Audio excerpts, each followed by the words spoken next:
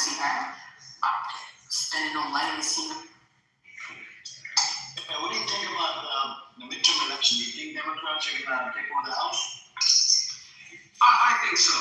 I think so. It's going to be a bit of a blue wave. I think the alarm bells are already ringing. Look at Mar-a-Lago. Just look at the congressional district that Mar-a-Lago. Not congressional, I mean, their local district. They're a Democrat, constituency. It's Mar-a-Lago, home turf. It's not even a Republican battleground anymore. We're seeing local elections being swept up by Democrats. And I think, what else is the alternative for folks? Because they've had a year and some change of Donald Trump, and they're sick and tired. They are so sick and tired of this guy coming in and fucking everything up, right? We could literally have a conversation for hours about everything Donald Trump has done wrong, everything that he has had happen that has ultimately affected people's lives in negative and terrible ways. We could have hours, days, even. The litany of sins is so long, it would be a waste of time at this point to even regurgitate any of this. I think people are completely fed up. I'm seeing people who, in my local area in Vegas, these guys were proud MAGA, proud Trumpers. Now the flag, it's like I was telling you the other day, the flags have come down. The bumper stickers are being taken off. These guys are not open and proud about it anymore because there's nothing to be open and proud about anymore. I think a majority of the reason why he even got elected in the first place, it wasn't because of the economy, it wasn't because of this, it wasn't because of that. I feel like a majority of America. Oh, was that here? They wanted to punish the Democrats. They wanted to punish the Democrats, and I feel like America they need to reconcile with themselves their level of racism, their level of white supremacy in a sense. Because I promise you, not everyone who voted for Donald Trump is a racist, but all of the racists voted for Donald Trump. Yeah. You know what I'm trying to say, guys? He was we have a serious education problem. I've been saying this for a long time. We have a serious education problem in America, right? If people really, if I printed out a document that had a list of everything terrible that Donald Trump did, and I gave it to people, just before they voted, would they still vote for Donald Trump? No, right? Because his best friend Elon Musk owns Twitter, one of the largest social media platforms in the world, just churning out AI slop, AI propaganda. Trump is this, so great, so great, so great. But in reality, we know this Christian guy who he likes to, masquerade around, he's having affairs with porn stars. He's paying them millions of dollars. He paid off $80 billion to Eugene Carroll, the woman he raped. This is a terrible individual. We're not even talking about the business practices, okay? But there's a lot to not like about Donald Trump at this current moment in time. So when the midterms come, don't be surprised when the Democrats just make, Donald Trump and, J.D. Vance if Trump gets impeached. Lame ducks. These guys are going to be lame ducks. They're not going to be able to do anything. I feel like a Democratic majority is going to have to try to put the screws on this administration. Because at this point, they have to. They have to. And to allow any of this to continue on is ridiculous. Amir, Taco, I saw a report, right, about how General Raising King, right, who's the Air Force, he's the leading Air Force general for the United States military, right? He had to use his military privilege, this legal term called military privilege, where you can effectively override a decision made by the commander-in-chief if it puts lives in danger, right? That's what military privilege is. So Trump wanted to nuke Iran. He wanted to use the nuclear option on Iran, right? And General King used his military privilege to basically kick Trump out of the room and stop him from deploying nukes, right?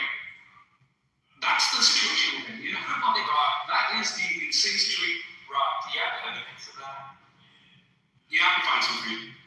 Please put it in the chat. I really like to read that thing.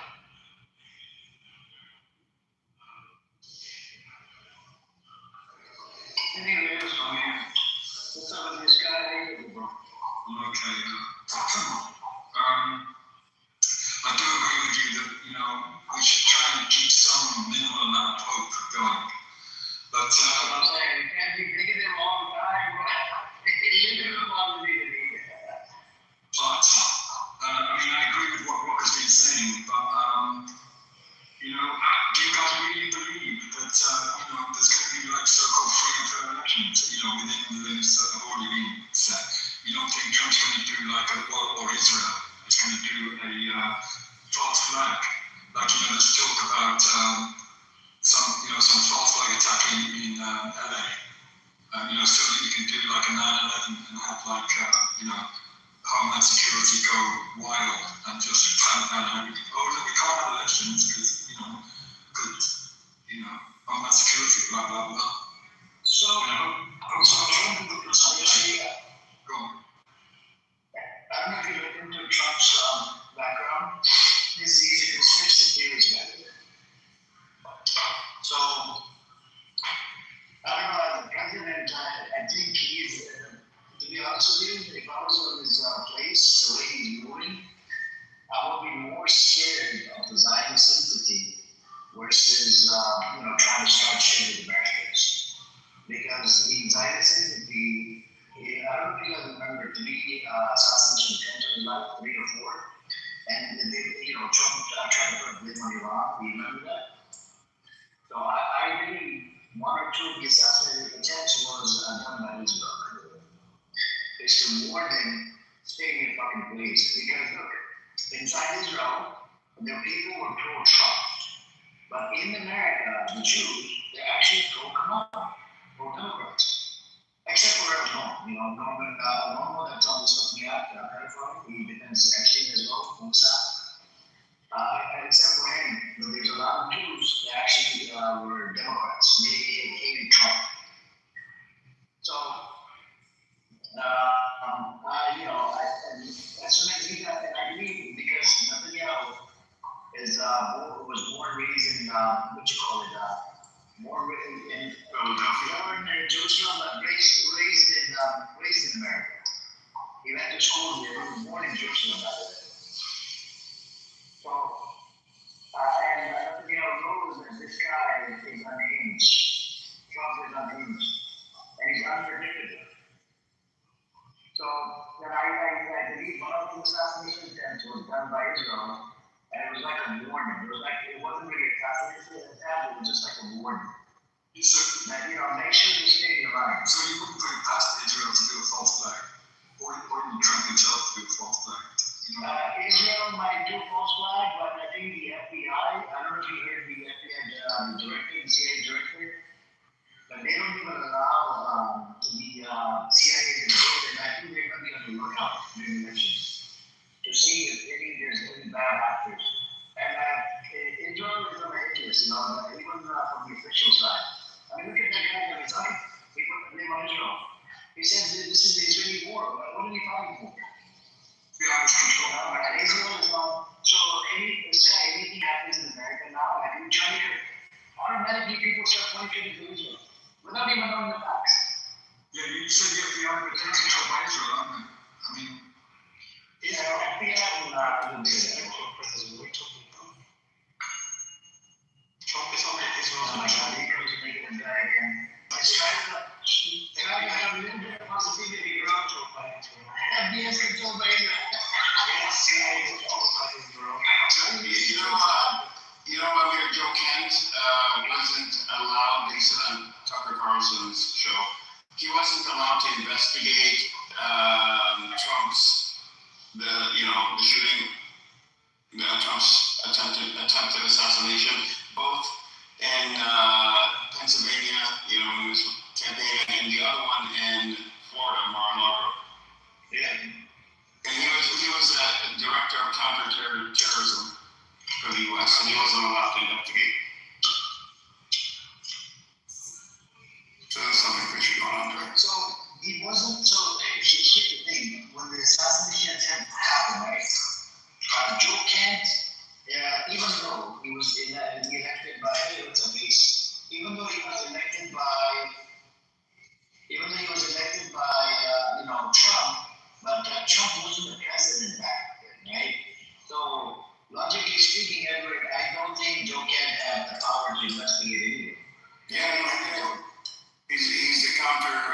enforcement director, so he could No, investigate. I said around that time when Trump elected, because Trump No, I know. was president. But last year, he was blocked from getting any information from regarding those incidents. His job is to take a look at things like this and track them back and see if they came from organized cells, if they came from somebody acting alone versus somebody acting in a group of people, and that's his job. He was blocked, and it doesn't make sense to block. And then on top of that, the Secret Service failed that day. They didn't have cameras on that building, and the shooter was killed. But they failed big time, and everybody, they all know in the government that they failed. But the Secret Service that was in charge that day was promoted. He was promoted. They weren't even questioned as to what happened by anybody. Because if there were going to be questioned, it would be Technically, I was not feeling so much so that he was Yeah. I mean, they did fail. this is exactly what they wanted. So it's failure to us, right? But to whatever their Exactly. it's a success, exactly. Yeah, exactly. I didn't know this actually until the other day when I was going through and Tucker Carlson came up. This is an interview he did I think a couple of months ago with Joe Kent. Charlie Kirk, same thing. No, he wasn't allowed. His department was not allowed to investigate. So Iran captures 2 tankers, I'm assuming. Yeah, And they're one probably of them say. No, they're saying they're Greek. Yeah, that's what we're Well, Israel goes to Greece too. So it used to be Turkey for everything. Then Turkey wound down its relationship economically, and then they switched over to Greece. That was their plan B. Turkey was plan A, and then the plan B was Greece. This is what I got out of the Kirk Nixon, right? I asked about the 11 Joe Ken block. Right, so Ken said his team at the National Counterterrorism Center was stopped from continuing to investigate, and that there was still a lot to look into. He also said the FBI wanted to turn everything over to Utah state authorities. And why is that? That doesn't make sense. And why we have in the public acknowledge in the reporting is jurisdiction and case handling. The FBI believed the attack had been solved as a wrong gunman murder and was ready to defer to state authorities. A separate backdrop is that Ken had just resigned in protest over the Iran war, and reporting also knows the FBI was investigating him over possible classified information leaks, which may have caused a broader dispute. Earlier, Joe Kent in his statement said, if you listen to his interview, that because of his position, he has to also look at foreign involvement. So when he started looking at foreign involvement and potential countries that may have been involved, he said higher arms blocked. That's the exact time that he got blocked for looking into it further. This is where he starts talking about the potential hand of Israel.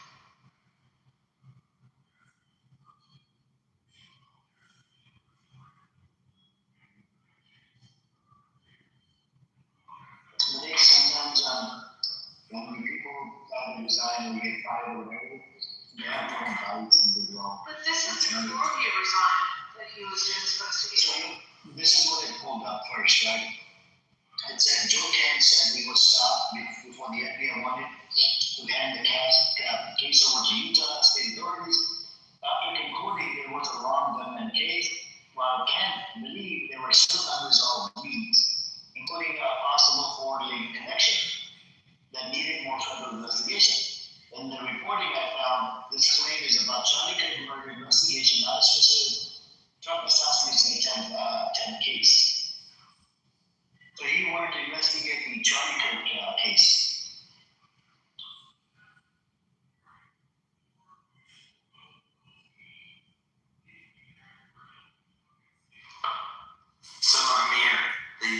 claim that Rock made earlier, that France 24 article,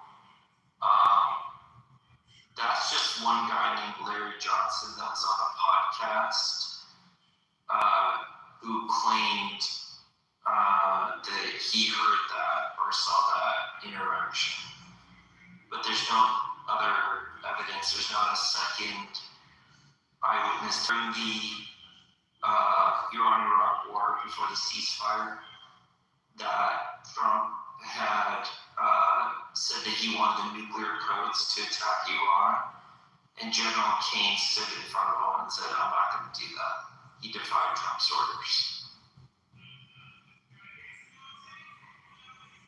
Which, boy, if that was true, I can almost guarantee you 90% of Hanabi supporters would turn on in a minute, in a second. That's why I was really hoping that was actually true. But I don't like to spread propaganda, so if that's not true, I'm not going to talk.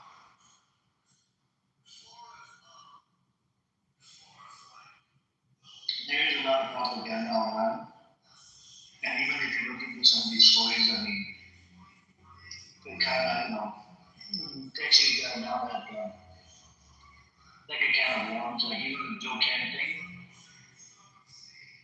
And even Joe Kent was being investigated for leaking documents.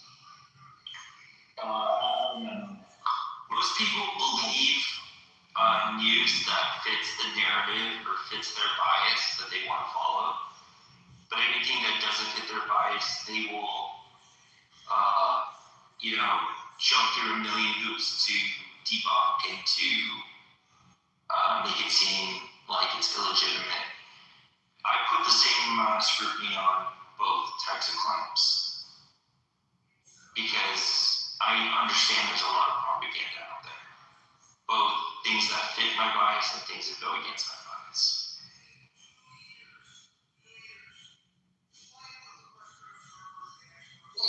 But this podcaster, where did he get his information from?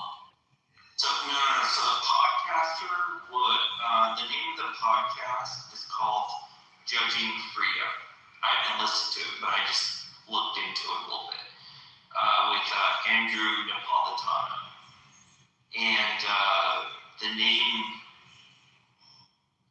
of the individual is a former CIA guy, is Larry Johnson. So I think I might watch it during my lunch break and see if I could, if it seems legitimate or not, or if he talks about there's anybody else in the room to substantiate the claim or not.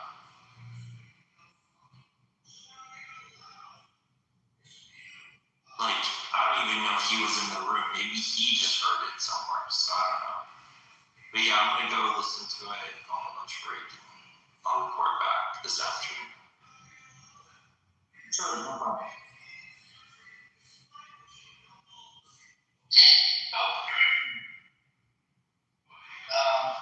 Apparently Iran captured 2 vessels, and yesterday the Iranian officials said that they have new cars that they haven't used it on the battlefield. We don't know what the new cars are. It could be ballistic missile of some sort, or it could be a new type of drones. It could be anything. So, and Trump said we're going to go back to bombing, but Trump then all of a sudden extended the ceasefire.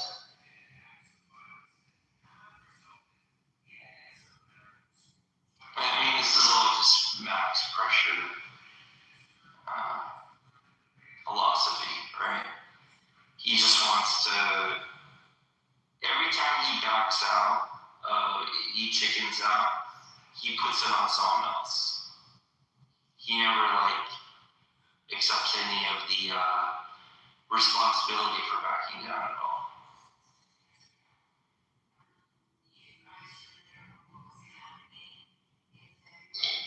I can't believe so kept on changed their tone. But no, they are eventually going to meet up. He went from tall, so, not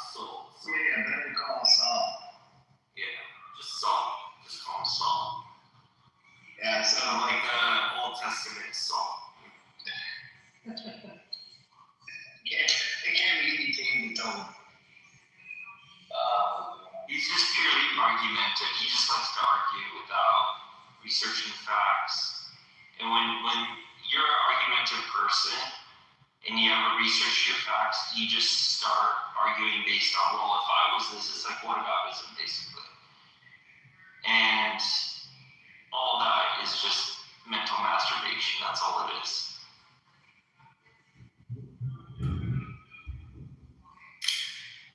So, Taco, what do you guys see what's going to happen for the negotiation? I don't think it's clear that there are going to be negotiations, Cosmo. So, what's your projection of the war and how this matter going forward? I don't think anybody knows, but I will tell you, I don't think Mr. Reza Pahlavi has any chance of coming over, taking over the country.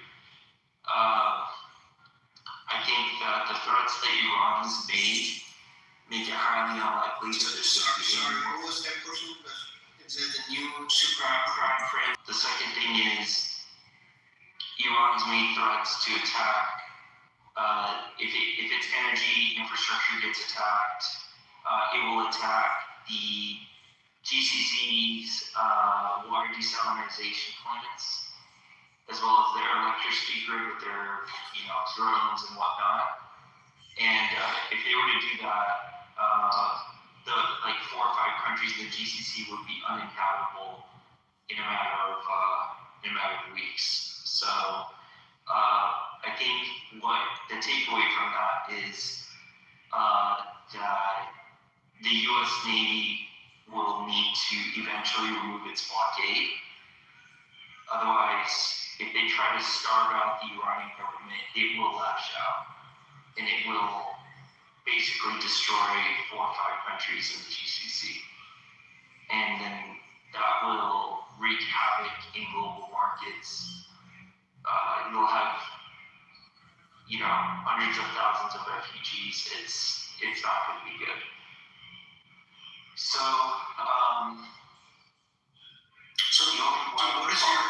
what is your view of the contention points in the negotiation, like the nuclear material and Iran's missile capability and its support to the neighboring countries that against Israel?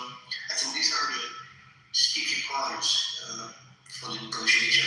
Do you see them can reach somewhere in the middle to get an agreement out? Well, I think what Iran had offered, at least rumored to offer in Geneva before it was attacked, this last time around before February 28th, was to not get rid of, but to dilute its 66% enriched uranium. But there's a lot of mistrust, so no one knows what's going to actually happen.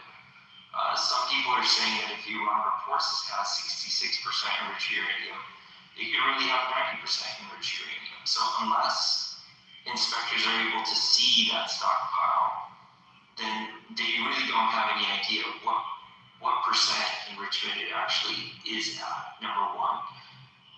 Number two, Iran will never give up its ballistic missiles, and I don't think it'll ever give up its support for proxies, because that's the only defense it has. And the limited conventional military it had was pretty much, for the most part, wiped out. Now, sure, they still have some speedboats and drones and other ballistic missiles in there, several under missile cities.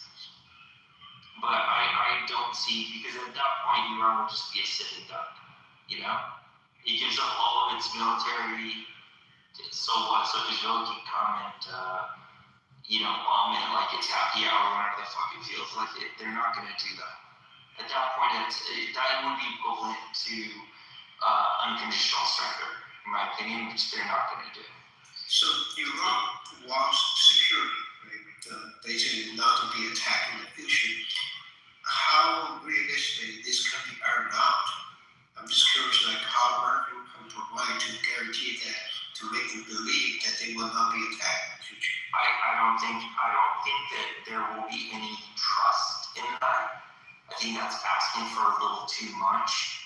And even if the U.S. says yes, we will never attack you again, there's not a chance in hell, pigs will fly before Israel agrees to such a thing.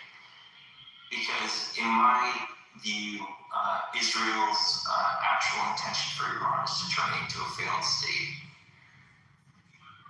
That's the ultimate goal. So I agree. I think you follow your logic, right? So if Iran says that, in order to defend itself and to keep the missile capability, would the U.S. allow that?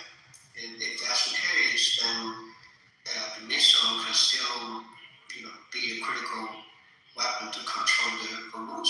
Right? So that means that Iran has the capability to shut it down or affect them in a way to control it, right? And would U.S. allow that situation or allow that status quo?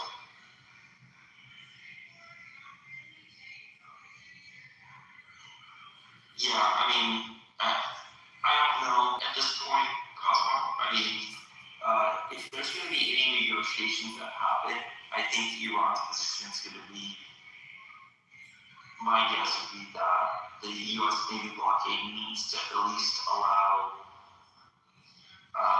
its ships to sail out with the oil that it's selling to China and its LNG, because I don't think the Iranian government can last very long without it. So the main question in my mind is, and I have to research this, is how long can Iran survive without selling its oil due to the U.S. Navy blockade?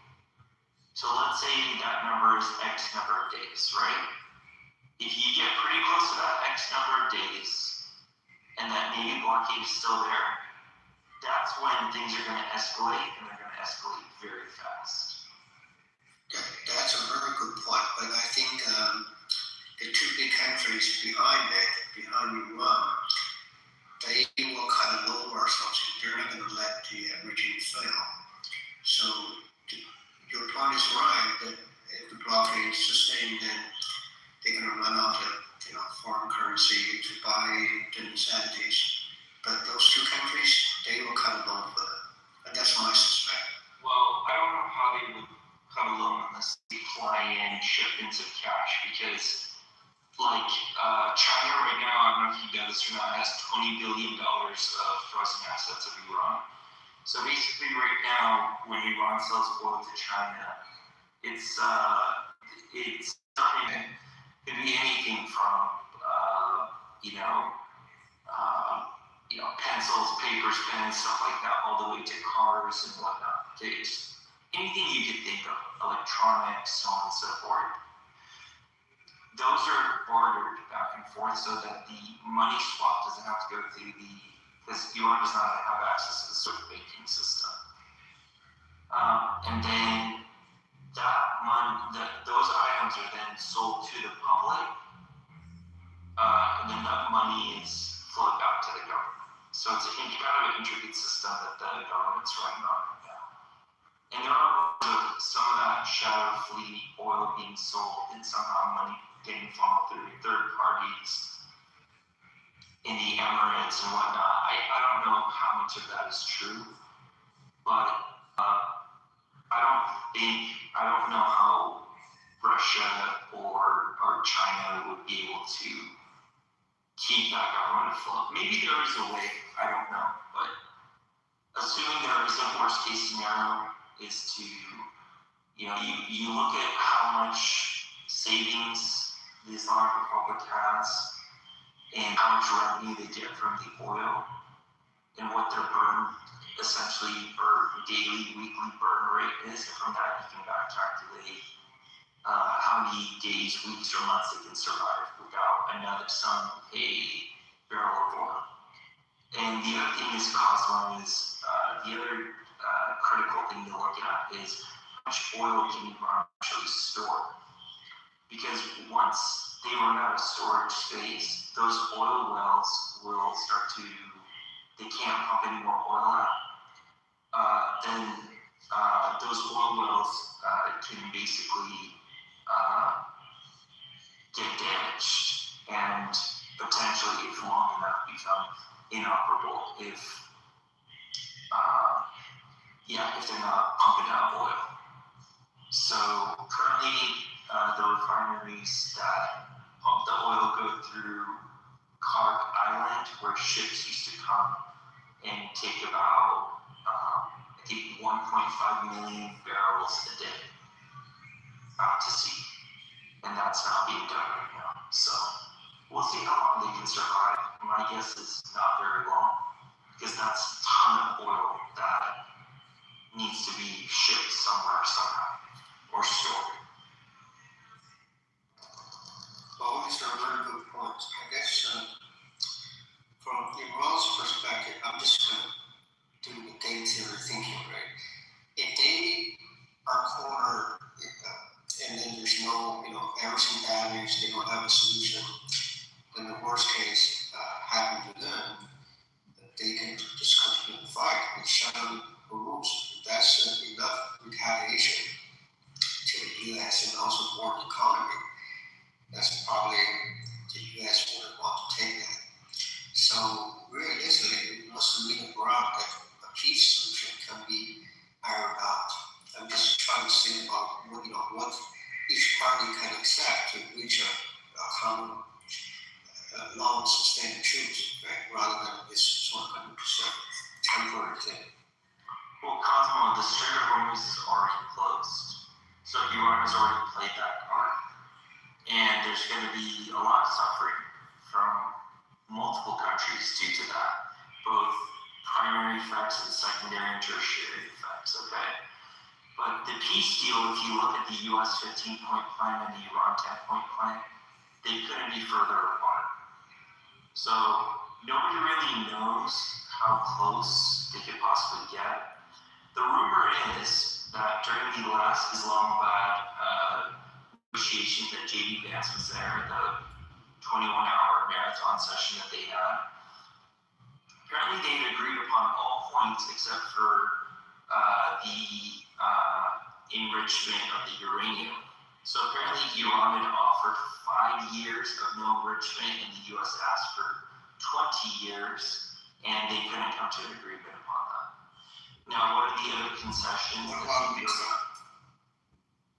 Yeah, so what are the concessions that the U.S. offered for that? Nobody knows. I saw conflicting reports. Some people said the U.S. was willing to lift sanctions, lift restrictions on frozen assets, allow Iran to basically enter the SWIFT banking system again, sell its oil. Who knows? No, I don't think that information was ever publicly released because it's never agreed upon. But at some point, they got to come up with something that works, and both sides need to understand that if they do not negotiate, if they do not come down from their sacred cows, basically, and negotiate, that it's going to mean a lot of hurt for not just Iran and the U.S. and Israel, but for the whole world.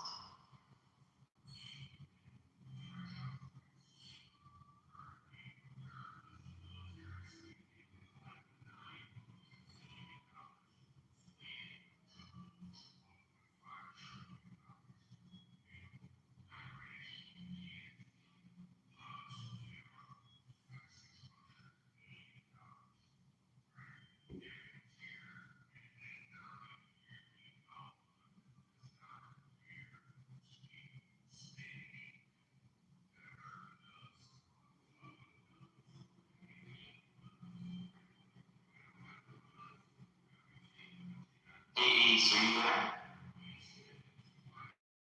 Yes, I have a question. Did Saul lose a bet? Because I see his name is Saul Shifter. Did he lose a bet? I thought he lost a bet to Shape or something. I think he did. He did that. Yes. It was Saul Goodman, but it's been Saul Shifter for a few days now. Yeah, so I guess he lost a bet.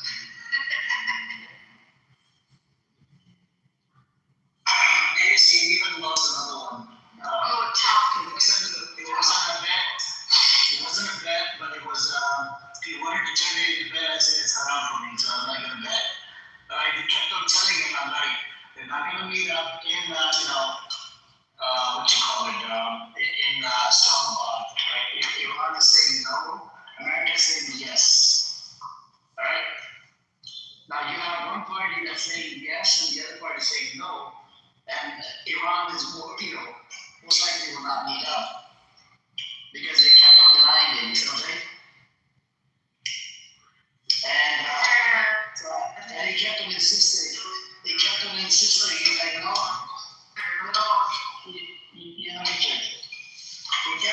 insisting, no, they're gonna meet up.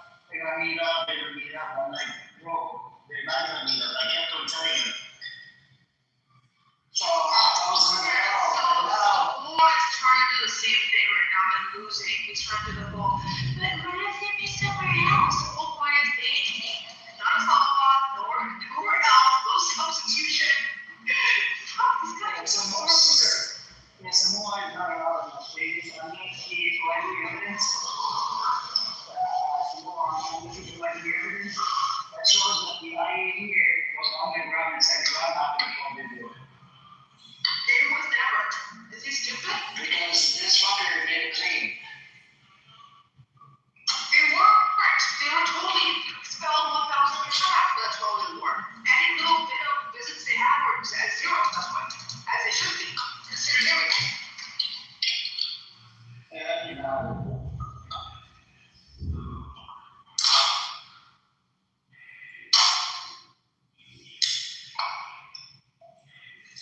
And IAEA cameras and everything was destroyed. Nobody knows how much we really have. It's just we have to go based on their words. IAEA cannot tell anything, even using satellite imaging, because you can't see through the tunnel, you can't see through the hole. How much you really need to have?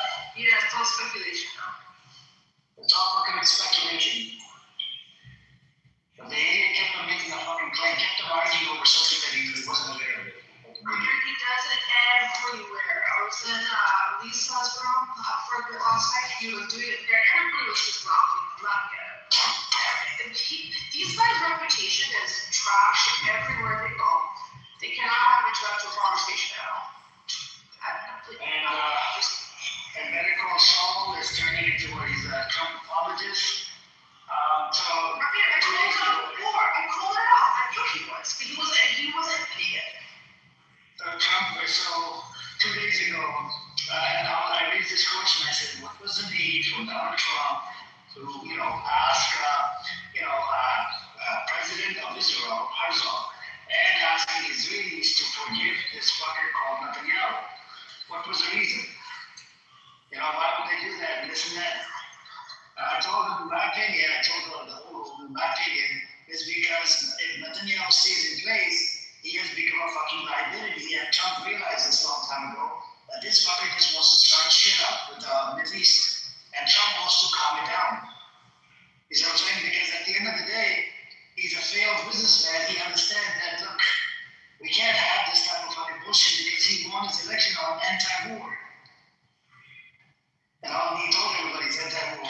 And then so he started trying to give me a hypothetical of some sort. He goes, okay, so let's say Trump, Netanyahu was best buddy with Trump, and he was, I said, just like, Trump was best buddy with Epstein. And you know what he did?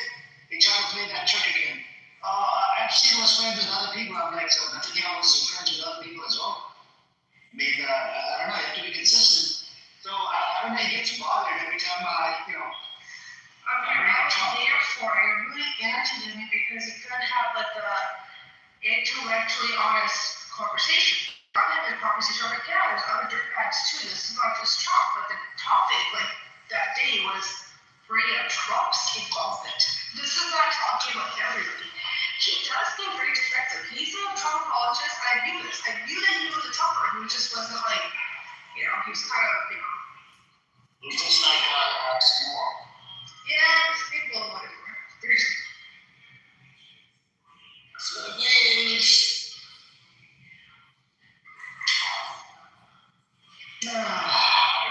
Anyways, what you been up to? Is Yeah, just busy bee. Cool. What about you? I'm also looking down. That's running around, looking some cars and shit. Oh yeah, because you have the limitation of how many hours on the street. Yeah, that's The street sweeping, street sweeping.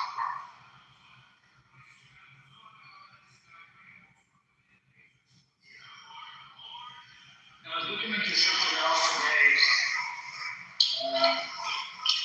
Because I'm thinking of signing up for the route.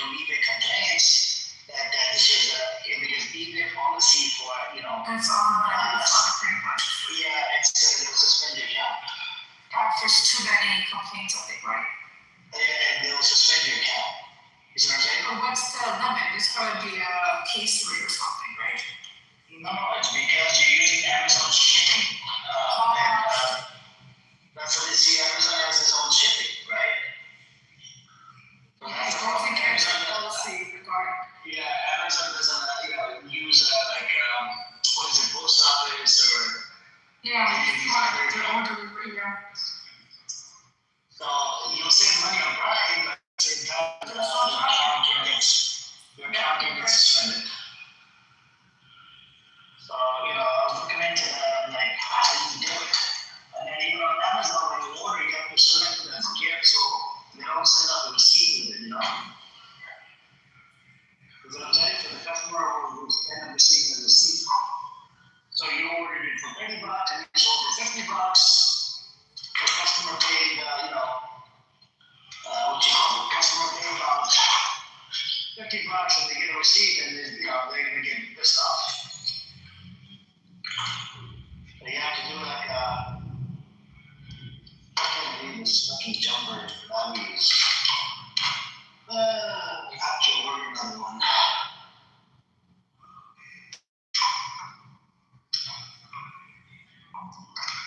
Anyways, so I was looking into that, So that way I don't have to keep the inventory.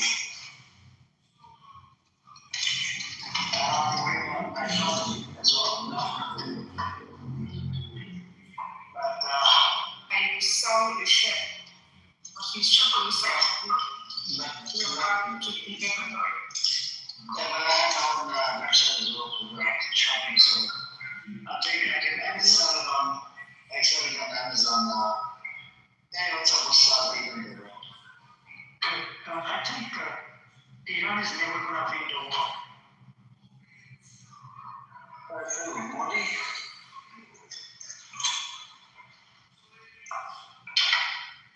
What's the opinion amongst the people from India? Is Iran gonna win or not?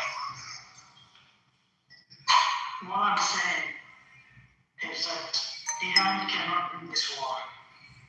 Iran can win the war. It's winning the war. How do you define winning? Okay. So Iran had Lebanon ceasefire on the table. Okay. They said you need to do ceasefire in Lebanon. America, the Lebanese minister, and the Israeli side come together in the White House to do a ceasefire. So Netanyahu was forced into doing the ceasefire with Lebanon. Even though they violated the fucking ceasefire. It's all political. Let's talk about the people of Iran. I think they are right. I just are you going to concede to this point? Yes, it was forced upon Israel to do the ceasefire. Just imagine if you are like playing with Iran, how would you feel? I'm asking you a question. Are you going to concede to that point so we can move on to the next point? We can't just, be all over the place. Are you going to concede to it? Yes. America did bow down to Iran. America is a superpower. This is the reality. Did America bow down to Iran to do a forced ceasefire with Israel and Lebanon? So this is very political. I'm not asking you. I have to go based on objective data. The data says they did. This is a fact. They did.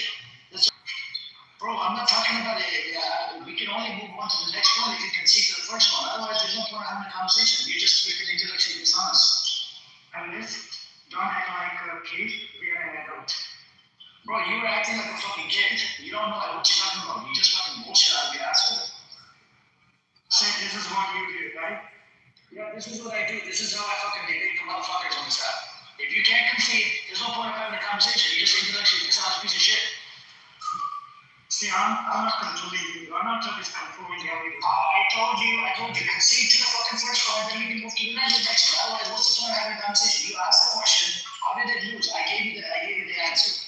Are you gonna concede to it? You can look this up. This is all factual. Go use your ChatGPT and look it up.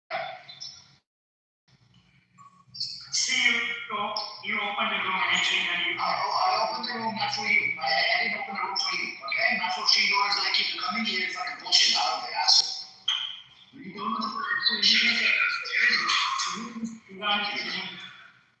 just told you, America had to bow down to fucking Iranian conditions. Iran condition number one was ceasefire in Lebanon. Okay?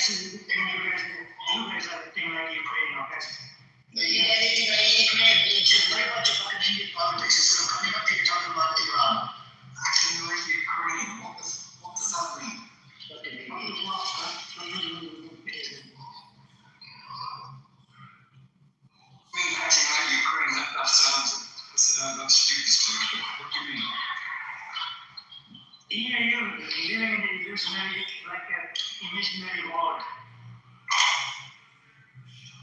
Living in an imaginary world. I'm right here in America, by the way. I'm in Los Angeles. I'm looking at it from the, I have the stats, I have the data, I have the sources, I can source up on the shit. Look at the market. What market? People starving in Iran, right? Did you see that? No. Did you see your market? People were dying for the fucking oil. Did you see your market? The gas that goes into the ultrasound, you have to run on it. It'll come back. An idiot.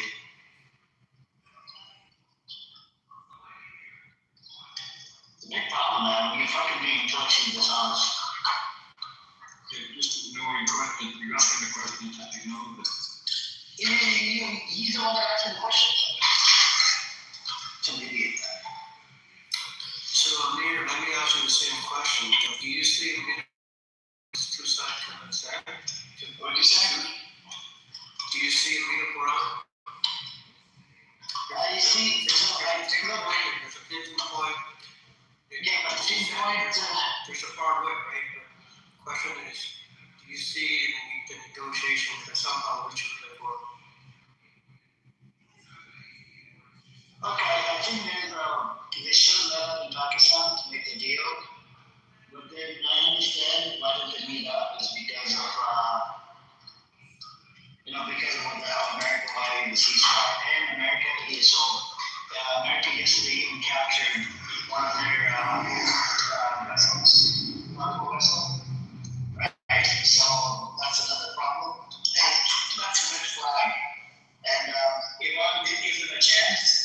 But look at how Trump is trying to bow down and trying to play the market by doing ceasefire, extending the ceasefire. Why would he extend the ceasefire? Is he, does he definitely doesn't want to go back to war? If he goes back to war, it's going to make America look bad.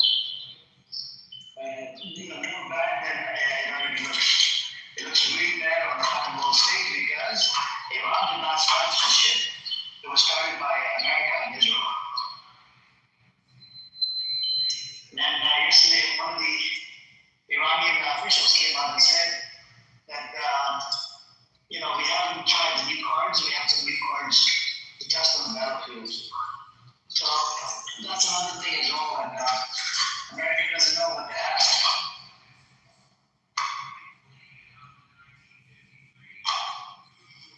You know what I'm saying? So that's the thing. But at one point they're going to come together.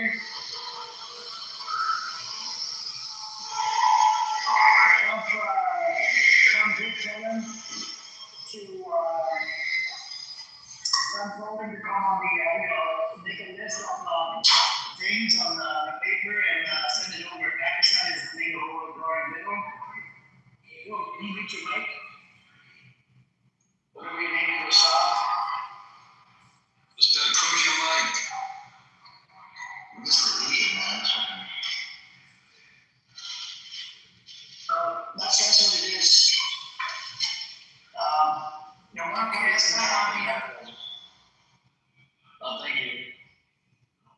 So at one point that's what's going to happen in Congo, and I don't know, what's your take on this? Do you think ceasefire is going to happen? Because look, it's in Iran's best interest to prolong the war, prolong the blockade on Strait Hormuz. According to economists that I've read, some of them are saying, let's say the price of a barrel goes up to about 130, 140 barrel per barrel, whatever. And if it stays like that for about 6 months to a year, we'll have recession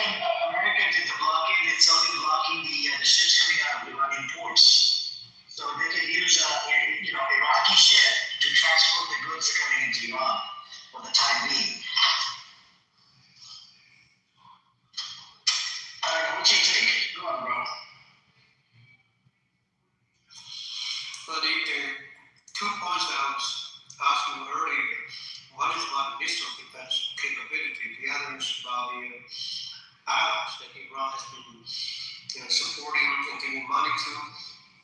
And the U.S. Church is basically asking to dismantle the missiles and also cancel their support for the allies they have. Do you think Iran can somehow accept that, or maybe in the middle ground they can accept something like that? I think the Iranian they pretty much reached agreement. It's just the time. I think it can be reached on both parties to agree on that. The speaking point is about missile defense and their support for the allies. What do you think on that too, Church? You're talking about the proxy, right? The proxy, yes, that is on the table, but I don't think Iran will agree to it. Hezbollah is fighting a fight right now in Lebanon. They're killing a bunch of people. 1 or 2 days prior to this ceasefire that happened in Washington, because America had to bow down to Iran's condition, do a ceasefire, and they bowed down to it and they did the ceasefire. And 2 days prior to that ceasefire, they killed about 300 people in 1 day, 300 and some change in Lebanon, and injured about 1,000 people. So they're not going to dismantle any of these proxies. And if you look into the history, Cosmo, Hezbollah is only there to resist against the occupation. Who's the occupier? Israel. But the Lebanese, I spoke with, there was a lady here, she was from Lebanon. She started, kind of crashing out as well. So even the Shia Lebanese, they're actually divided. They don't want, they don't want Iran representing their country or their position. And then we have Riyadh that comes in, he's from Lebanon as well. He's from the Shia background and he supports as well. So as you can see, even on Clubhouse with anecdotal experience, you have 2 parties, they're from the same country, same religious background, and they're divided. So I don't know, man. There's a sentiment amongst Lebanese that right now Iran is playing a role influencing our, politics and whatnot. But in my opinion, Iran should, for right now, they should allow Iran to make the deal because Iran can make it happen.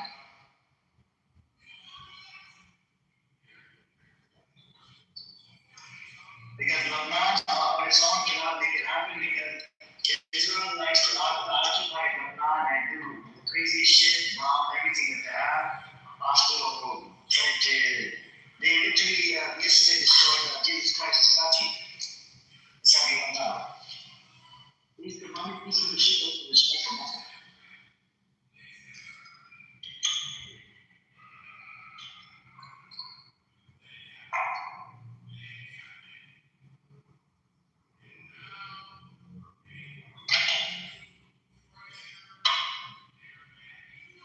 Anybody else wants to come up? You guys want to come on up? Oh, that's what it is. Oh.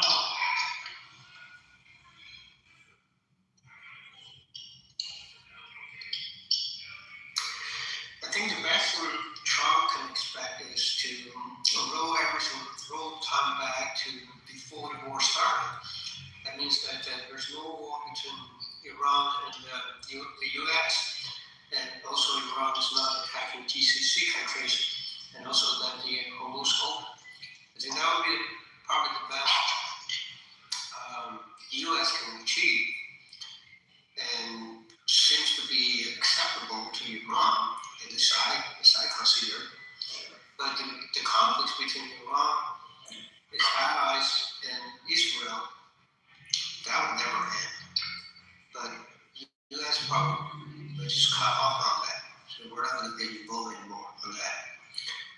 I don't know. Do you see Iran will accept something like that? I think Iran wants all these military bases out of the Middle East. We have about the military bases, right? American military bases. That would be a definite no from the U.S. side, because it will lose space and also lose credibility in front of GCC. Yeah, but I think they have to agree to it according to international law. If those military bases are a threat to Iran's sovereignty, then they have the right to pretty much, get rid of those bases, and those bases will get attacked again by Iran. And it's allowed according to the law. You see what I'm saying? Because those military bases were being used, and the GCC countries Sorry, actually, can you elaborate what you mean is a law by the law? Which one? What is the law by which?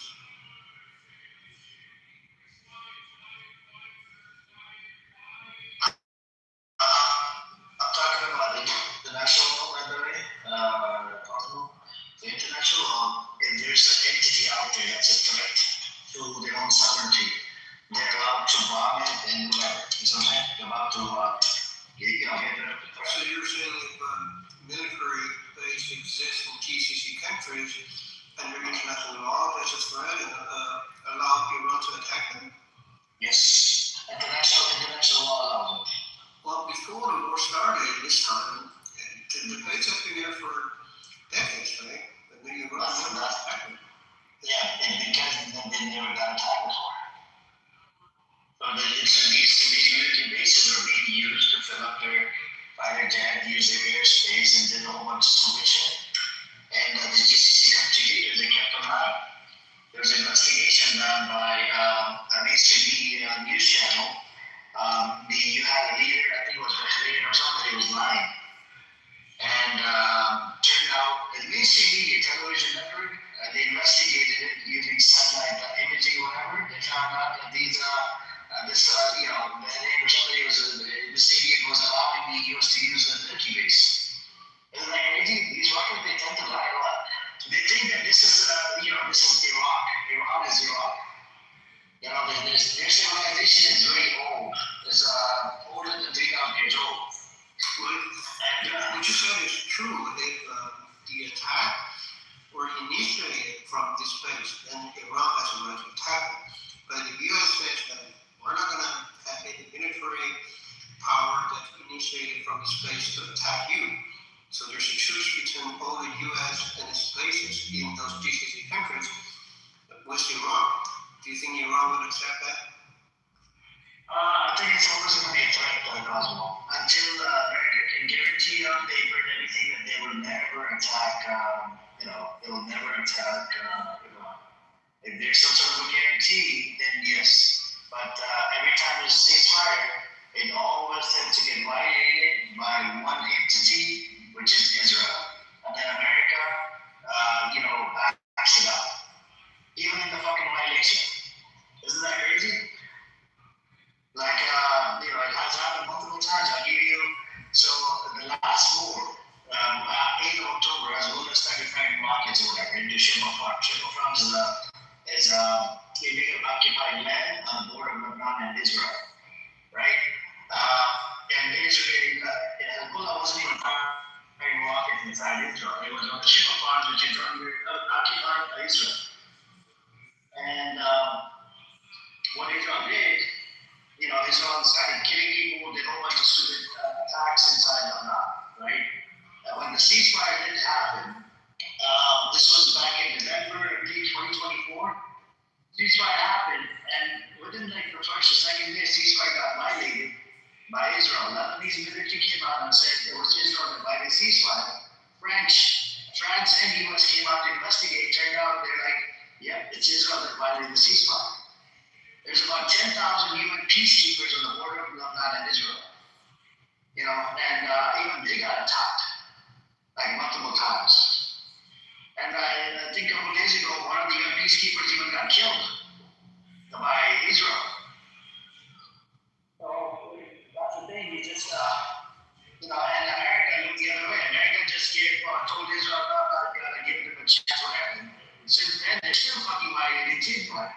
They've violated ceasefire over 15,000 times. Isn't that crazy? Well, that's what I'm saying, that there's no truce between Israel and Iran. But the U.S., I think from Trump's perspective, he has a personal agenda. There's an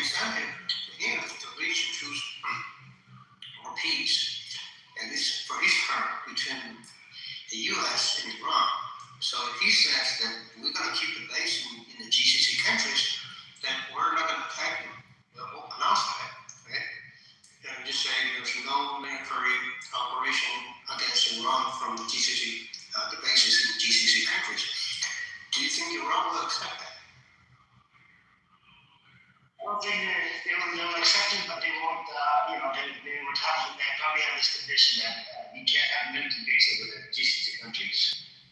So America would have to accept it. But at the end of the day, Cosmo, who's to say they do a ceasefire and then a week later they're attacking the same military base from Saudi Arabia, from UAE. And none of these fucking countries can be trusted. These countries are fucking fake countries made up by the help of British. The U.S. is not going to restore those bases. Because to restore those bases, The US cannot be trusted, Cosmo. well, The US government cannot be trusted. about whom you're talking about? Anybody. I mean, what are you doing at Los Angeles? Okay, I was saying, bye-bye. Get the fuck out of here, bitch. Thank you.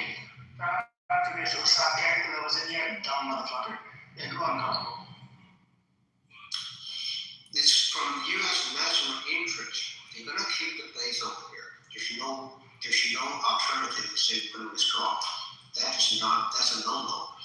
I think U.S. will rather go to war than withdraw it from there. So the question becomes, how much Iran can sustain or willing to sustain if U.S. don't want to withdraw the bases and they just go to war? I think Iran may have to. America is going to go to war because of military bases? Is that what you're saying? Yeah. No, fuck no. They're just going to remove the military bases, bro. They're not going to go to war because it's only the bases that these countries will not trust U.S. to provide security for their countries. They already don't trust GCC. They don't trust America at all. I'll give you an example. In Qatar, the American asked Qatar, right? This was about 6 or 9 months ago. American asked Qatar to negotiate a peace ceasefire deal between Israel and Hamas. As they were doing it, Israel comes in and fucking bombs their ship. Alright, bombs their ship, and then 2-3 days later, Qatar, set up a meeting or whatever. They all showed up and they all realized that this is a fucked up thing. So this is why Saudi Arabia, what Saudi Arabia did, signed a pact deal with Pakistan because Pakistan has nukes. You see what I'm saying? So, and even the other countries, and you won't believe it, Qatar forced into giving an apology from Israel. Netanyahu apologized over the phone while he was at the White House. And Trump put him on the phone. You see what I'm saying? So, you gotta, you have to know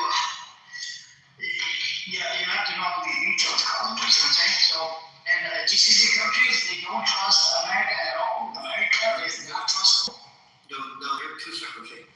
Whether GCC country trusts U.S. or not, it doesn't matter from U.S. perspective.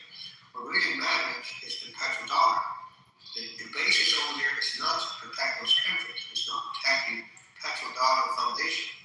If the basis withdraw, then those countries can, invite other foreign powers and decide not to do the petrol using dollar to sell their oil.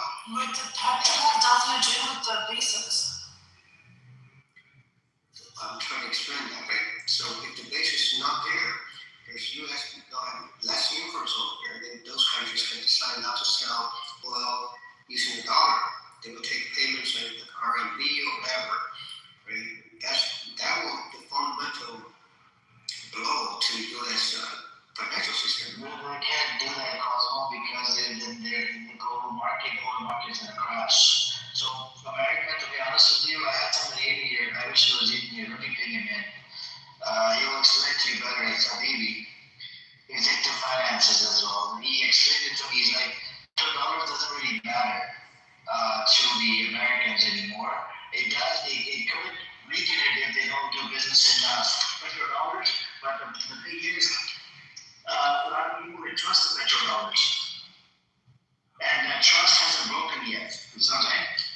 And because the rate and, whatever you want to call it, it's still steady. It's not like, it's about to collapse. It's most secure. You should see even our stock market, how it's valued more than our entire GDP. So the corporations that we're tied to. So yes, foreign nations are going to continue to trust us. Look at China. Look at China just they exalt their numbers, right? Even with the stock market. They're not trustworthy. We've actually built trust. So this is, it's not going to be something that falls easy. And plus, we have a reserve currency. People should have as well. I'll give you this. So let's say those recently countries started buying oil in Chinese yuan or yen, whatever the currency is, right? And do you know how hard it is to get the money out of China? If it costs you to 10, 20%. Yeah, that's a lot of buying power. You have to convert to US dollars. And plus, you have another issue. If tomorrow, let's say one of the bills or something stops Just put it in training. When you say the 10% cost, what cost can cost? What is it? I'll have to look into it. Because I had somebody in here, he was explaining it to me. The money, they will have to use Chinese yuan, right? To buy the thing. The conversion rate would actually kill it as well. Conversion fee. Every time we convert. What I know. So you're losing money on your dollar. Saudi Arabia. Why do people understand the difference between the buying power of the US dollar versus any other currency? So we hold, and foreign nations hold, your capital body, right? US dollars. You're not going to just dump them tomorrow. It's impossible. There's a reason for that because everything is priced in dollars. So if you want to buy something, then the actual materials, then you have to get dollar first. If this happens, like the whoever owns the natural resource say we accept RMB or Let me ask you this. So if the Chinese government puts the money on hold, or forget the hold, if the Chinese government bans one of the denominations from the trading market, like what currency? 50, $100 bill or something, or yuan. If they do that, you don't think there's going to be a problem in the market with the currency and that? And yet, if they start printing a bunch of bills, then they might have a problem with inflation as well in China. So the petrodollar system, it's basically a credit card. So the money gets invested into the petrodollar system, right? The petrodollar system, they're allowed to take up 10 to 20%. The rest of it, they can invest into American corporations. And after they invest the money, and that's how they can take it out. After investing into American corporations, which benefits American corporation, and then they can take out the money. Other than that, the money stays in petrodollar, the system. And because that way America doesn't have to fucking print bills, otherwise we're gonna have a problem. Says why the petrodollar is important. That's why U.S. cannot allow the strong those bases. Today's have nothing to talk about. But originally it did start in 73, I think. They're like, we got the petrodollar system, and in return we're gonna give you protection. I think it did start from Saudi Arabia, but they realized that they don't need to have military base to be able to do $100. You know what I'm saying? First, that they asked the US to come. To me, it's a supply demand. Even currency on the currency market is still a supply demand. If demand for the US dollar to rapidly drop, that will be an issue for the US. And also for a lot of the US companies, because I don't have to. Currently, they don't have a choice. They get a dollar, it's dollar denominated, and US is the biggest market. It sucks back to the US market and invest in the stock market, right? But they don't take the US dollar, they take the RMB. They can just buy stuff from China or do some construction. They can buy construction from China. And that China build a lot of things in Saudi Arabia. They can do that. They're not doing that is because the US has military power in that region. And for their security. And it's kind of you pay in the worst analogy, you pay a monthly some protection fee. And the monthly supposed to protect you to do business in the long term. If you can't do business, the market doesn't protect you, I'll pay the fee. Or I should pay somebody else to go protect me.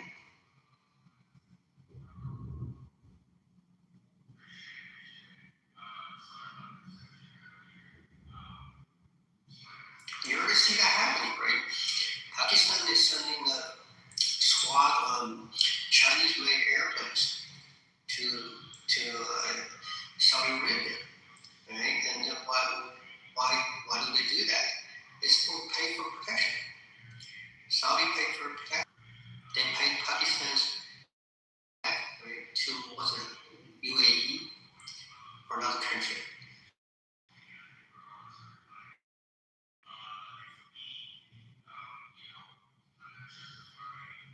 Just strategically, U.S. will not allow to restore those bases. If U.S. restores those bases, it will lose the support of the line. It will lose whole control of the rules. That alone will not be tolerated at all. So those are the state line. I'm just trying to figure out how Iran can make want to allow that. But at the same time, what they demand is total security for the future, right? To your point, right? If the bases still exist over there, what kind of total security they can expect?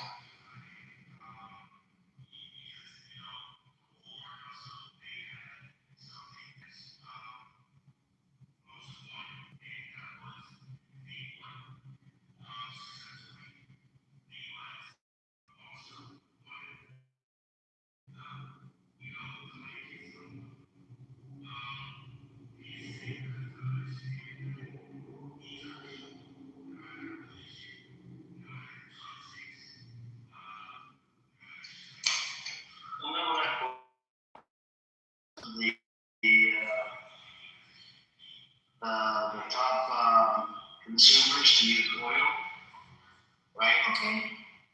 Per day, this says per day, they use about 20.3 million barrels per day, approximately, right? But then it only produces what is it?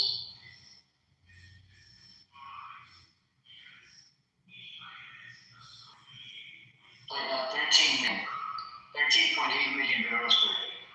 And So do we we have a export? Don't we export?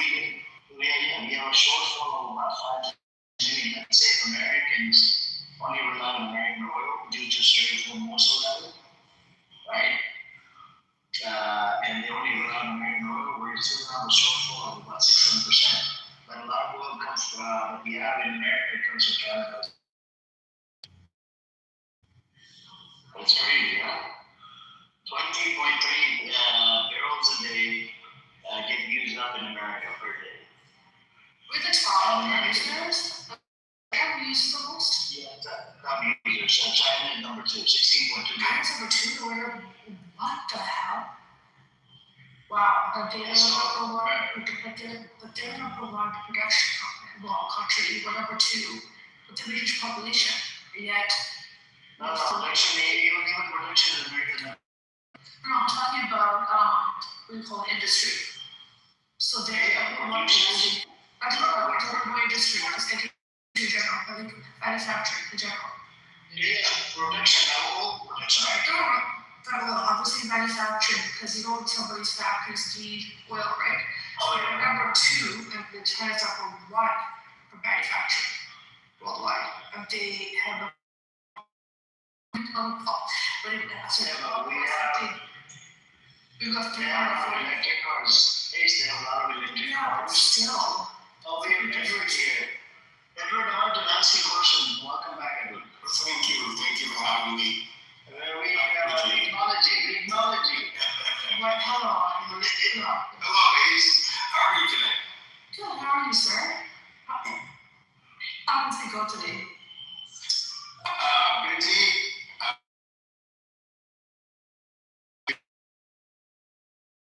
Because he wants to do my job, but has no idea how to do it.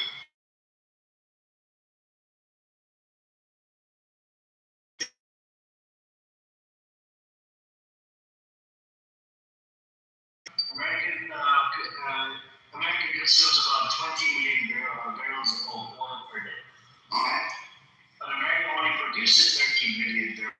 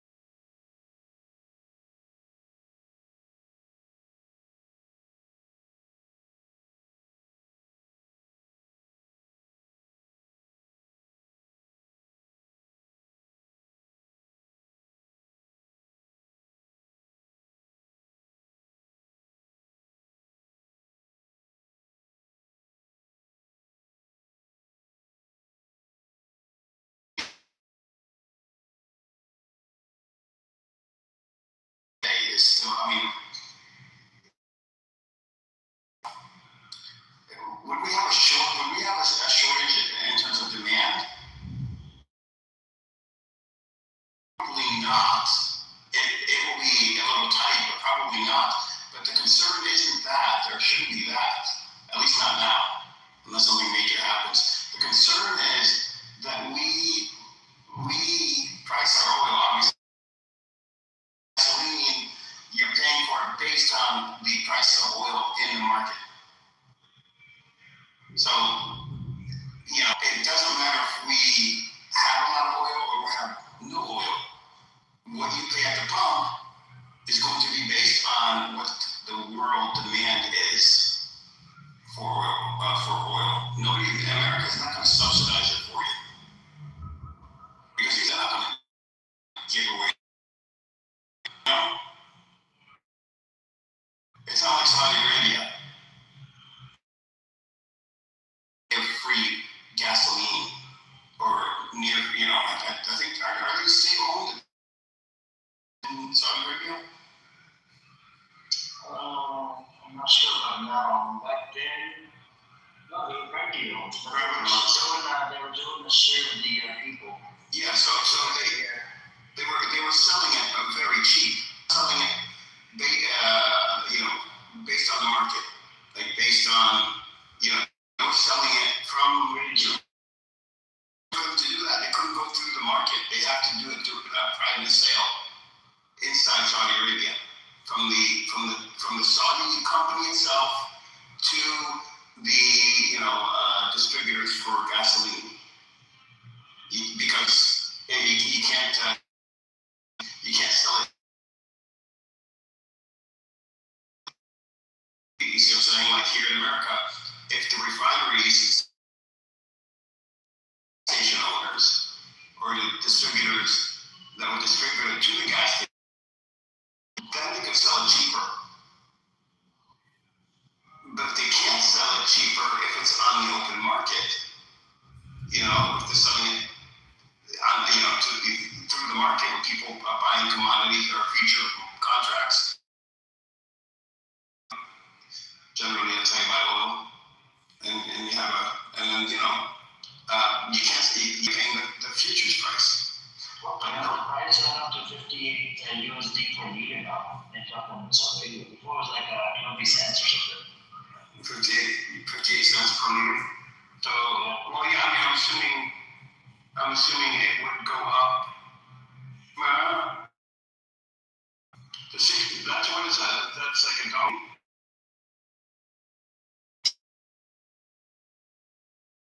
US dollar.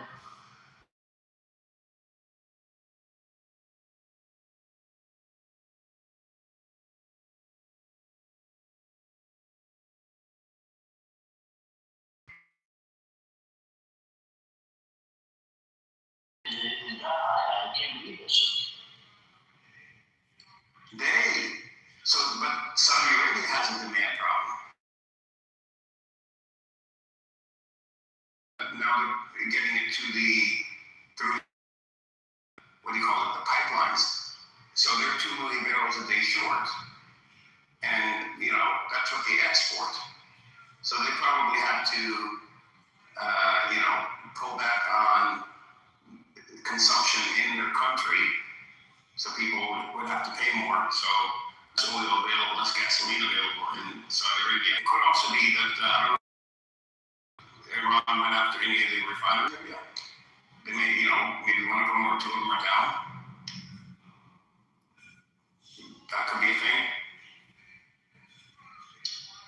I don't know. I'm just thinking about. Evan was here last week, right, or 2 weeks ago. When somebody says something, it hits you like later, right? So today we were talking about oil. I was talking about oil to I think Cosmo or something like that, $100. And maybe that, let's just look into how much of the how much do we consume? And we consume fucking like extra 6 million barrels of oil per day, and we can produce. So we're definitely gonna have a problem. We're definitely gonna have a problem. Yeah. We consume 20 million. Well, this is complicated and how much about in terms of the oil that's produced in America, in Norway, Scandinavia. I don't know if it's just Norway or there are other countries there that also have a lot of Russia, South America, Mexico. The oil is all it's different and it has to be standardized, but you can't standardize it 100%. So, like for example, does Boeing use jet fuel made from a specific type of oil versus Airbus?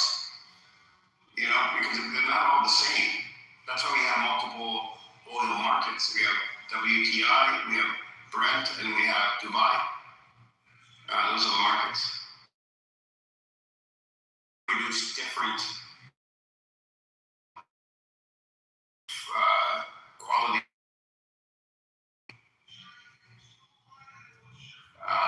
So now you're getting into what it's used for. So in America, even though we produce a lot of oil, and probably it may not all be the right kind that we need. There may be industries where they need Middle Eastern oil, for example. So I asked where does America get their oil from? It says Canada. Even let's say whatever the shortfall is 7% or so, 7 million or whatever, 6 million. Part of that, like 52 to 62% comes from Canada. 7 to 11% comes from Mexico. Saudi Arabia gives about 7%. Iraq 45%. Others 20%. So we get about 4 to 4.7 million. You should ask. Don't we have to combine our oil with Canadian oil to make it usable? I don't know. I mean, if we have to do all of it, or what the story is there. Sure.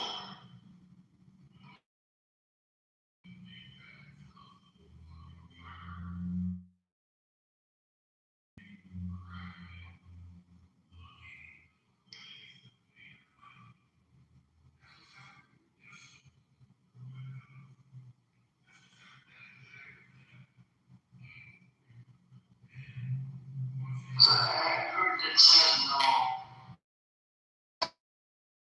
combine it oil routinely process all types separately and in blends.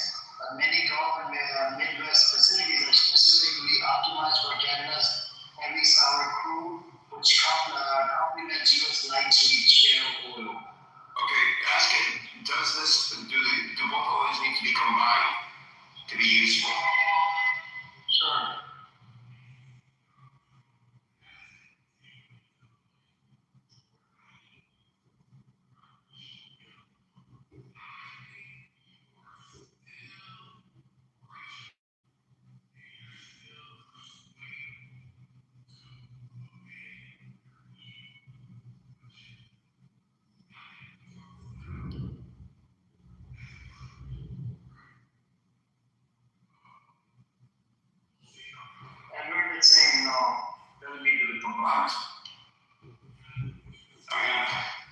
This is not true. I mean, this is common knowledge that they combine the oil together.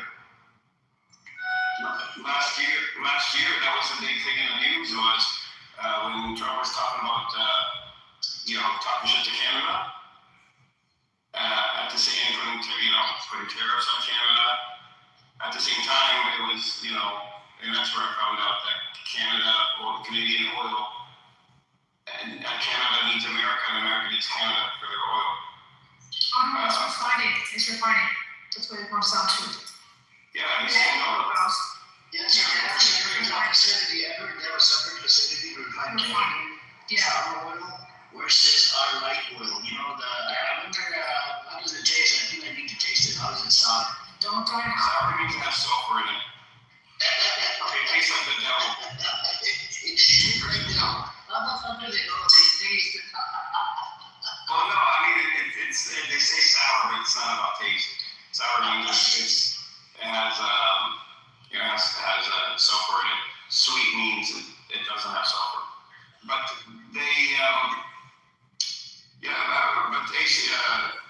Amir's perplexity is saying no, that they don't need each other. They don't blood bottles. The other is refinery. So the oil that gets extracted out of Canada gets refined in the States. They both get refined. Yeah, They're separate degrees. Yeah, that's how there's that relationship. And they bring it to the same level, Edwards. So they bring the Canadian oil? Oh, you think you got a better AI, huh? Oh, you got a better AI than I have. I see. Okay, so Alberta oil needs to be blended with American oil to be able to move it through the pipelines because it's too thick. That's before it gets to the refinery. Okay, so it's just to be thinned out, just to be refined. Not that it needs it. Yeah. To go down. Then using it. So that's like I said, this is outside of my knowledge base here. We need to bullshit in here. I'm like, oh my God, I was arguing yesterday, and I was like, what the hell? And I'm like, okay, let's agree that, because we're not arguing. He still wouldn't stop. I was saying that just a bullshitter, man. He's I don't know, I think he works in, it sounds like he works in. He works in a bank. Yeah, he probably had, deals with. He opens up accounts for people, he's just like one of those accounting guys. Are you supposed to do it with a smile? I don't picture that guy smiling a lot. Yeah, he talks to people that are in the oil industry and then maybe opens up accounts for them. And so, he learned it from his anecdotal experience instead of doing a deep dive. Yeah. Because Taco did a deep dive. Taco was busy. He said, I wanted to come up tonight, but I was busy working, and I looked into this, and he was just bullshitting. Alex. Yeah. I just like always. I mean, it's it wasn't a big deal. We're literally, I forgot what the woman's name is. She's in Texas. We were comparing prices, and she asked why the price in Texas would be different than, Ryan. And that's where, It was Nazi, yeah. And because she's in a different pad region, and then my region is different. And we don't get our oil from the same place or from the same refineries, just like California doesn't either. And you pay more in California, and we went through that. It wasn't hard to understand, but I don't know what this. And the guy was agreeing, but wanted to disagree. Nobody likes you. Nobody likes you. Yeah, I know. That's. I mean, but no. Ace likes me. She gave me $40 the other day. Thank you, Ace. Nobody likes you. You're nobody. I took Ace for the coins the other day. Your almost career is over. How come you're about to leave? I was watching the other day Ace getting fucking coins left and right, like dollars worth of coins. One of them was $10 worth. I was like, what the fuck is this? She got 1,000 coins in one shot.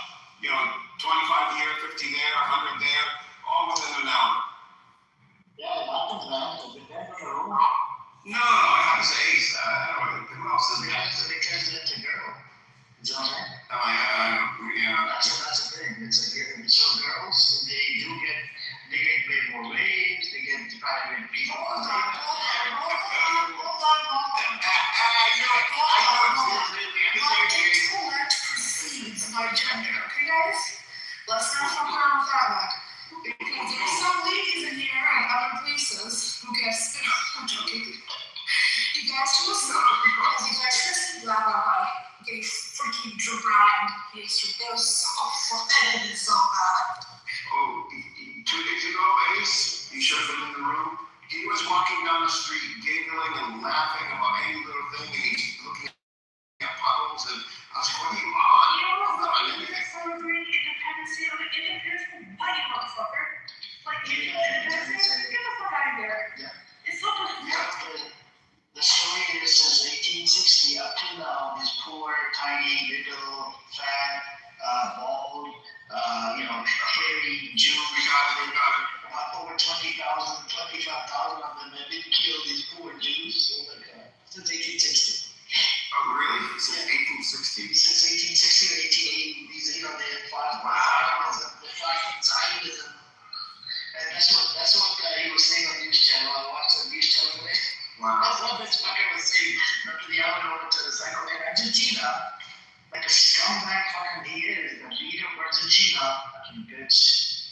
He's a staunch Zionist. He was there, they appreciated it. They're like, you always there for us, you're the best state, you're this, you're the friend of Israel. Is it true that he was a second cousin? That's Danielle Weiss. No, Argentinian Prime Minister is apparently that was second cousin or something. Here's what I'm telling you about the coin business. So I'll give you an example. I was in one of the rooms. It was very fucking ghetto as fuck.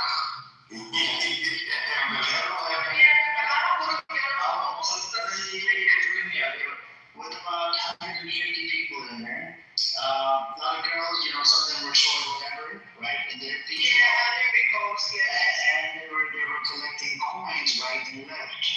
One girl, she collected about $100 worth of fucking coins within 1 hour. I would be immune to this. See if I can turn this feature off, I would, because this. So what I'm saying is, the girl, being a girl, having a picture. That was great. No, not you. I'm not saying you. No, I agree with you. I'm talking about people on this Well, app. girls always get the pressure treatment, the more they That's what I'm saying. It's already done. That's good. Oh, good. It's not shit. You don't have to find people. But it doesn't apply to yours truly, though. Oh, okay, I got it. I mean, look at my picture. All I got is a city flag. Nobody wants my stadium back. I know. How much you got? How much money you got? So far, I've collected about 5,985 already. What the fuck is this? I heard GC is up and doing coins on Clubhouse. That's what's going on. Only if you were a big corp.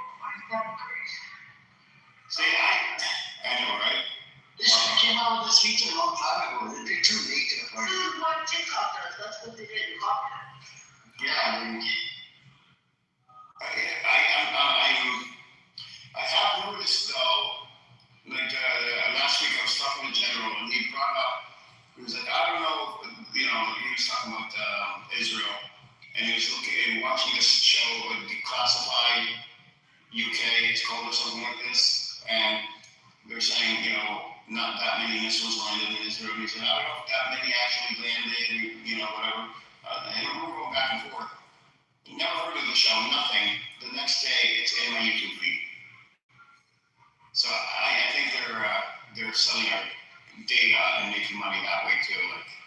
Because whatever we say gets transcribed. Honestly, listen, data is gold. Okay? It is. I wonder if they use your voice and that would be annoying. Your voice, your content. Well, listen, my voice Excuse me. You're not annoying? How I you're going to crash out to me. I know. They probably make more money on our crash outs than on your content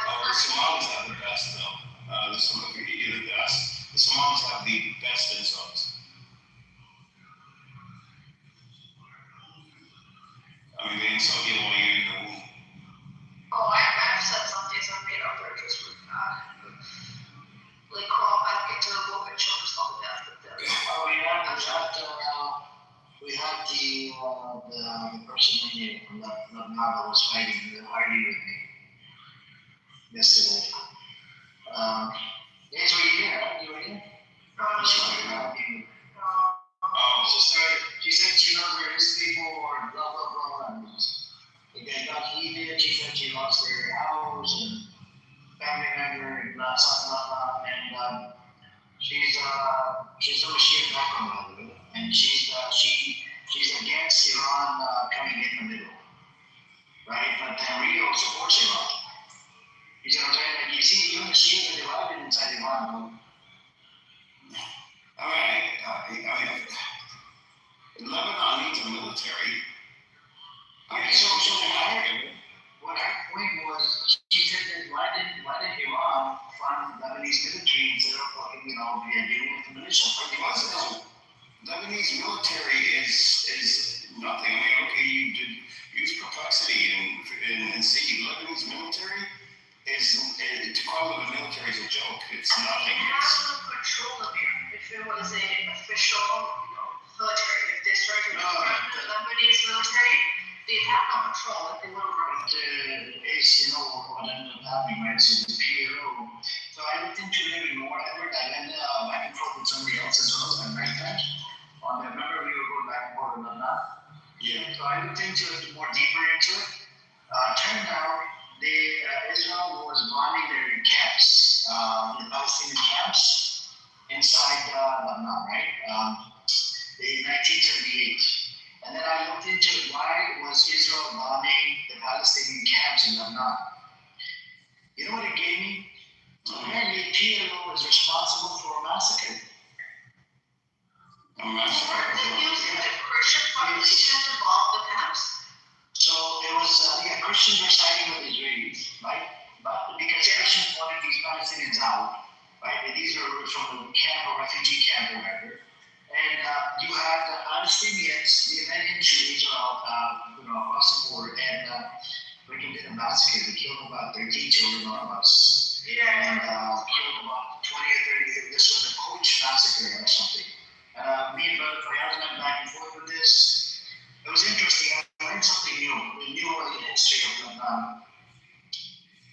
Yeah, this is, Palestinians did suicide bombings too in the 90s and early 2000s. Wait, was that a response to the Christian population of Lebanon? No. Yeah. So the case, I was making a claim. I was talking to Edward about this, and even last night, I was making a claim that I blame both parties. You know what I'm saying? Imagine this. I'm a Canadian American, right? Let's say Canada suppresses my family and kills my family members, right? And America, I moved to America, they take me as asylum seeker, okay? They take me as asylum seeker. I'm living in a camp or whatever in America. And, they gave me whatever, home, whatever, and I have some rights in America. And I can move freely, live freely, whatever. Imagine I pick up a fucking rocket, right? And I shoot across the border into Canada. Now, the consequences are going to be Canada not only will attack me, will even attack my neighbor or my next door neighbor. And they shoot a rocket or a bomb or something to come after me. You see what I'm saying? So I actually put the blame on both parties. Because so Jordan, what I learned from Edward, and I actually verified this as well, Jordan kicked the Palestinian resistance fighters out. And Israel would not allow them to go back to West Bank. They were from the West Bank, Palestinians. So Lebanon kicked them as asylum seekers. To seek asylum, they allowed them in there. You know what I'm saying? So they got there and they started, the first attack they did was a massacre. And do you know when they did the massacre, Edward? With the Palestinians? Yes, the PLO in 1978, there was a Polish massacre. The reason why they did, I looked into the reason. It was done due to Egypt was normalizing with Israel. Okay, they wanted to divert that and to get the occupation removed from the Palestinians. Yeah, we were hijacking planes. I think we invented plane hijacking. Seriously. But it was But the thing is, Lebanon did not invite us in to Lebanon as asylum seekers.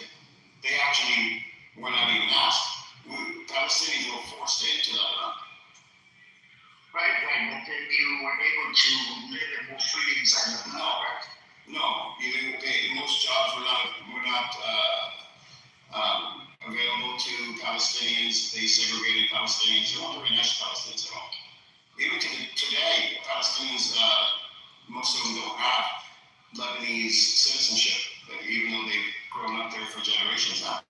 It's like Saudi Arabia, right? Me living in Saudi Arabia, they won't give you citizenship. You know? They treat you as second or third class citizen. Yeah, but it's, you know, you can still work. So the Kafala system, right? Like a Kafala system. No, even the jobs. When I'm doing Saudi Arabia, we were limited on jobs. You know, we couldn't even own a pickup truck in Saudi Arabia because it was only commercial. So I mean, Palestinians in Lebanon, they're in refugee camps, and they contribute around, GDP says around 10% to the economy on average, and you know, most of the money that they make or they spend comes from outside, from families outside of Lebanon, Palestinian families supporting their families in Lebanon. So, you know, it's I don't think it's a fair analogy where, you know, like Lebanon was really nice, you know, they weren't. I mean, I wouldn't say they were nice. Shiites hated us for being Sunni and Christians hated us for being Muslim. Yeah. So I wouldn't say they were nice, but then you were still allowed, like, inside Lebanon. Otherwise, if they wanted to, they could have grabbed you back and kicked you out of Lebanon. No, they couldn't. They had no control. Yeah, but that's what I'm saying. So they let you coins and they let you live in They didn't. No, they were abusing Palestinians left and right. When you look at the history of Lebanon, it's not a nice history towards Palestinians for no reason. You know, it's not like Palestinians did anything to the Lebanese people, but then the animosity, you know, kicked in, and Shias and Christians already hated each other. You know, and Sunnis, you know, they were, I think, a minority. So, but the Shias and Christians. And then now you have more Sunnis moving in, so both the Shias and Christians hated them. Nobody, I mean, they were worse in Lebanon than they were in the West Bank. At least the West Bank, you could move around and you know, you could work, you could do stuff, but in Lebanon, you were last. They didn't have it. Oh, Lebanese came first. And that Christians. moved to Syria? Huh? And some of the Palestinians moved to Syria? Yeah, Syria treated actually not Assad, obviously his father. You know, was very good to Muslims, Arabs in general, regardless of their religion, and treated Palestinians very well, but treated others very well too, like refugees. Syria would take in refugees and take care of them. That's exactly some Christian faction, and they massacred a lot of Palestinians. Huh? Was it a Christian faction massacred some Palestinians, didn't they? Forget what it's called. Not Christian people. Yeah. And then the Civil War broke out. You know, Christians bombed a bus full of Palestinians, and then the Civil War started. Israel was backing the Christians with military aid, and then, you know, as Israel came into Lebanon, the pretense was to get the Palestinians, to get all the Palestinians, you know, and to kick them out of Lebanon, which they did. They kicked the people out of Lebanon. But it was Christian. They committed multiple atrocities in Lebanon, not just against the Palestinians, but against others too. The Christians killed a lot of Sunnis, a lot of Shias, and other Christians actually, because even though the Christians didn't get along with each other, and that's why you have a divide in Lebanon today. And no one protecting. I mean, Hezbollah, you know, I wouldn't mind seeing Hezbollah, you know, to train the Lebanese army, but the Lebanese army is so informal. It's almost like a militia. They need to be retrained from the to be an army. But at the same time, they're not allowed weapons anyways.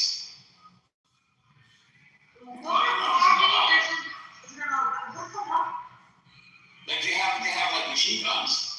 They have grenades and some APC carriers. I think they may have some things. I'm not sure. But what they have is old and so ragtag, but it's just and the discipline.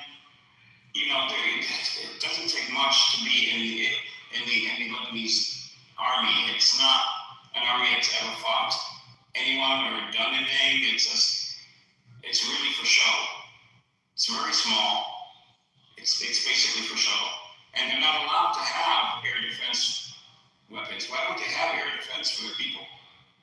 If they have air defense, the U.S. and Israel, yeah, not allowed. If they had air defense, you know, Lebanon, it'll be a different story in Lebanon right now.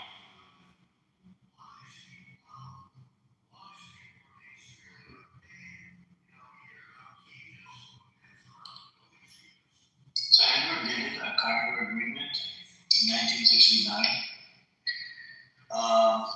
So Palestinian refugees numbering around 300,000 by 1975 lived in camps under strict Lebanese control until clashes in 1968 to 69 led to 69 Cairo Agreement. This deal granted Palestinian rights to work, stop governments in camps, and armed struggle against Israel. But it was resented by many Lebanese groups, particularly Christians who saw it as creating a state within a state. Yeah, it was creating a state within the state, but the Lebanese didn't want Palestinians there to begin with. So they couldn't work, they couldn't do anything. So they had to create an economy for themselves within the economy. Yeah, so the Cairo Agreement came about in 69. And then the rising tensions camps were heavily policed by Lebanese intelligence. Tuskegee Bureau until 1969 revolt expelled them, allowing PLO autonomy but fueling sectarian strife. PLO raids on Israel from the prompted Israeli reprisals, destabilizing the country and heightening anti-Palestinian sentiment among Christian militias. And Lebanon, like you just said, heavily controlled the refugee camps. And who they controlled them for? It was for Israel. So when the Palestinians said no, like get the fuck out of here, and got rid of the Lebanese intelligence, they call them intelligence, but these are just armed thugs. And they got rid of them, and Israel said, oh, okay. Israel wanted Palestinians in their own prison, like they have them in the West Bank and in Gaza. They wanted the same thing in Lebanon. That's what they wanted. And the Lebanese were more than happy to oblige. But we don't blame the Lebanese people, you know. In the 1975 Lebanese Civil War erupted partly from this friction with the Al-Aqd's militia massacring Palestinians, as in the aid of bus ambushes sparking the conflict. Massacres like Tel al-Zafar in 1976 killed thousands of Palestinians, showing brutal treatment by right-wing Lebanese forces. The Lebanese forces were by Christian, right? Yeah, Christians rule. And there's a lot of history in this Lebanon thing, and yes, the history of the Lebanese Civil War, the presence of Palestinian has a very, very intricate history that discerning through that history is, for someone who's novice and does not know the history, wouldn't really understand it. And yes, the Civil War in Lebanon was pretty much the result of the presence of Palestinians, the Palestinian refugees, the presence of the PLO,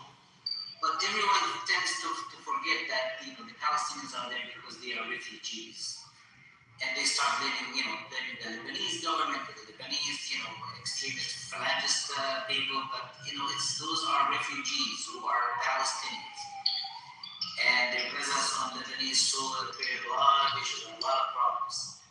And yes, the Lebanese Phalangists did resent the presence of Palestinians, but also the Palestinians have a very long history in Lebanon in terms of characters who pretty much carried out a lot of the Lebanese economy over the years are Palestinian stock.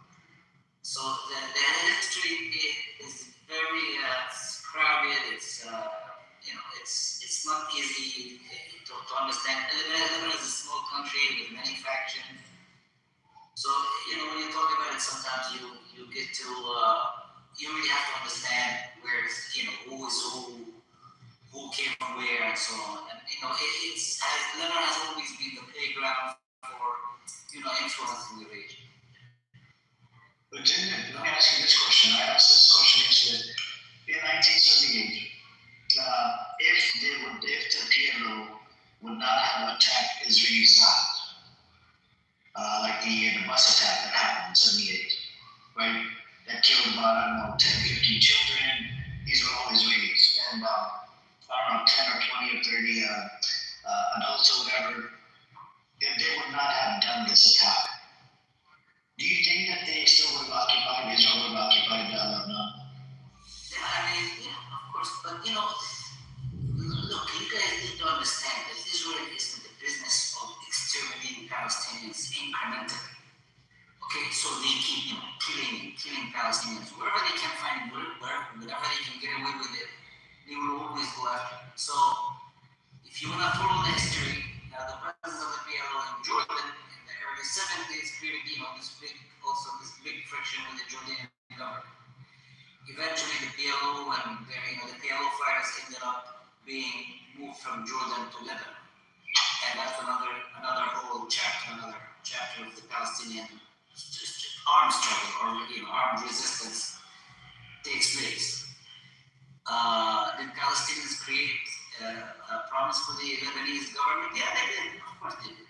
Did they create promise for the Jordanian government? Yes, they did. But you always have to go and point back to Israel. The refugees are the direct results of the creation of Israel. So you can't blame the Palestinians. You have to think about why are those people in there in the first place. No, but okay, as a neutral party, what I'm saying is Palestinians were not Lebanese, right? Palestinians were refugees, right, at these camps inside Lebanon. Right. So they attacked from the sovereign nation called Lebanon into Israel. Yes. So when you attack from a sovereign nation, that sovereign nation is an attack. Like if I were to, so I put the blame on both parties. Okay. How can you blame Palestinians when they were forced to be there and forced out of their land and they're fighting?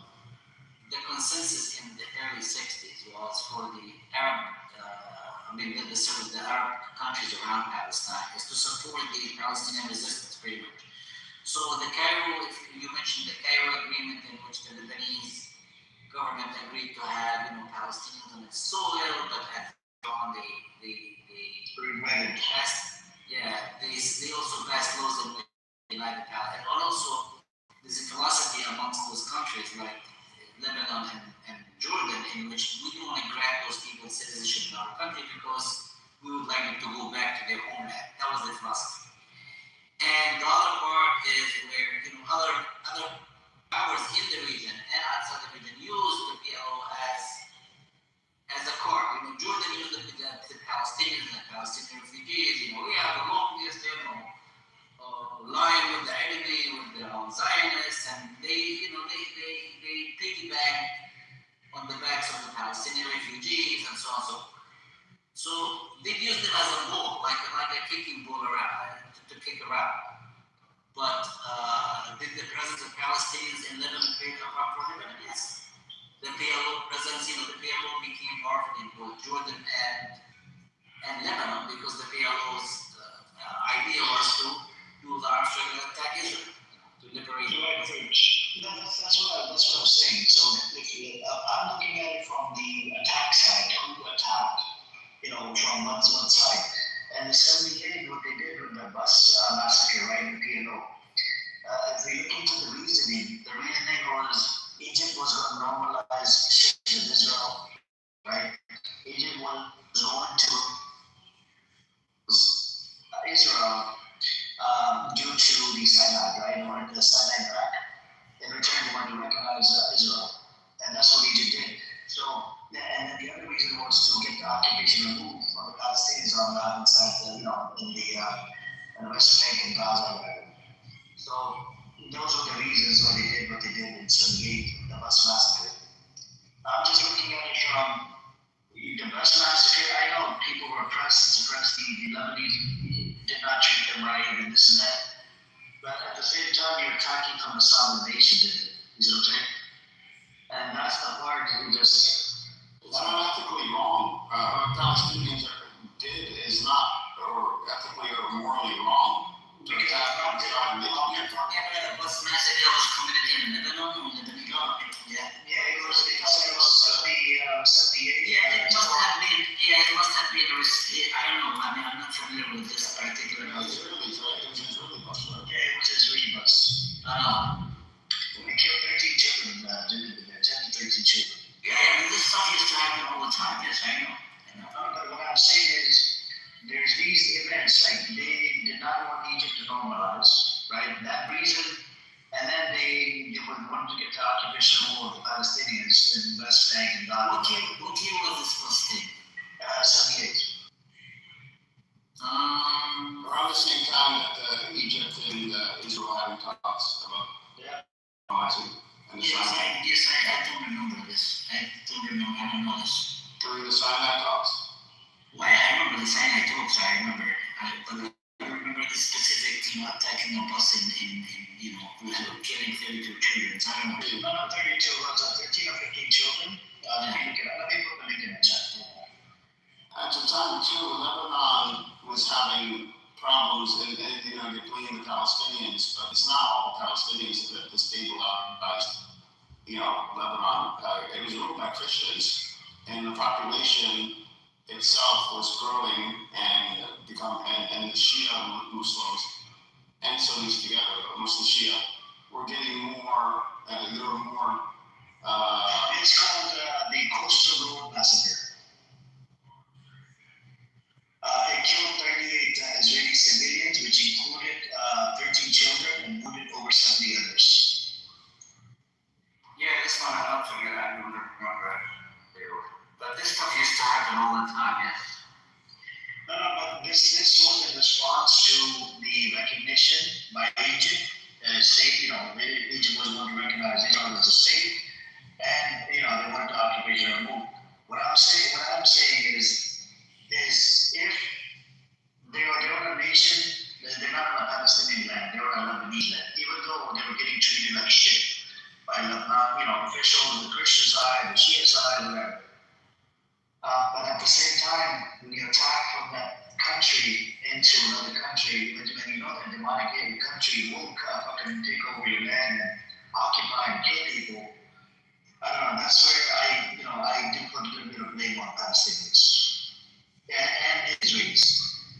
How can you blame the people that were massacred and displaced multiple times, and Israel consistently went after and bombed? If you really want to look at I'm talking about the early yes, if you want to look into the ancient history of, mayhem in Lebanon, the atrocious stuff that used to take place in Lebanon in terms of during the Civil War.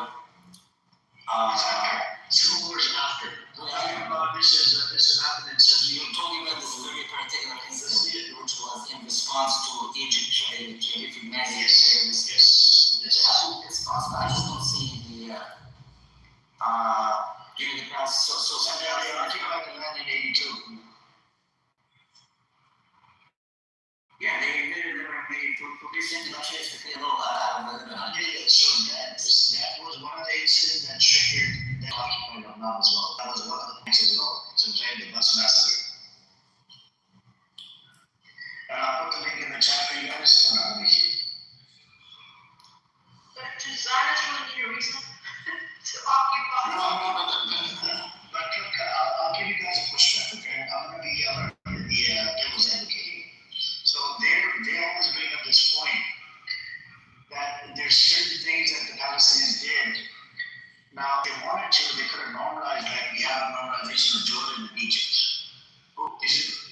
Zionists, they don't want to bring up this point, right? If you watch like YouTube videos or whatever, they will bring, you listen to it, right, from both sides, they'll bring up this point. If Palestinians did not do any of these attacks because of, having normalized relationships with places. Israel, no, Yeah, but that's Egypt. Egypt, I know it was a different story with Palestine completely. There's a Jewish Israel. I'm talking about not the sovereign nation. I'm saying no, to the Palestine. So I'm not talking about race. I'm not addressing the Gaza. The Palestinians live in Gaza and the West Bank. I'm not blaming them. I'm blaming the people in the not inside Gaza or the West Bank. I know that. So my take here is if I look at the history, they did the attack in '78, the massacre, the bus massacre that happened in '78. In return, Israel decided to occupy Lebanon, a sovereign nation. That's not a Palestinian land. You know what I'm saying? That's not they were trying to refugees. Very actively by the PLO against the school bus was behind the Lebanon by Israel. Yeah, that's very possible. But I lived through that war, okay? I know that war in and out, okay? Right. Give me 1 second, please. In Lebanon in 1982, 83. I was a young kid, but I lived through that thing. But you were talking about the history of Lebanon, Palestinians in Lebanon, massacres, civil war, so on. So that's why I was saying that the history of Lebanon and the Palestinians is extremely intricate, and it did trigger the civil war and so on. Right. No, I got you. Yes, Mark, did you want to say something, Doc? No, just, I'm not trying to be suspicious here, but what the rule book tells us how the Palestinians should resist. I mean, when your country is occupied, right, and you're being kicked out of your land, I think, the only expression that comes to mind here is malpractice by any means possible.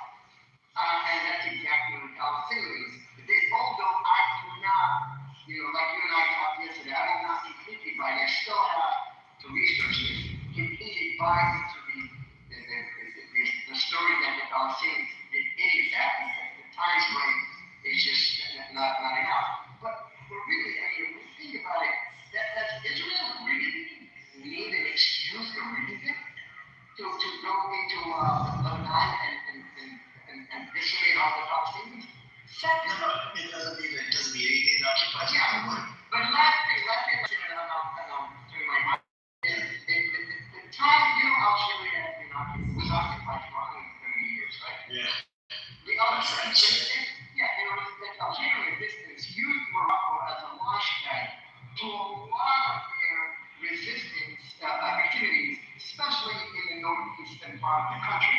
My grandparents and my parents happened to be from that area, and we have family members that have died because of that. I'll tell you something, I couldn't be more proud of my country having allowed the Algerian resistance to be active in that area.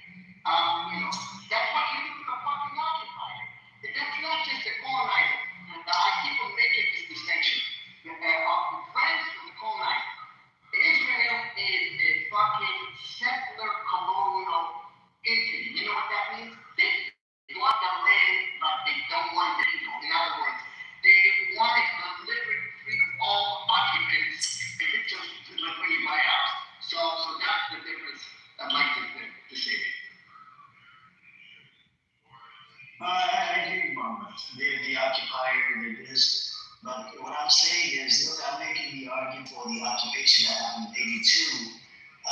What triggered it? What events happened that triggered it? You know what I'm saying?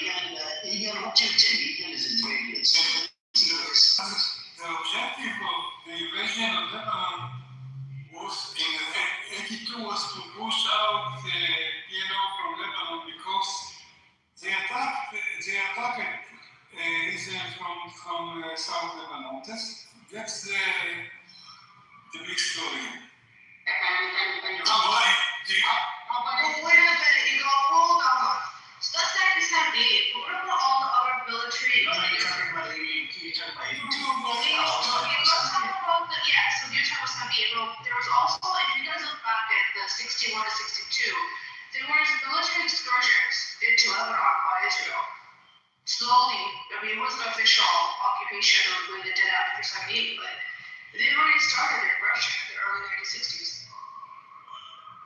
It was going to happen. They just needed a perfect excuse, just that October 7 was a perfect excuse, right? I don't know. I don't know what you're talking about that. There was Israel was not occupied Lebanon before 82. And military excursions, attacks upon Lebanese people. You were actually attacking before the PLO was there. Before the PLO was there, Israel was attacking. No, absolutely no. No. Yes. No, you didn't attack the airport. No. All the attack then were against PLO, not against Palestinian groups, not only PLO, also other Palestinian groups. But they are not. We have never any conflict with Lebanon. We had conflict with Palestinians in Lebanon. We used Lebanon as a base to attack Israel. So how about the airport attack in Lebanon? Israeli El Al jet was attacked in Greece, and Israel then attacked and destroyed civilian aircraft, commercial aircraft, in or at Beirut airport. That's before the Palestinians started attacking the airport. What year? 1968. 1960? I don't know what you're talking about. I will check. I don't know what you're talking about. I just have to confirm the year. Is it 1960, I think? There was an attack. I don't know if it was by Palestinians or what, but Lebanon wasn't involved. It was in Greece on the El Al. Maybe, but I don't recall. line. I don't know. And then Israel attacked Beirut airport. Even Lebanon condemned and said that they had nothing to do, or no one on the Israel had anything to do with the attack. Israel went in and destroyed Lebanese airliners, civilian airliners, and at the airport. This is before the PLO to Israel. Before they attack, they started attacking. It's strange because there was never any conflict, any claim between the. Oh, it is strange. What if Israel attacked people on the fucking boots? Very strange. We have no conflict with Lebanon. Have no disputes, except Sherafah, which is small area, which is disputed also with Syria, because Syria also see it as part of Syria. But no dispute with Lebanon. It never was.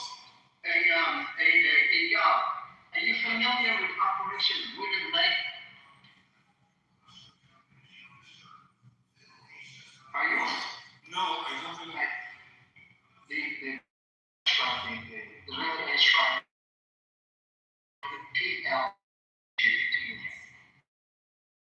Yes, of course. October 1st, 1985. You think that's legitimate? You think that's justified? Enemies. Really? And you go into the sovereign country and get them there, right? They acted Israel. Where? They were not by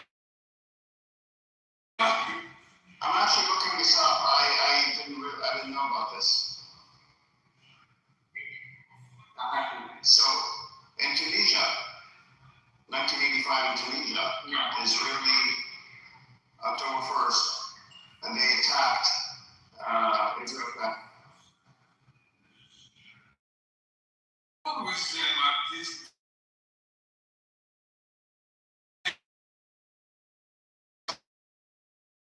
because of a senseless attack where 3 Israelis were killed, but the PLO denied responsibility, still went into Tunisia and attacked the Palestinians. I'm not going to record the details. No.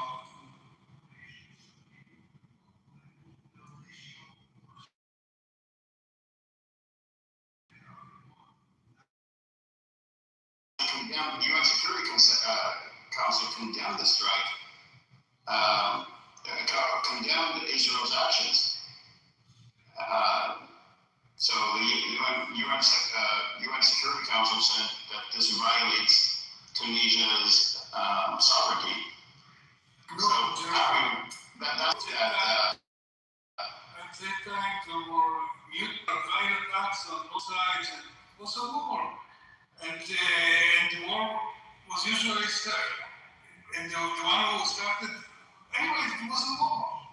No matter who started. Still, it was a war, and we PLO and another president organization were in war with Israel. So what? And attacked Israel. I wouldn't call it a war. I wouldn't call it a war. If you have the army and the other who don't, see, this is where I'm not really disagree with you here. Israelis already do not take responsibility for anything. Shifting blame away from what they do and putting it on Palestinians, I don't think it's fair. They should take responsibility for their own actions. If Palestinians attack civilians, then Palestinians I'm not going to show their disgusting crime. I was, you know, I look at history myself. But the same attack, if they do something wrong, then you say they did something wrong. No, they don't. I put the blame on both parties. You can't put the blame on anyone else for something that someone else did. If you went off and killed somebody and you did something because that pissed you off, somebody can't say, well, Edward, it's your fault too, a little bit here because you pissed them off. That's what I did. Okay, so I gave this example yesterday. Canada, I got 2 passports, right? Let's say Canada suppresses my family, kills my family member, occupies it, whatever. And I go, I run away or I get pushed into America and America takes me in, or whether they don't take me, they treat me like shit as a refugee in America, okay? And I'm segregated, whatever, but I'm in America. I'm in a different nation, sovereign nation. Now, if I were to, shoot America into Canada, Canada not only will it fight back, attack me, it will attack the neighbors that live next door. Yeah, so who do you blame for attacking the neighbors, purposely going after people? So it did happen on a sovereign nation. Canada is a sovereign nation, America is a sovereign nation. So I would put the blame on both parties because I'm on a sovereign nation and I'm trying to fight back. I'm not allowed to have to abide, even according to some, I have to respect the laws of the land. You see what I'm saying? The laws of the land tell me I can't fucking shoot rockets and it's illegal according to US laws. Yeah, you see what I'm saying? I'm sorry, Edward, 1 second. There are laws in place here. In the second anecdote that you just cited, there are laws in place where America would ask them to actually back to bring you back into the country so you can be judged, to full extent of the law. The thing is, Israel thinks that it can take law into the country, it can take its own hands, which can lead other disregard to any laws that adjudicate relations, be it domestically or internationally. That is the tough one that we're talking about here. Yeah. I put the link in the chat. I actually want to hear your opinion, right?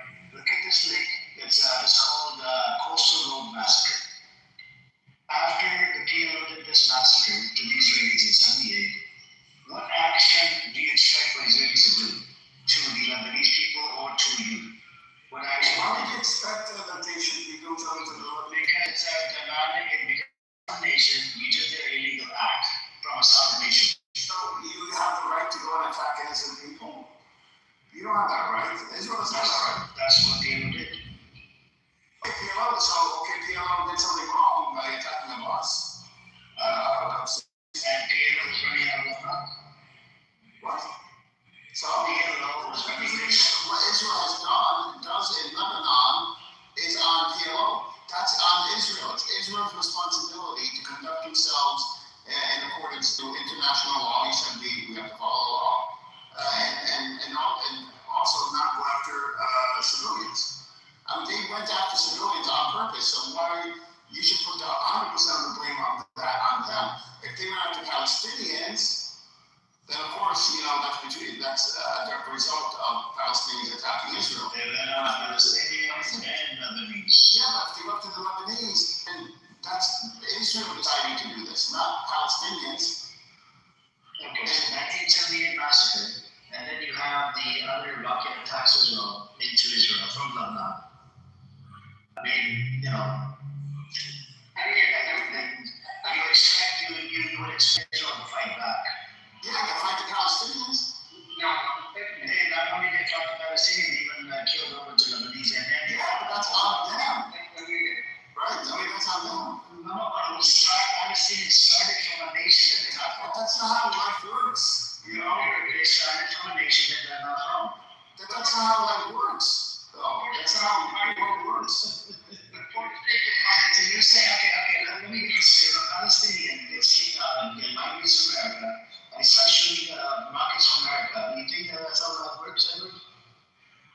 Yeah, life does work that way. Yes, it can do that. Yes, it can. Whose laws? Whose laws are International law. Okay, we don't And you have to respect the laws of the land, even from Muslim We don't have to. No, from the Muslim paradigm, we don't have to respect the laws of the land the way that you're saying we do. You live in America. No, if they get kicked out, right? If a Palestinian gets kicked out of their land and moves to America, I mean, gets kicked out of America, America takes a Palestinian as a refugee. You're saying that the Palestinian that's living in America as a refugee can shoot a rocket into Israel. I'm saying America might say that that's illegal, and that's fine. Not only America, even international law would say that. Okay, but doesn't international law also say that Canada can't go and attack other people, like Americans have nothing to do with the people that shot the rocket? Yes. Okay, yes. So then bring that on What parties would be blamed? No, not both parties. Yeah, parties. Question that Not any the Palestinians' right to resist militarily when they are present as refugees in a different country? Inside West Bank, East Jerusalem, I agree. Right to resist, no problem. In Lebanon, it's a sovereign nation. Okay, I don't get this scenario. So listen, so Palestinians are living in refugee camps and they're bombed every day and they're killed every day in Lebanon. What do you do? If they're bombed, the incident that brought up Ticket, that's not something that happened. It was done by PLO. I understand. Yes, I understand. That wasn't, there was no bombing. They bombed it right after they did the massacre. You see what I'm saying? There was a consistent agreement from the Lebanese government and other governments to allow the Palestinians to operate militarily from their lands to liberate Palestine. You get it? Yes, of course, committing a heinous act of killing of children of us is hard. It's fucking harsh. It's not pleasant. It's not good. It's horrible. It's a massacre, yes. But the Palestinians did commit those acts, trying to resist or poke at the occupation of Israel and so on. So, is it legitimate? Is it justified? I mean, is it legitimate? Maybe, but justified? Maybe not. Did you respond harshly to by invading Lebanon to root out the presence of PLO fighters in Lebanon? Yes, that happened. When you're occupying land, right? You're kind of forfeiting any rules. I reserve the right to resist in any way possible. I'm sorry, yes, the bombing and bombs and whatever. It's possible.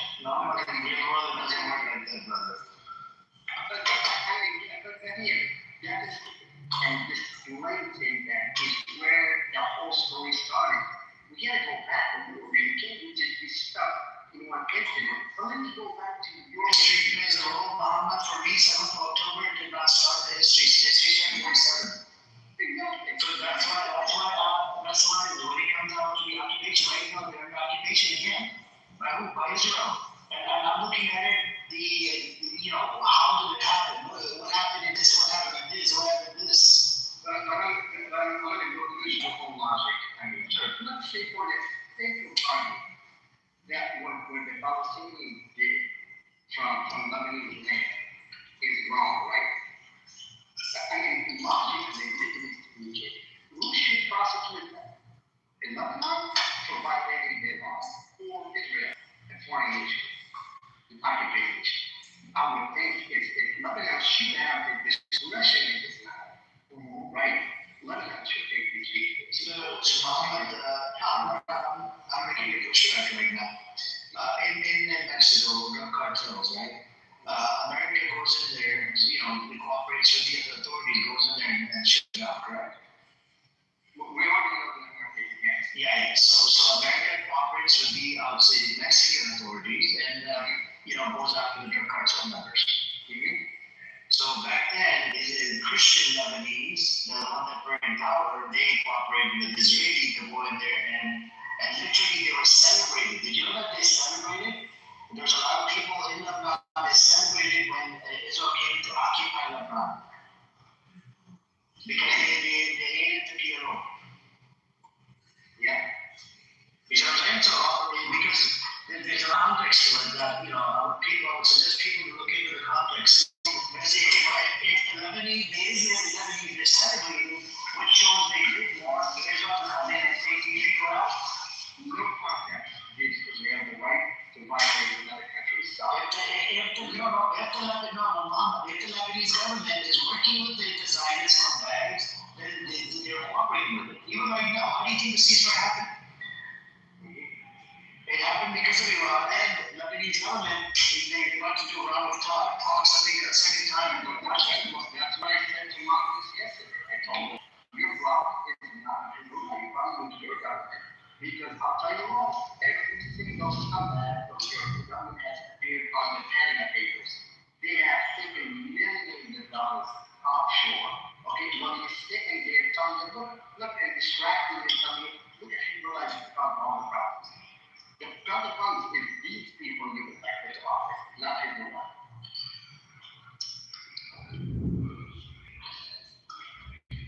Yeah. Look at the Panama Papers. Look at that. Most members of them, most people that appear on the document were from them. All former and current government officials.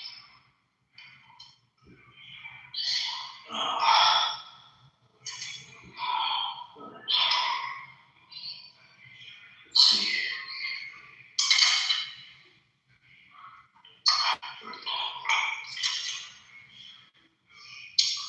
Yeah, we can just agree to disagree now. It's because when I look into the history, just that's how I'm able to make sense of it. It's hard for me to, because Lebanon is under occupation right now, and the people in Lebanon are very divided. The Christians hated the Palestinian Muslims in general. So it wasn't like Islamic law would prevail when it comes to following the laws of the land, or the rulers in this case in Lebanon. And resistance is different than someone what's the word, being treasonous against the state. And most Muslims view Palestinian resistance as a moral form of resistance against Israel. But Israel, that doesn't mean Palestinians can kill civilians. At the same time, though, Israel can't kill civilians either. Well, hold on for a second. Are you saying, sorry, that what the occupation of the Lebanon is facing, the root cause is what happened in 78? So Hezbollah came about, I understand, came about in 1982. Yeah, there was a cause to the occupation. Yeah, because it was under occupation. Yeah, exactly. And Hezbollah fought for so many years to get rid of this occupation authority. So they occupied originally in 1982, and due to the threats coming in from Lebanon, from PLO. Right? How did these threats end, man? What year was it that the PLO had nothing to do with Lebanon? should we rock this front limit off? Look, I'm looking at it from 1978, the first All massacre. right, well, when did it end?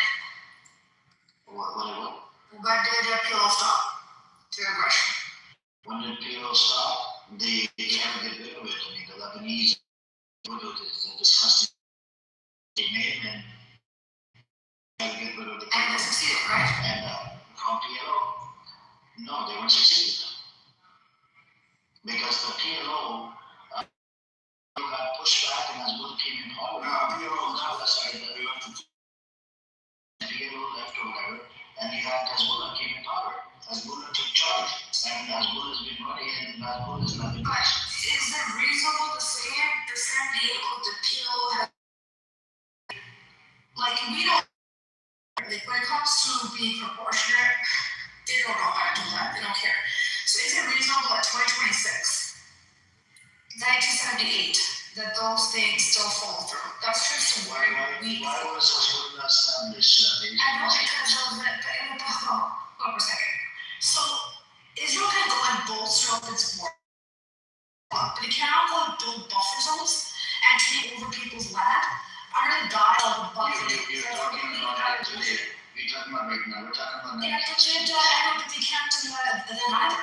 You're not allowed to. No, I know, but we're talking about 1970. I know, but they're not allowed to. Look, the things that happened, that's how the Hezbollah came out of the things that happened, because of the occupation that happened, because of the incident that took place. Yeah, but it's reasonable. Is it reasonable? As long as The massacre is reasonable? Come on. it's not reasonable. You're confused for a second. The massacre isn't fucking reasonable. But are we gonna say that now Israel has a right to go and annex people's land and occupy innocent people's? No, I'm not saying any of this is. No, it's reasonable. It's not I reasonable. know it's not reasonable, but that's how Hezbollah was established in I 1982. know, but Amir, it's not reasonable for Israel to take such big actions. This is reasonable. It's not. I know it's not. Hang on. Yeah, if the Lebanese government works with the Israeli government, right? That's a government giving permission to the Zionist entity to go and do what they. Like yesterday, we had this woman in here. This woman, she's okay. She co-ops with Israelis. She loves the Zionist scumbags. I even call her out. She's from a Shia Muslim background. Okay, I used to be friends with her a long time ago. I stopped fucking following her. I'm like, fuck this fucking bitch. And I hate fucking Zionist scumbags, right? This woman, she came in here with the fucking anonymous name, and I realized what the real name is. And I called her with the real name yesterday. And she's like, I mean, you don't call me the real name. I'm like, yeah, what are you gonna do? And this woman, she's like, we don't want Iran speaking on our behalf. And even Rio said this. Rio said people, even amongst the Shia and Muslims, they're divided. They don't want Iran influence. And the government wants to dismantle Hezbollah. And when the leader of Lebanon went to White House to make the deal of ceasefire, some sort of this with Israel, Hezbollah shouted at the leader. And then the leader, had to come back or whatever. And do you know that one of the Sunni presidents or something of Lebanon, do you know Edward? He actually served in the ICJ. He was the president of ICJ, Edward. Yeah, I know. He stepped down to It's a very small world. It's small world. Well, they gave him that position to get him off the ICJ because he was pro-Palestinian. And, but the Japanese, I think it's a Japanese guy now that took his place on the board, they elected him as president, and he is even more pro-Palestinian. So it didn't work. But it was a Zionist plot.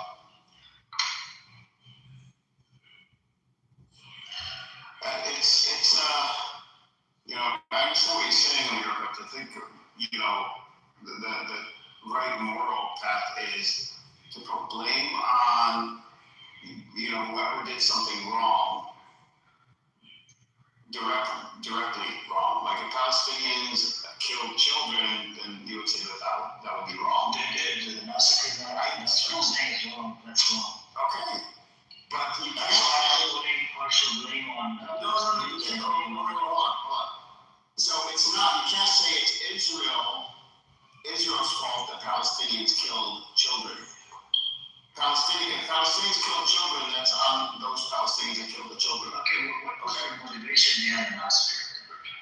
Well, whatever their motivation is, you can't kill children. That's what I'm saying. So if you kill children, I have to call it spade. I have to. I'm not arguing. Yeah, I understand this. I'm not arguing. I'm agreeing. I'm agreeing that it is immoral and it's against Islamic principles to kill children. So Palestinians should not kill children. But where I draw the line is when Israel comes back and then kills children, and not just Palestinians, but goes and kills other people, okay, that are not even, and does it on purpose, you have to put that on only Israel, because only Israel controls Israel's actions. The Palestinians do not control Israel's actions. Just like Palestinians would take responsibility for what they do directly, but they would not take, you can't put Palestinians and Palestinians kill Israeli kids. You can't say, well, Israel, you have to take some responsibility for these children being killed. No, you can't kill the children. You gotta have the same Israel. I condemn both sides. I put the blame. No, you can't put it on both sides. Not together. You put the blame on each incident, like each action. Israel did X, then that's Israel's fault. Palestinians did Y, that's Palestinians' fault. Not only they did this massacre, they were shooting rockets from southern Lebanon. Okay, but shooting rockets is fine. There's nothing wrong with shooting rockets. In the southern nation. That instance with the people did really wrong. We can't deny it. What's happening to I wouldn't argue that. I'm saying that it's wrong. Absolutely wrong.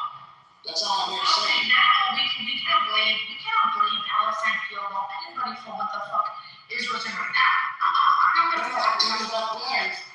Even back then, if Israel went off and killed his 13 children. Who's justifying it? I literally 3 times took responsibility for it. Like said, you have responsibility for your unit. I condemned it. As a Palestinian, generally speaking, I'm taking responsibility for it. However, I will not take responsibility for Israel then coming after that and then killing children.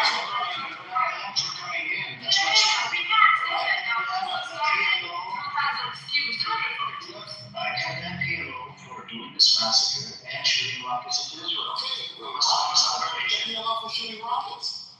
From a sovereign nation, the nation doesn't want that. Where do you get this from? That we're not allowed to shoot rockets from a sovereign nation into Israel? Edward, I gave this example. If America, and I'm talking to America. If a Palestinian gets kicked out of, forget America. If a Palestinian gets kicked out of Palestine, and Saudi Arabia takes him in, okay? Saudi Arabia takes him in and treats him like shit as a refugee, whatever, blah, blah, blah. Now, then, does he have the right to fucking build a rocket and shoot a rocket from Saudi Arabia into Israel? Yes. Yes, of course. Palestinians have the right to resist no matter where they are. If they're under occupation inside because you're a sovereign, you're a defamation hub. It doesn't matter. Yeah, it doesn't matter what these. It doesn't matter what these international law plays a little role. Well, we're not following international law. Didn't you just say that Israel also committed violations? They went after civilians in the Yes, they all committed violations. Okay, so we're not following international law. Yeah, but why aren't you following international law? Why aren't I following? Yes. So when the U.S. has been using its bases to attack Iran, right? Even though they're allowed to, don't we say it's reasonable for Iran to go and get rid of those bases because it's all under international law. No. If these are these are like bases of this country, you're allowed to use them. Now, if this is not a base, you can't have let's say Iran show up in New Jersey and then go freaking shoot rockets over to Canada. You can't do that. That's bizarre. Look, do you view this as a zero sum game and international law, so on and so forth. I mean, of course, the Palestinians, some Palestinian factions did commit acts of, pure terrorism, okay? You can't say no, because, planting a bomb in a bus station or carrying an act like you said, domestic or school children on a bus. Of course, those are acts of violence that are horrendous. But you can't look at this in a zero-sum game. Look at the Palestinian presence in Lebanon. Do they have the right to go and commit those kinds of acts against their tormentors, their occupation of their country? So yes, there are incidents in which Palestinians commit acts that are horrendous. But you're looking at those in terms of, remember, the PLO and its factions were committed to the idea of so-called armed struggle, meaning carrying out, military operations and so on and so forth, at which, victims, they will be victims and innocent victims. And so, yes, I'll give you, those are horrendous acts of, there are harm. But if Palestinians shoot rockets from Lebanon into Israel, and Israel retaliates by killing civilians and not going after the people that shot the rockets and going after civilians as well, that are Lebanese, then you have to say that's Israel's responsibility. If you want Palestinians to take responsibility for acts of terrorism. Yeah, at that point, there was a consensus within the Lebanese government to allow Palestinians to operate on their land militarily to regain control of their land, right? So that's where this whole thing comes from. But, these things turn into something else in terms of the presence of refugees and the presence of Palestinians on a foreign land and so on and so forth. And create a lot of friction and this. We can use Iran. How about Iran as an example? Iran was attacked, right, by Israel in the U.S., but Iran went after bases in sovereign countries. Yeah, but that's allowed according to international laws, correct? These are U.S. bases that are being used to operate. Hold on for a second. You don't respond to this. They're not going after sovereign nations, just willy-nilly. They're targeting they're also warning the very bases that the U.S. is using, Israel is using to attack. And also, don't forget the attack that was made up on Iraq. So it's not, you understand, all those bases are not considered sovereign. They're actually U.S. bases. This isn't my position, this is Amir's position. It's like, no, but still, hold on for a second. Did the PLO have some sort of base? A military base of some sort? I'm sure they have some bases. I mean, if you call them bases, yeah. No, but it actually recognized, I'm going to say nation. No, I would say more makeshift. But if Israel attacks them, I'm not saying Israel, So if Israel's going to attack, then they're allowed to respond, right? But Palestinians are attacked. First off, Palestinians were attacked first, right? That's what we're trying to figure out. No, that's what we're trying to figure out. Was there attack before the PLO? I'm pretty sure Lebanese were also actually they were kind of like pushed into doing attacks on the refugees in Lebanon. Do you know why they did the massacre? Did you hear what I said earlier? Why they did the massacre? Because Egypt was going to normalize and recognize the state of Israel. Oh, right. Yes. Because of the Yom Kippur War that happened in 73, whatever. And the other thing was they were looking into getting the occupation removed on Palestinians inside Palestine. You know what I'm saying?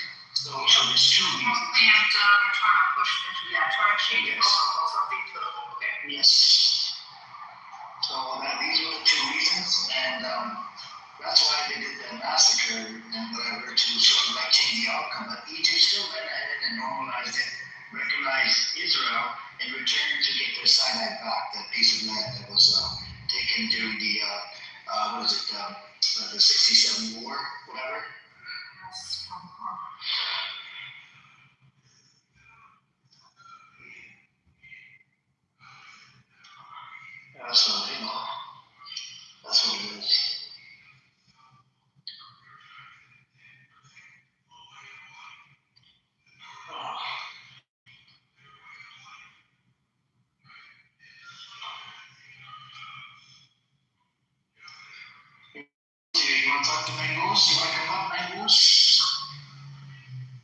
that the same person you talked to me about before?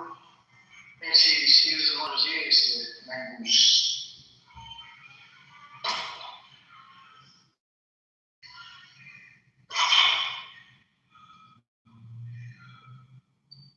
Yeah.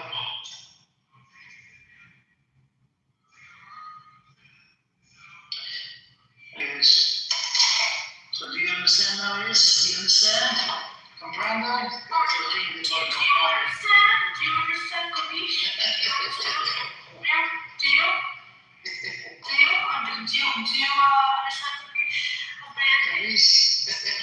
Kapish, do you?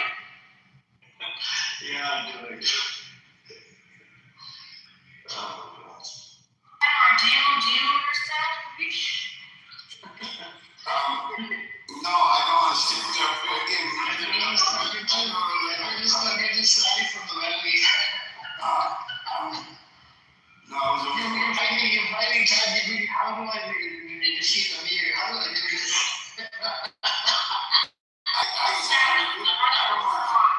I did refute you already. I did. All I have to say is Israel. Everybody's responsible for their own actions. No, I didn't.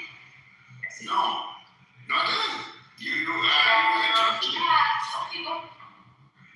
But that's not a big deal now. You're what? Oh my God. My argument? Do you see it? No, your matter of fact opinion. Do you see it? Conundrum? What? I don't understand. I have no. Matter of fact opinion. To see how that doesn't make water results. What? I mean, Oh my God, I don't know what you're talking about. I don't know what you're talking about. I have no idea what you're talking I about. want to hear your matter of fact opinion. Opinion is not a fact. It's about my thing is actually correct and accurate. Oh, okay. No, I don't agree with the leader. No. Oh my God, you don't agree with it? I thought it was example. No. What's going on? What the hell? Is Black Rabbi rubbing off on you? What's going on?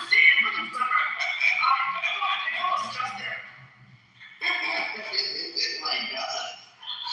Let me ask. You know what? Ask Black Rabbi these questions. Yesterday I was discussing about this. This lady, she comes up, right? Her name was Tentura. Right? She's Iranian. And then when I brought up this point about because I wanted to hear whose perspective, but then somebody else was here. I went back and forth with that person. So she comes up to me, she's like, I'm really concerned about the whole, he's really pro-Israel. You should have heard Tantura and the other group, it was so bad with Black Rabbi. She was saying some stupid shit. I told her to clock out. She's trying to make all Black Americans, all Black. I'm like, oh my God, don't do this, Tantura. Who's Black Rabbi?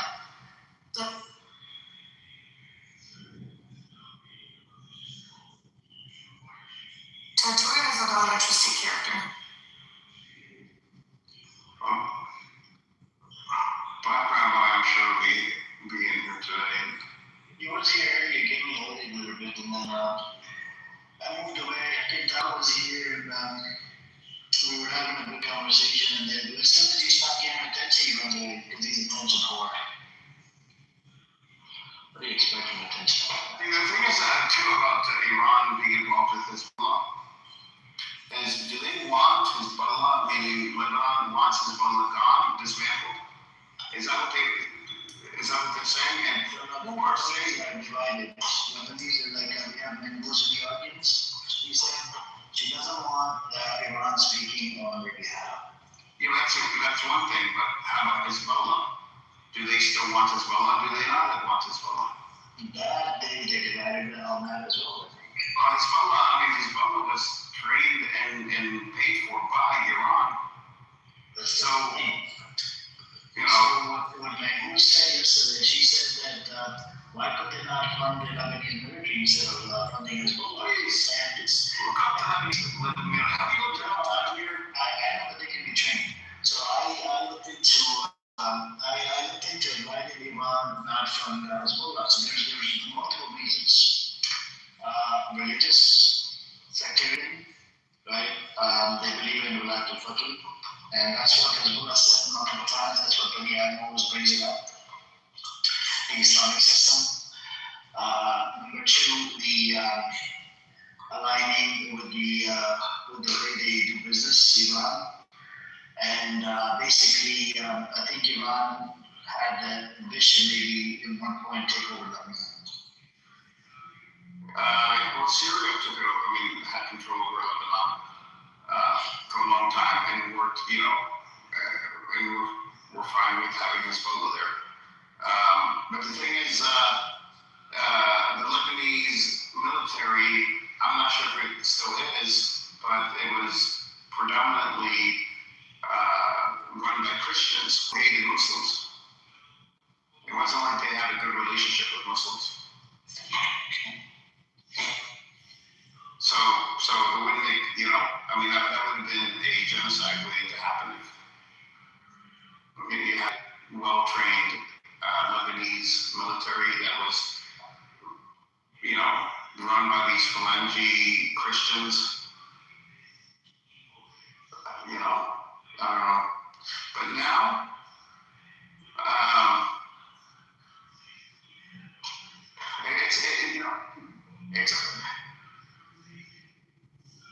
it's almost like, it's almost like the Halloween thing again, people want to, because if you take out Hezbollah from Lebanon, and if you're expecting that Israel will not take advantage of that and roll in and destroy and take over the country,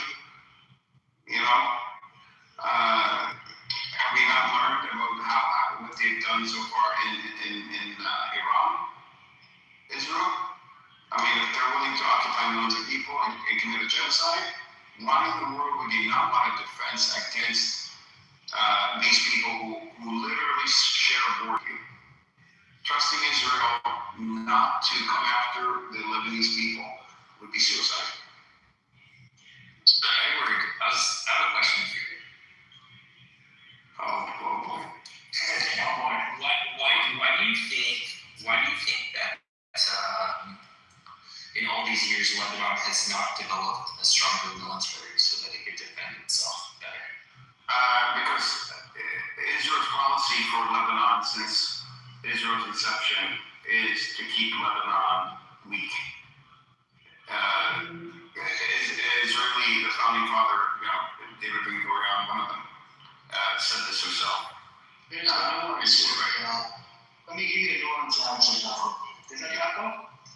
It's Taco, baby. I looked into it yesterday. This point came up as well. We had, what's her name? Mahmouz. She's Lebanese, by the way. From, she had a Muslim background. And she's the one that brought up this point. Why didn't they fund Lebanese military? So I looked into it, gave like 5 or 7 different reasons. And the main reason I saw was the sectarian thing. Second, the Wilayat al-Faqih. Iran had this ambition to set up the Wilayat al-Faqih to Lebanon. The way the Hezbollah operates, they're able to operate, funded, trained by Iran. And what else was it? Let me see if I still have it saved. Hold on. But if this is true, then Iran could easily take over Lebanon right now with Hezbollah. There's nothing stopping Hezbollah. There's nothing that's ever stopped Hezbollah when it comes to Lebanon. They're the most powerful fighting force in Lebanon.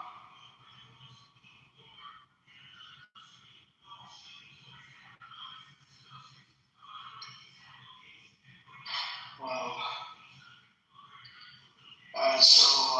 Iran funds Hezbollah as a world proxy to advance its regional agenda, particularly confronting Israel, extending influence in the Levant rather than the Lebanese armed forces, which is backed by U.S. and aligned against Iran interests. Strategic proxy role, Hezbollah functions as an extension of Iran's military strategy, providing deniability for attacks in Israel while building deterrence rockets and drones supplied by Tehran. This allows Iran to project power without direct confrontation, unlike funding the state military, which would lack ideological alignment. Lebanese military alignment. The LAF receives billions in US aid, over $3 billion since 2006 to bolster its Lebanese legitimate defense force for UN resolutions. Positioning it as a counterweight to Hezbollah, Lebanon rejected Iran's offers of military equipment such as missiles and mortars due to US sanctions and pro-Western ties.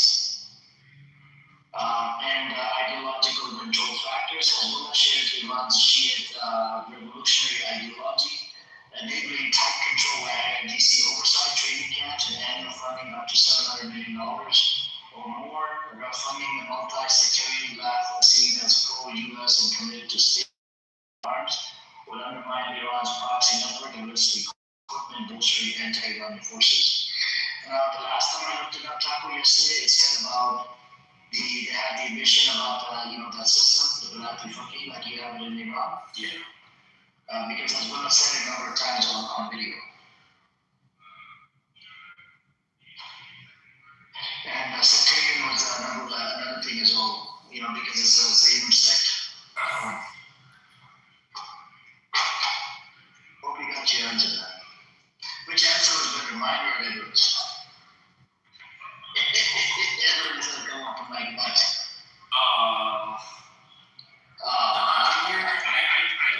Okay, did you, okay, I'll be honest with you, I was listening to what you were saying, I didn't even catch it all, I was, you were listening the whole time you were here? I was listening, but I was also, not getting the best reception, so I didn't hear it all. But I think what you said was something about they have a system similar to a military active out here. They want the similar system inside Lebanon as United Fuckers. Okay.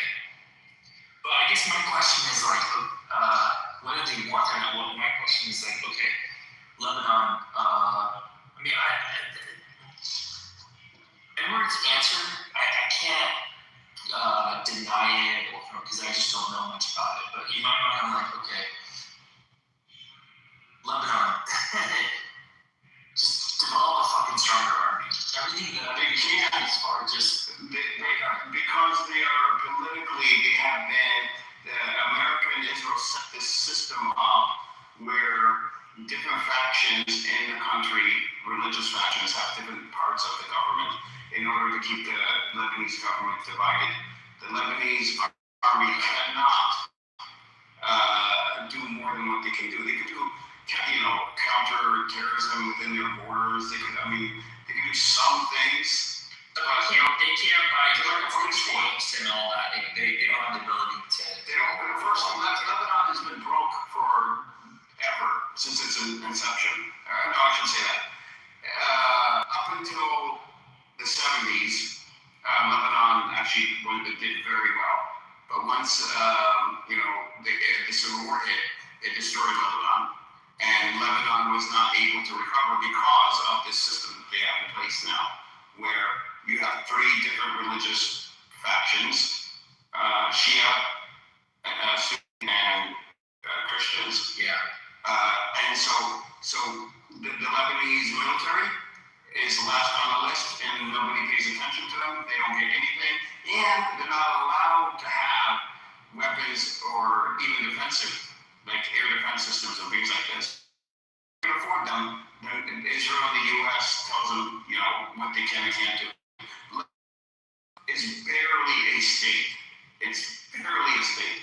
The only reason it's still a state is because of the Lebanese people that live there now, that stay together as a community. That's the only reason why it's. They couldn't even agree on a prime minister. The position was vacant.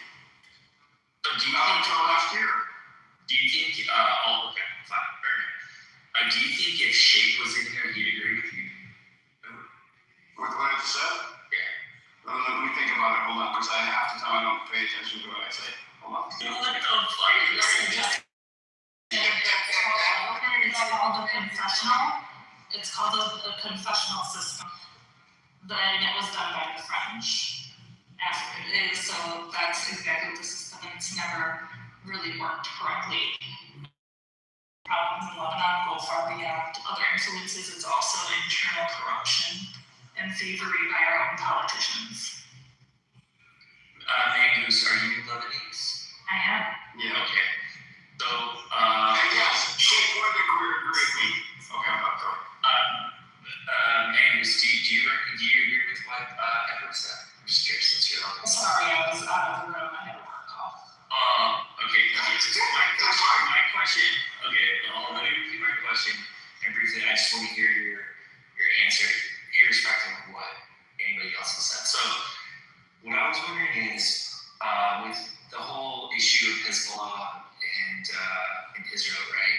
My question is, what's the real reason that Israel can't bolster its military and defend its borders and not? You mean Lebanon? What did I say? Israel. Oh my bad. Yeah. See, I can't multitask. Well, we have lots of different mandates on what type of weapons that we can have within the state through other countries. Who's going to give us the money for this weaponry? Who's going to sell us this when our governments are never stable enough to make these deals? On top of that, since the Civil War, we've had different militias that have defended different parts, and we have our own internal conflicts that have never healed. The army itself is like a lame duck army.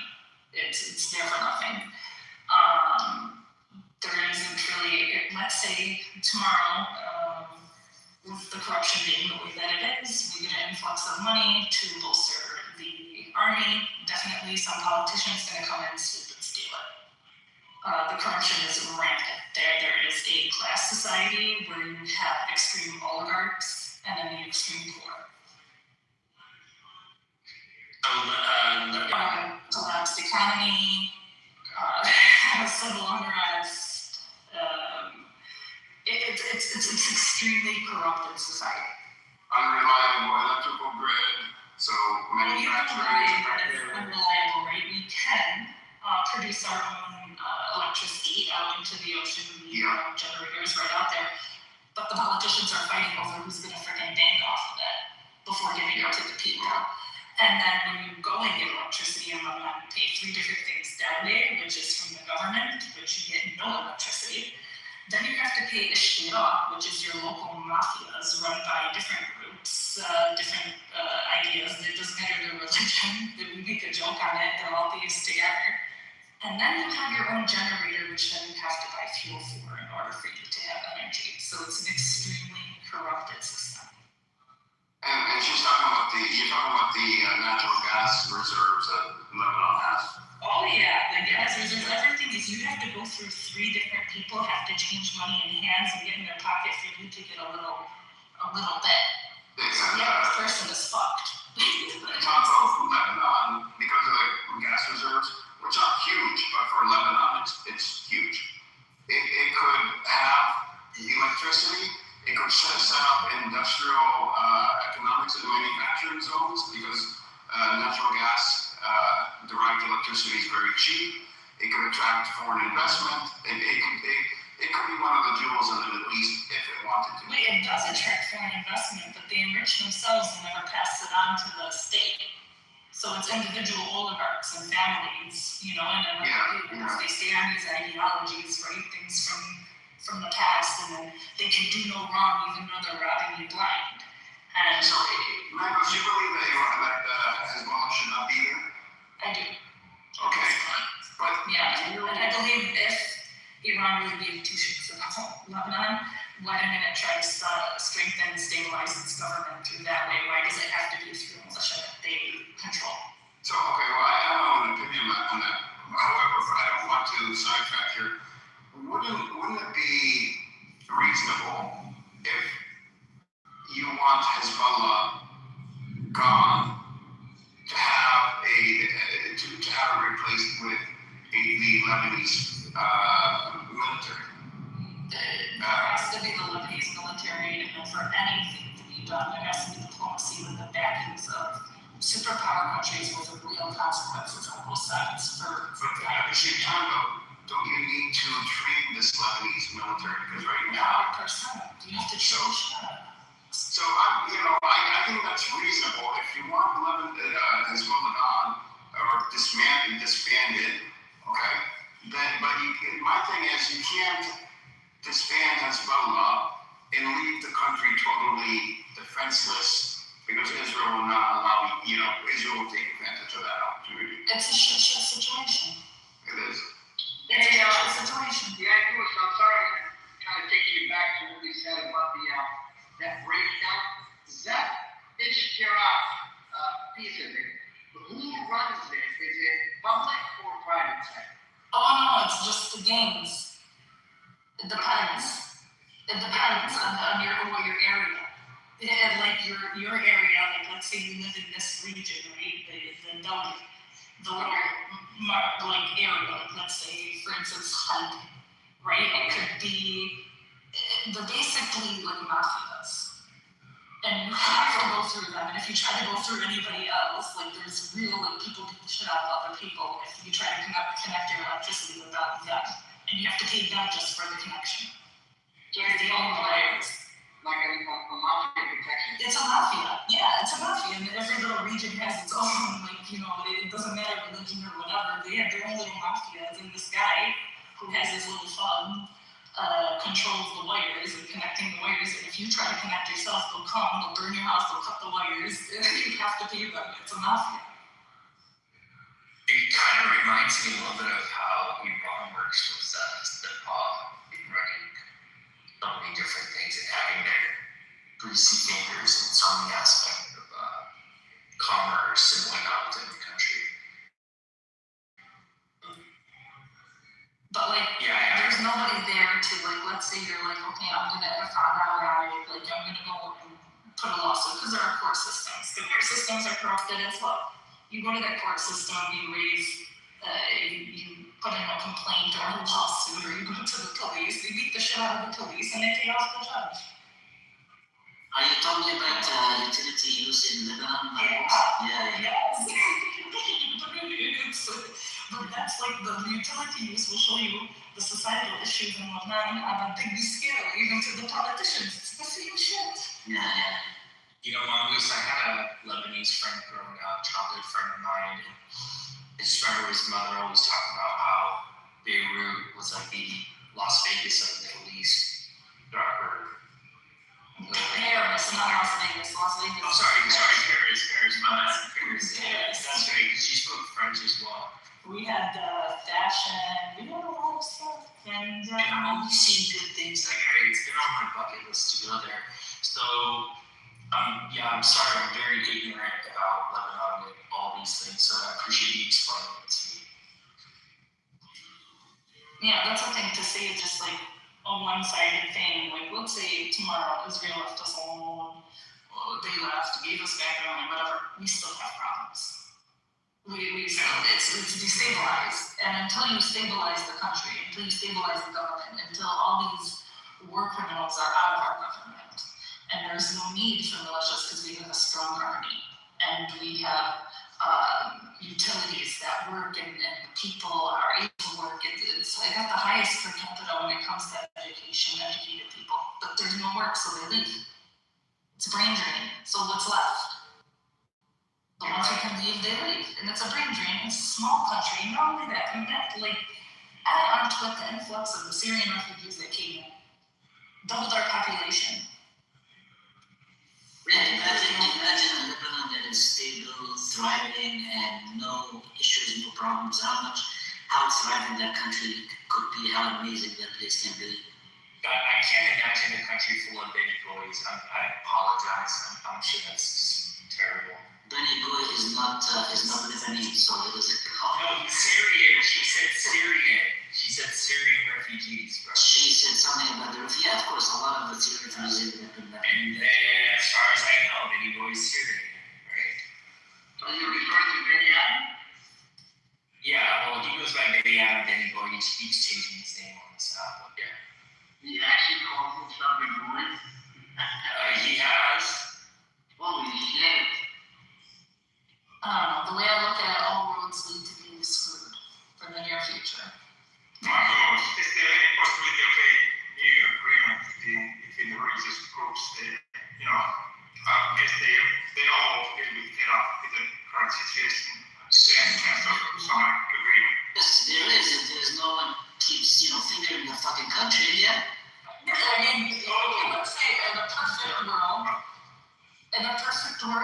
it would go back to you and your region, me and my region, you and your region. So segregated in a way. And unfortunately, that works. It works in the area. That feudal system, of having like a different, like it works, and that's how it always went there. But like, I don't know because I don't want to say this. There's an Arabic saying that our issue is Sha'bna. Our people are. It's almost as I said before, if Lebanon is if the Lebanese people and the Lebanese government are left to their own devices without the interference of every power in the region, everyone messes with them. It's like the playground. Right. So if Lebanon was left to its own devices, you don't think it would emerge as it used to be in the 60s and 70s, where there's only this is where I came back with their ideas from other countries, because what's left there right now is. I understand, but the Lebanese people are, resilient and they're very creative. If they're just left alone, if they're left alone to be in the role without the interference of all the powers in the region. I don't know, because it's never really happened, right? So, are we capable? I don't know. In the country, it never happened. It never happened. So, like, for me to say that is like, I don't know, because it's always been. And even like, you can look at it for your own family. Like, there's war going on and shit is hitting the fan. And it's the mentality and some of the things that make years of war, everything that's going on, there has to be everybody's got to go through therapy there. Everybody's got to go through therapy and change better. Yeah, I continue Lebanese already. Okay, they all do. Because even my own cousin, my dad was over there in January and he gave him money and something pretty good. Calls my dad on Twitter, all hell is breaking loose, and he tells my dad, I'm gonna say it in Arabic just so you can get like how funny but sad this is. He goes, and then خالتي بعتني $1000. Okay, my dad's like, تكرمينا, like you send me $1,000. My dad's like, okay, I'll send you $1,000. What do you need it for? He said that his friend sent him to be to go and pick up a car, but on the way he went to bingo and fucking gambled it, and now رفع دعوة عليه, and he's gonna get in trouble if he don't pay him back his $1,000. And my dad was saying, like, I kind of like, why were you putting it on me? You need to go and fix this yourself. Like, who told you to go and gamble it? And he tells my dad, شو دعم $1,000 بأمريكا حق بسكون. He just that for his bingo habit. So good. He goes to my mom and for the ones who don't speak Arabic, my dad, what's $1,000 to you in America? It buys a cookie. And like that's common to me. Don't you think he's creative though? Very This is like what you want to feel bad, but you can't because we're like, what the fuck is wrong with you?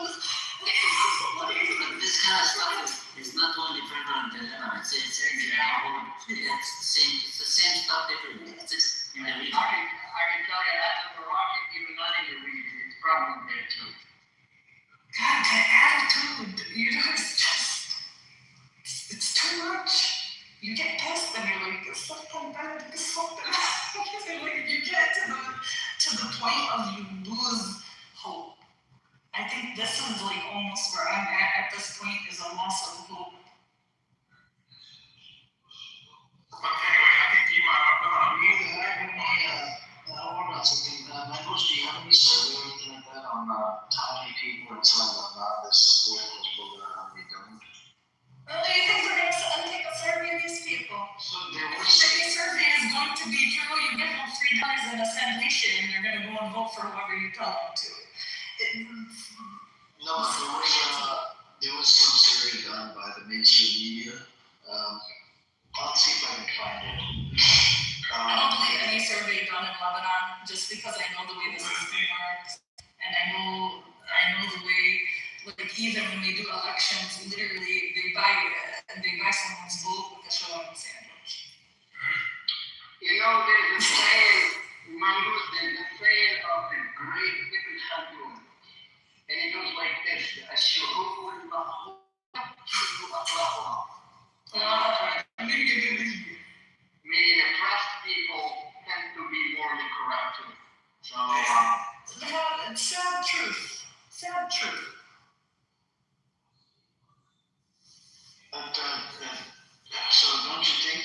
Iran should talk about the ceasefire, and until then, there isn't enough.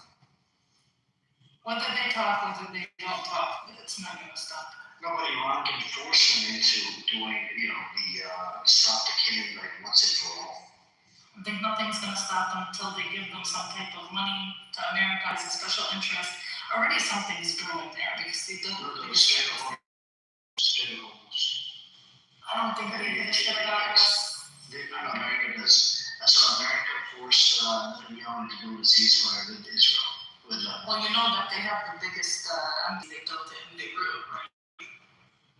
So they have plans. We don't know what the plans are yet, but there's some big plans in Beirut. Netanyahu didn't stop firing. Yeah, he did. Netanyahu did violate the ceasefire after Iran forced them into doing the ceasefire. America got involved. And the ceasefire, definition of ceasefire that they have, it means they can kill people. Ceasefire literally means put down the weapons.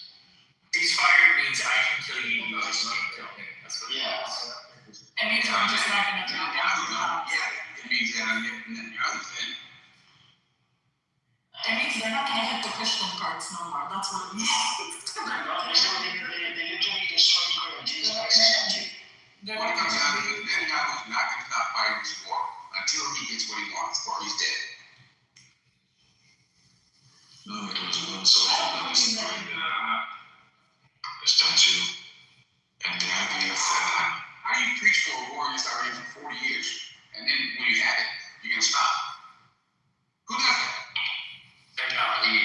Well, you support the war with Iran? Really? You support the war with Iran? No, I don't. Do you support Israel? No. What do you support? Do you support yourself? I support myself and I support my country.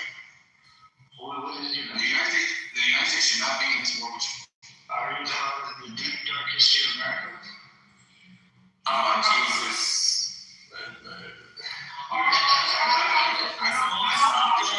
Deep dark history. Let's not say we don't all profit off of the deep dark history those of us that are living in America. I want to know. I'm not proud to you. Daryl, are you a proud American? Yes, I am. Okay. Alright, so America goes to war with different countries, Iraq and Afghanistan and whatnot. Do you think that we did good?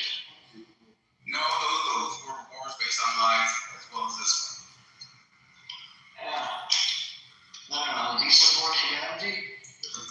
Absolutely. What do you think about the Palestinians? And the Lebanese are dying right now. I think Israel's back off and leave them alone.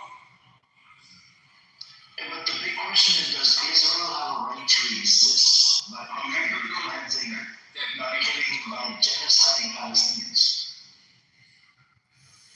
Israel does not have a right to genocide the Palestinians. Does Israel have a right to exist by genociding Palestinians? No, they do not have a right to exist by genocide. Killing another race just so you can survive is wrong. Especially when you're overwhelming power compared to that race. Or you're backed by an overwhelming power. Exactly. How can you say the war is right? How can you say the war is right? This is the word. First of all, they said based on October 7th. Okay, fine, October 7th. Okay, tit for tat. We were Hamas went in there and took a bunch of hostages and all that. The story did not say October 7th. No. That's not the plan. So. No, they can bargain all they want. The story didn't start until October. Israel goes in there and now annihilates an entire race of beings. Just based on October 7th.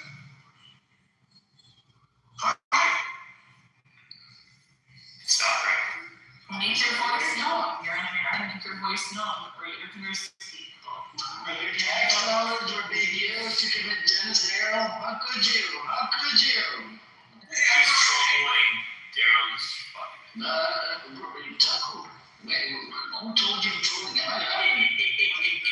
But the thing is, this guy's trolling by saying what he said. He's not really. He's agreeing with our positions. I'm just kidding, man.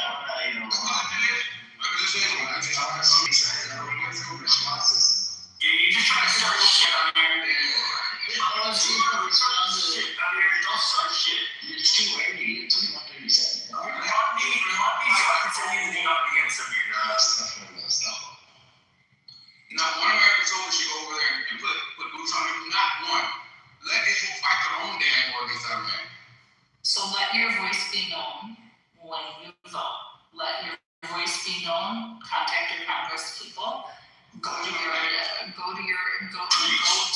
every one of those Democratic conventions. Let your voice be known. Spend your dollars where you want it, because it's not the best way. It's not like it's gonna change much, but if everybody does it, and if everybody does feel the same, it's overwhelming. They can't be voted in. So exercise your rights. It doesn't help out when Donald Trump came out, noon wars, whole state really too strong now. So let it be known to him. Let it be known to him when we vote in this primary. Let it be known. When you vote, go and exercise your right to vote. Go make sure that it's known. You deviated from the promise. We're deviating from your party.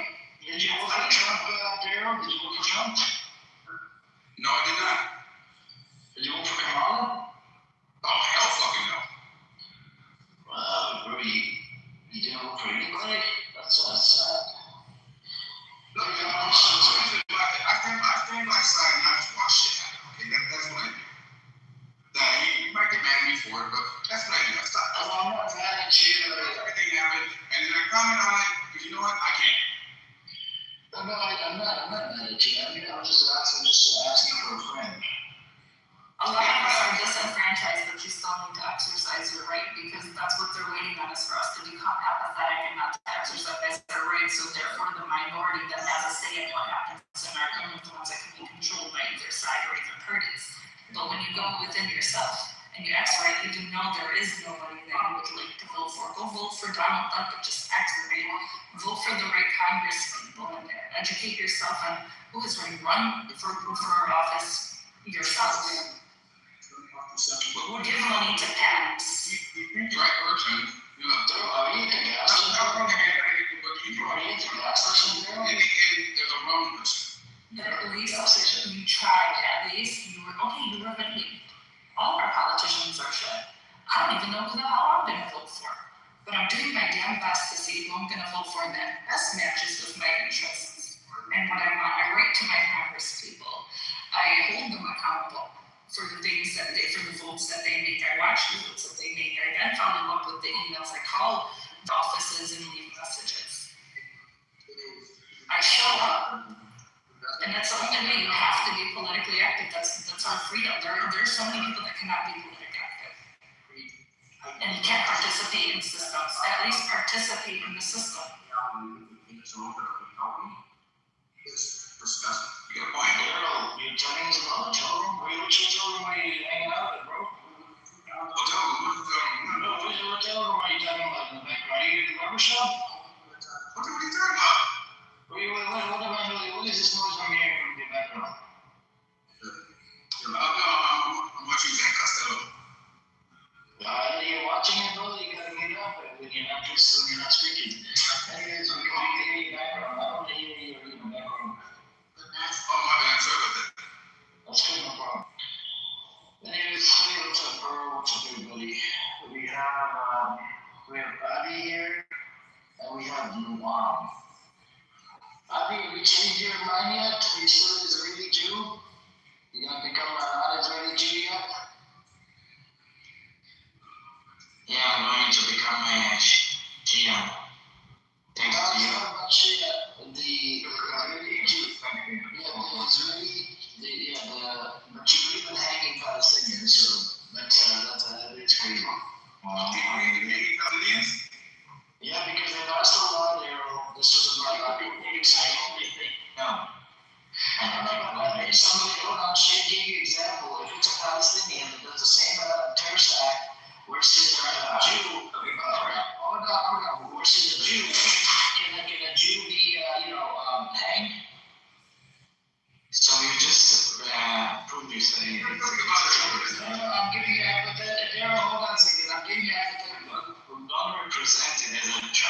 I'm giving you a hypothetical. If a Jew in the Palestinian time, but they commit the same act, you believe in hanging the Palestinian, but not the Jew. I believe in hanging terrorists, yeah. Yeah, not the Jew terrorists, right? They need to go to jail. Okay. Is it equal crime? Equal crime? I mean, no, it's a bill of Jewish supremacy in the whole state of Israel. No, it's not Jews, nothing to do with Jews. It's Israelis and Palestinians. And Jewish supremacy, that's not a Palestinian Jew. There are Israelis, it's one ID, okay, one nationality, and there are in the Israeli and there are both Jews and Arabs. So it's nothing to do with race. Nothing to do with race, nothing to do with being a Jew. The state doesn't run on base of Jewish supremacy. You did not pass the law in 2018. It's not determination that the Jews are equal to the Jews. Oh my God. What's the problem with the Jewish supremacy? Anyways. I really don't understand the whole Jewish thing. What makes you guys better than anybody else? What makes you in a truly democratic society, in a truly democratic society, in a truly democratic such as America, a terrorist, which is domestic and or foreign terrorists, still get the death penalty, still are tried, still have their day in the court of law. Both, any terrorist, whether it be domestic or foreign. So in a truly democratic society, the equal punishment for any kind of abuse of the law. Now, let's say it was somebody who came in and was robbing people by gunpoint, and they were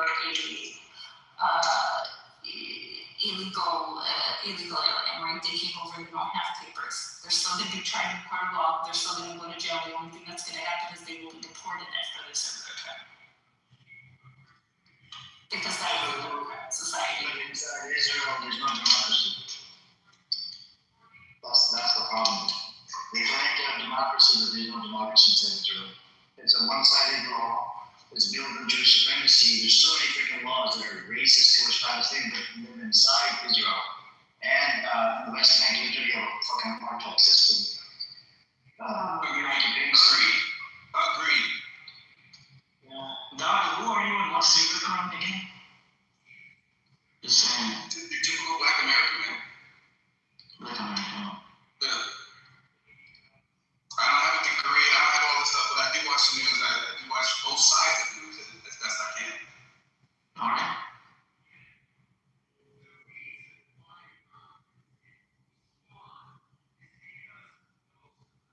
And right now, as I see it, Israel is just going too far, man. They're going too far. If it's not Iran, then who's next after that? Turkey. Turkey is not. Let me put it this way. Turkey is a potential. Destroyed based on what Israel wants. I didn't deny it. Turkey is a potential. They threatened to invade Israel. Erdogan said it loud and clear just a few days ago. So, and they maybe they're going to be cautious with that. How not? I think Israel. That's what they want. 40 years. After 40 years, that'd be nice. It's a thing, and it has not happened. Why drag the United States into fighting Iran? It just doesn't make any sense. Bro, these motherfuckers inside Israel, they're pro-war with Iran. But in America, we're anti-war with Iran. Yeah. There's a survey. You want to know the survey results? Hey, what's up, bro? There's a survey out there that says that these fuckers, they believe in war with Iran.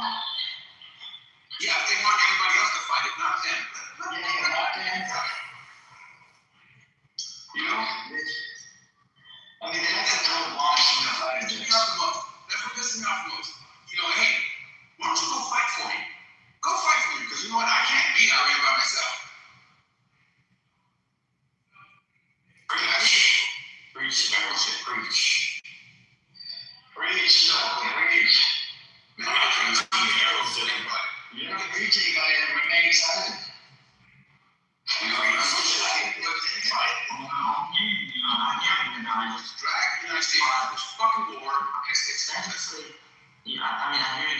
the United States established a lot of military bases in the Middle East for a reason. Okay, you try to pretend it's only for a reason. Iran, Islamic regime of Iran, is a threat to the whole Middle East. No, they're not directly anybody. And I know you as one who living in the Middle East is far away from you don't care to the Middle East, to the stability of the Middle East and Islamic regime. Forget about their own people, yeah? Forget about that. You see what they do to the Strait of Hormuz. You see how they deal with the oil. One time we had what they were going to defend themselves. Do you want them to just sit there and do nothing, Habibi? Do you expect Iran to just sit there and do nothing? And take out the competition everything. It's taking advantage of their geography, nothing more. Then don't fucking attack. Then don't fucking attack Iran if you don't want what?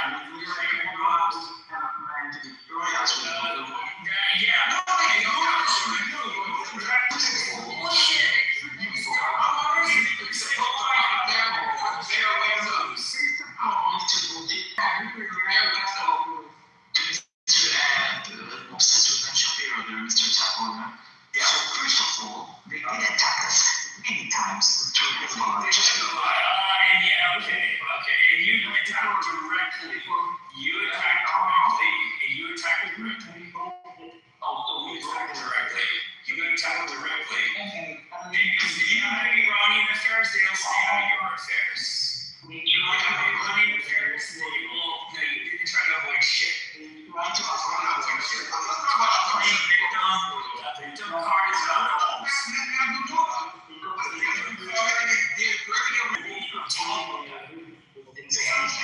It's the truth. Do you see how the tides are turning against your people? Do you see how the tides are turning? They do everything. And I told you, you and the people think like you do in your country. You know what you're doing?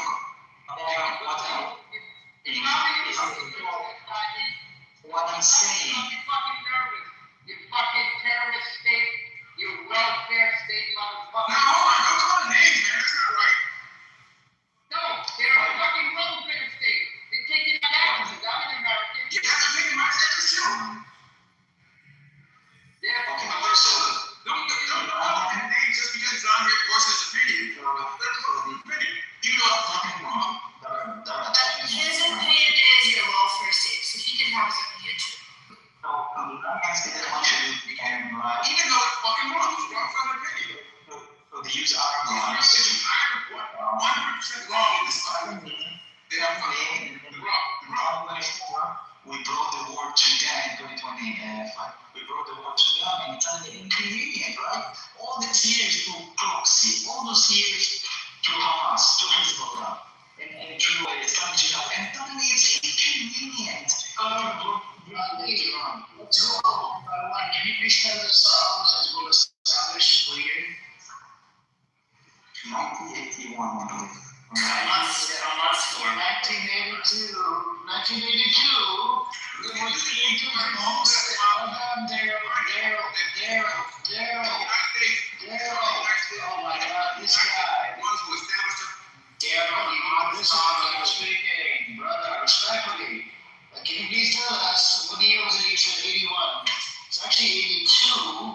They did get training and they got training and they got a whole bunch of help and funding and whatnot from where? From Iran to fight against the occupier. Who was the occupier?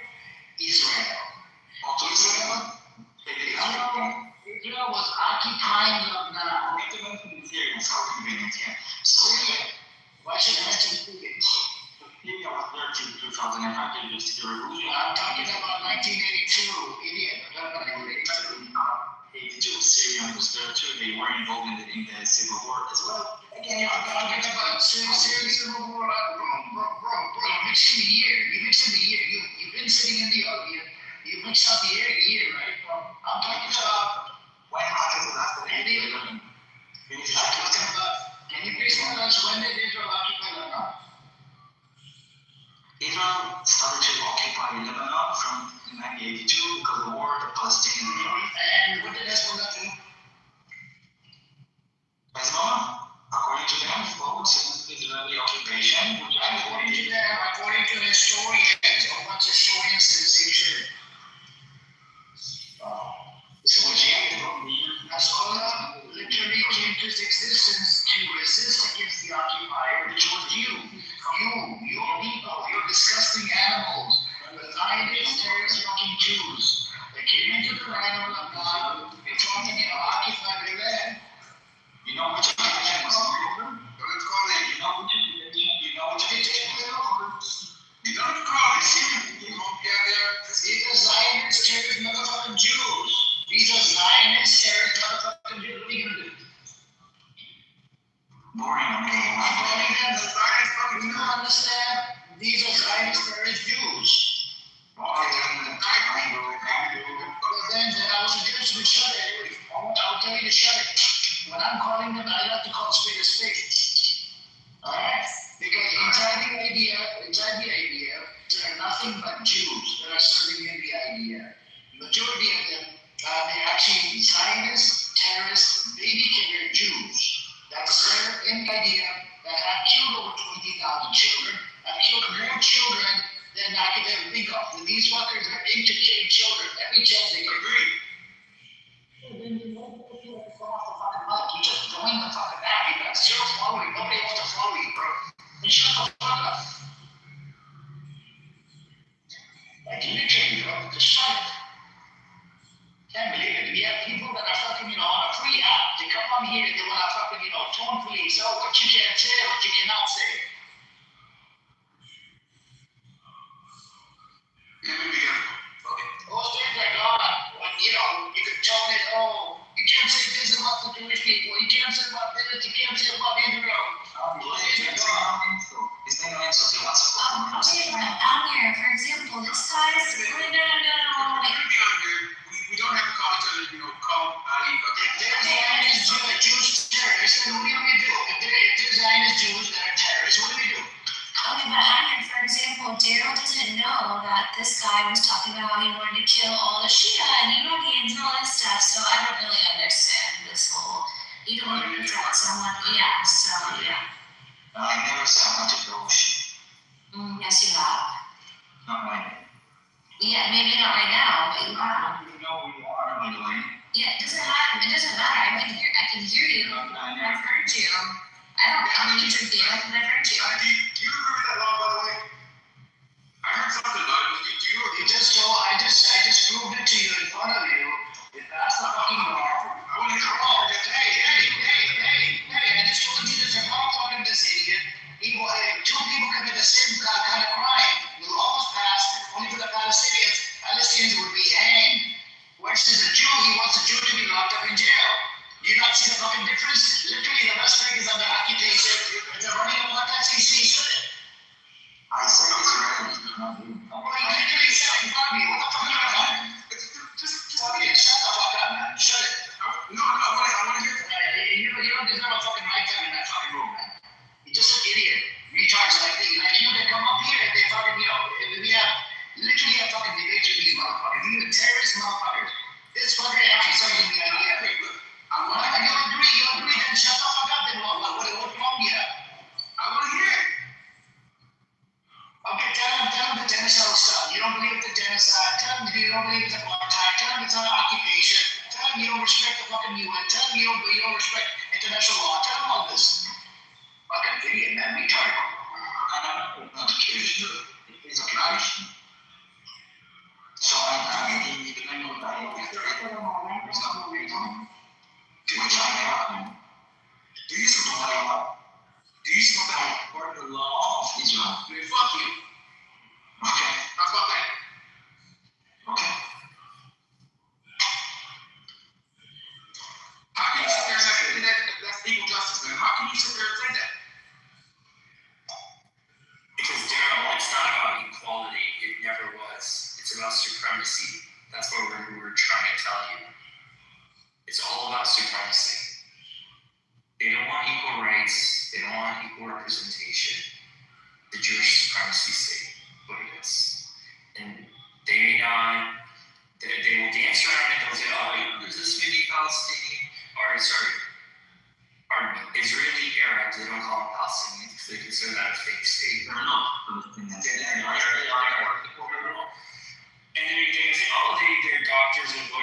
that they don't tell you that they don't have, Palestinians do not have a right to self-determination. They don't tell you that they don't get all the same laws. There's two-tier law system in Israel, one for Arabs and one for Jews. One of them, which human rights and family law. no, there's no democracy. You don't have to rule yourself. You don't need to make yourself a retard here. I'm from I'm not a retard.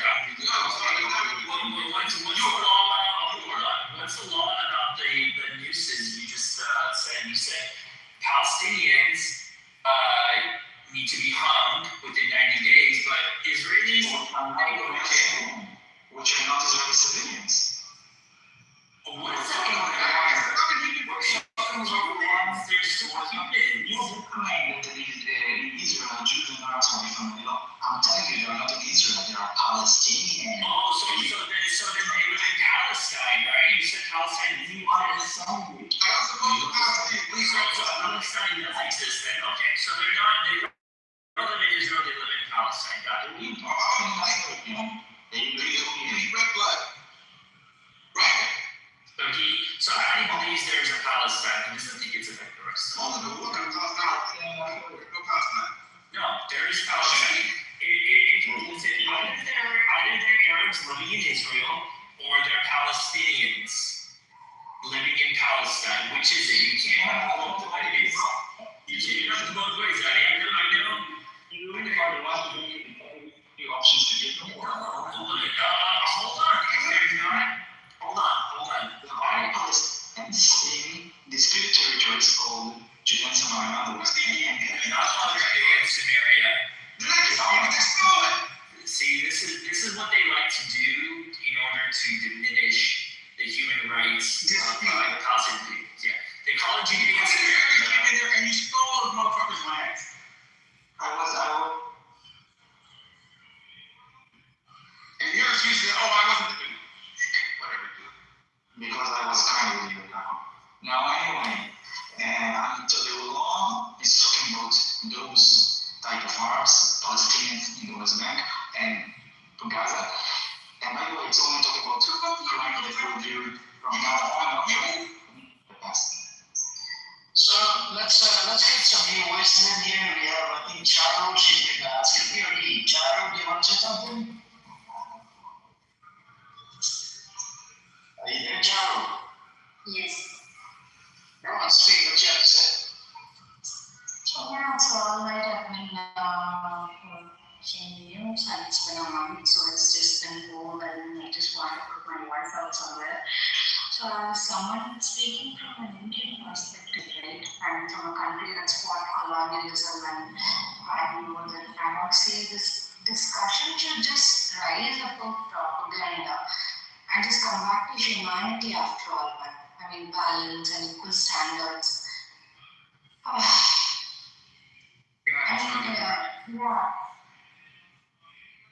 Yes, I mean, yeah, of course, India has been democratic.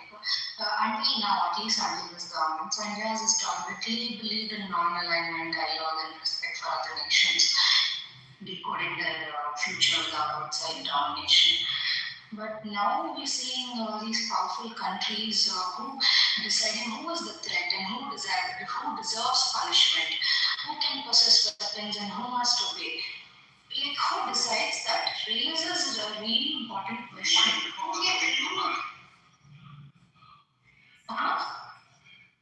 What do you say? What do we do about it? I don't say you don't know. No, it's all boils down to you and it all boils down to you.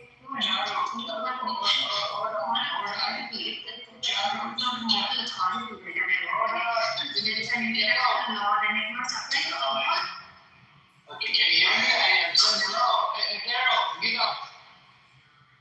Carol, you said who's the biggest threat at this moment is Israel and America.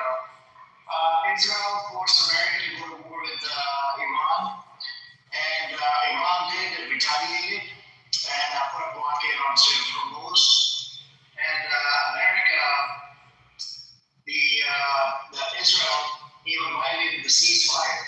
Okay, Iran's condition was there should be a full ceasefire on that, no more killing, ceasefire literally means put down your weapons, no more killing on both sides.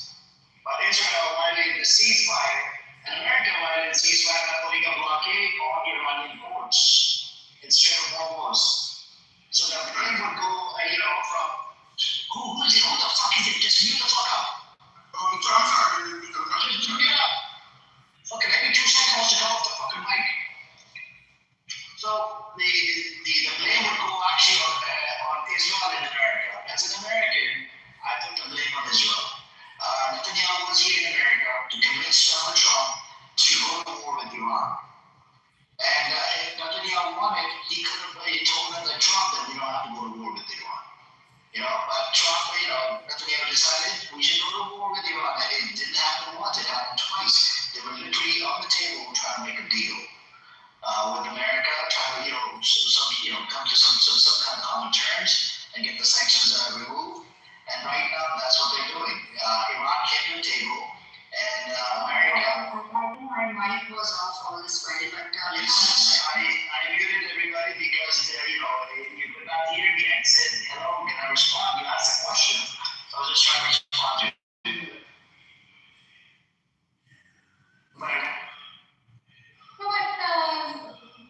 being a powerful country, how are we living? How are you living in America with that kind of power?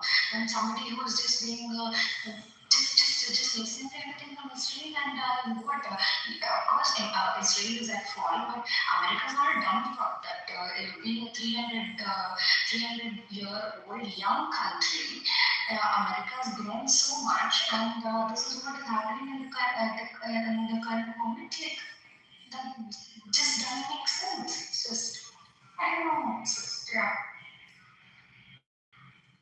It's up there the role. You have Modi traveling to Israel as well, bowing down to what's that idiot name, Netanyahu. Absolutely, he went and told.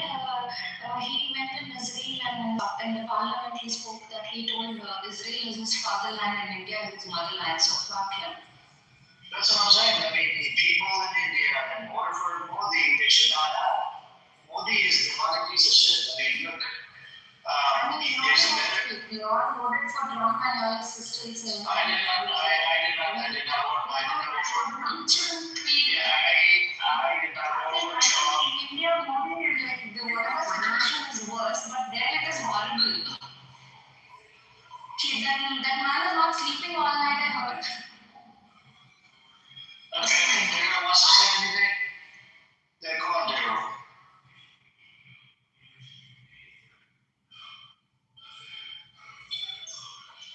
Go on, Daryl. What do you have to say? What did you say to Daryl?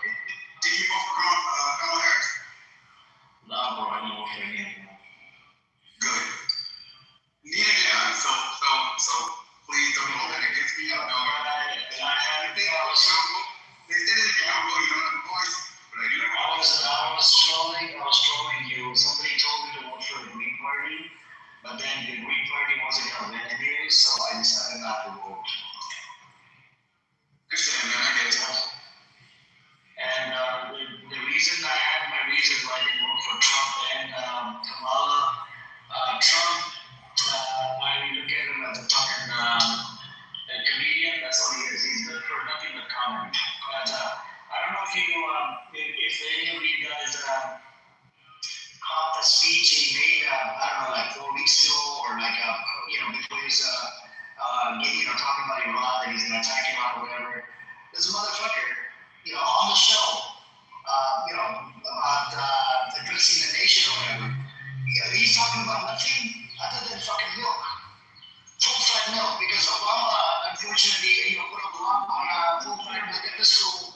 Yeah, the retard only talks about the milk. I'm like, bro. And then the last 2 minutes of that, addressing the nation was about Iran. I'm like, all of a sudden, 30 minutes later, 20 minutes later. And he had the teachers up there, he had a student up there, he had the jug of milk on his fucking table. Like, what a comedian, man. Yeah, that's anybody else wants to chime in, you guys can chime in. I'll mute up.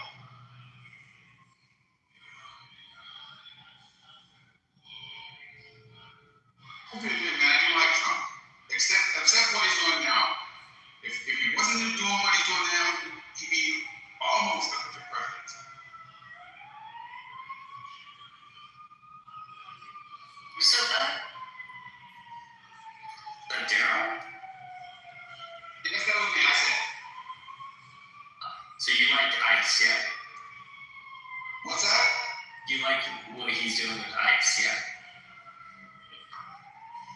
Hey man, what's his name? The black president. What's his face? Are you talking about Obama? Yes, he did. He did it to the tune of 3 million people. So what you're thinking of is at least Obama gave habeas corpus to people. Problem with is that yes he did. Habeas corpus was never suspended. I mean, if I'm wrong, I'm willing to say I'm wrong. Is H still there? No. How do you give due process to 3 million people? The ones that were in the country. The thing about Trump and ICE is that he's arresting full-on U.S. citizens. Okay? They're not. And some of them are. Yes, they are. They're documenting cases of this.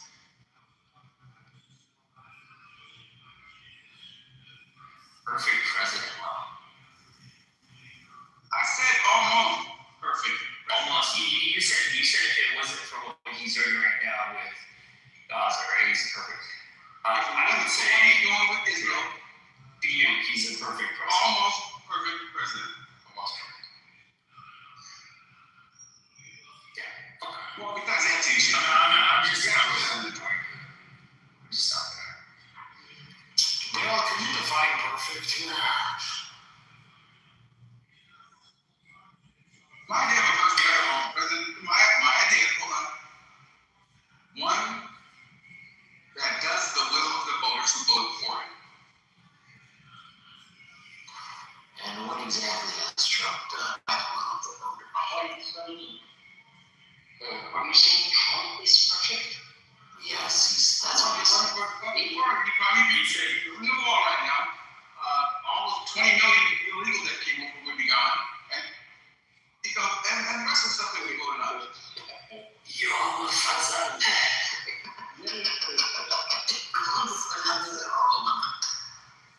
You will say, when is he the president?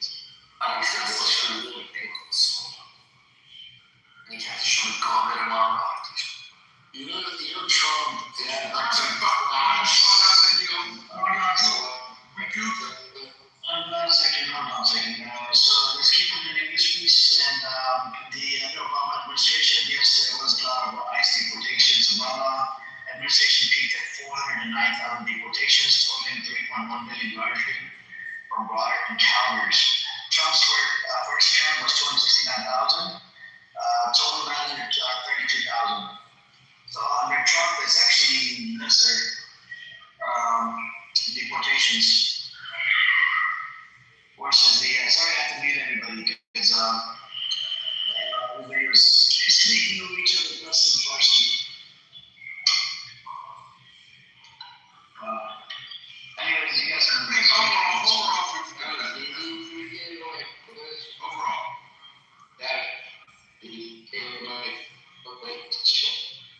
Okay, you're in the Matrix.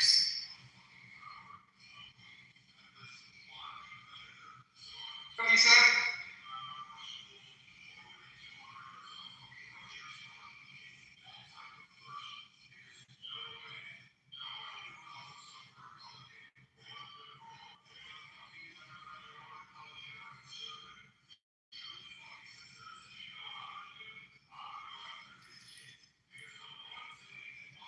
Ganesh, all the bombs that you're talking about Obama dropped, he inherited those wars. He didn't start those wars.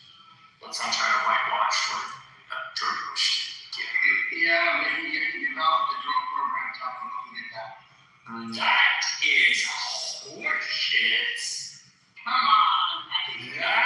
No, you are so wrong. You don't even know what you're talking about. Taco, I can send you scholarly work that proved it was Obama that developed it.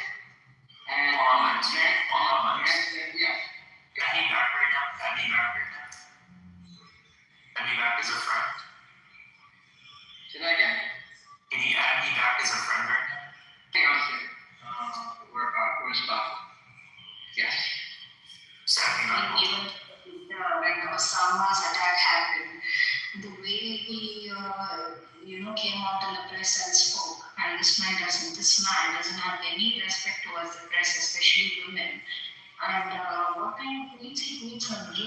is that money needs to be paid.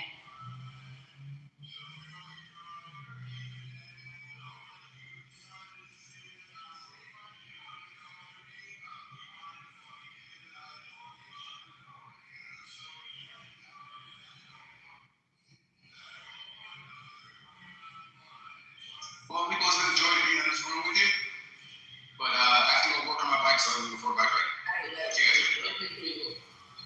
Quick question. Trump is the president of the ones who voted for him, or is he the president of all US citizens? Right now, he's the president of the donors who are backing him with the war in Israel. Is that the right thing to do? No, absolutely fucking not. You said he was perfect. I said if it wasn't for the war in Israel, he would be almost a perfect president. That contradicts the definition of perfect. I said almost. If it wasn't for him, back on Almost. He'd be almost a perfect president. I think that's the only thing that makes most of us happy. Thank you. Okay, man. I'll see you later.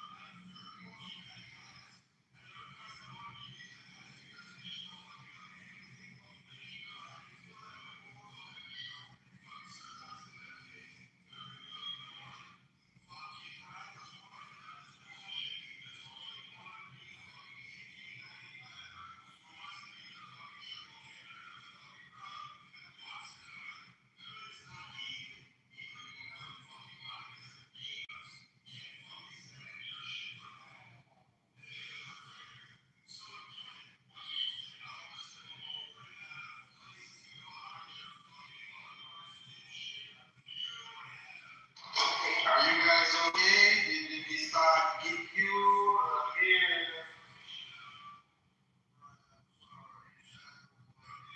No, Mossad already took over.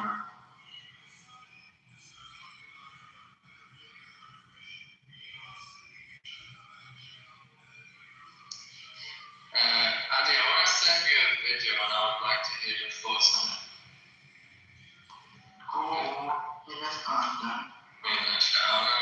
Let's see what you think of that. Okay.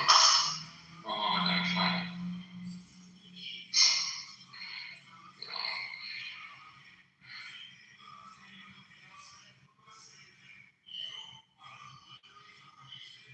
Yeah. I sent in the chat. Let me know what you think about it. By the way, within the context that the Israeli government claims that the IDF is the most moral army in the world. Okay. Sure. Let's see if I can open it.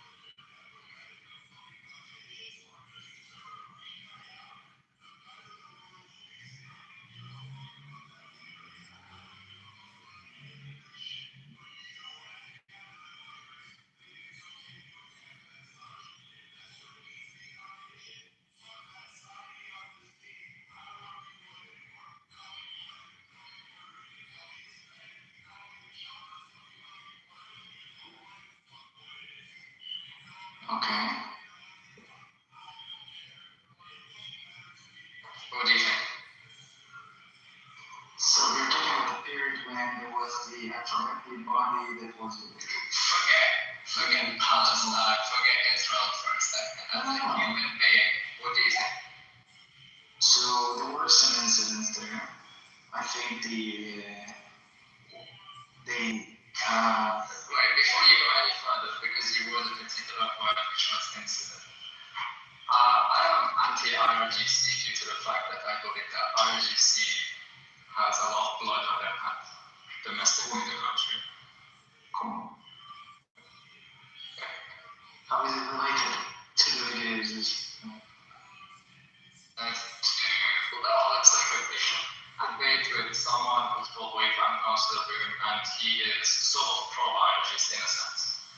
And when they like to talk about the January protests, one way that they dismiss the whole situation as not being a massacre is they said that prior to the 2 bloody days, there were no deaths or killings, when in fact there were killings during the first 10 days of the protests. There was about, there's some reports saying about 30 deaths, some say 50.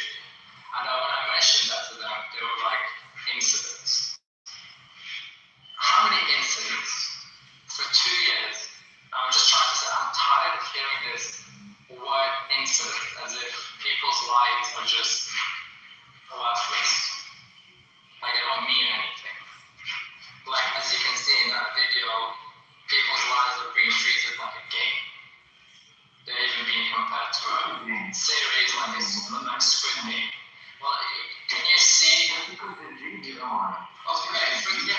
Forget the narrative. Why do you say there were some incidents? How many of these videos do we have to see? This is just one example that I gave you. How many of these videos are we going to see? How are we going to call them incidents? For how long? Because the narrative, like the purpose of the IDF was to kill those Palestinians that's running there is a false narrative. I'm sorry. The body that was responsible to handle this was called the GHF, the Gaza Humanitarian Foundation. And they, I think I agree with you that they failed to do it. the way they did it was not okay. And the Israeli military was there, had to make some order to the, because there was like a wild west there, and there was people running, and also it's risk the forces themselves. They cannot allow so many people to go to their territory.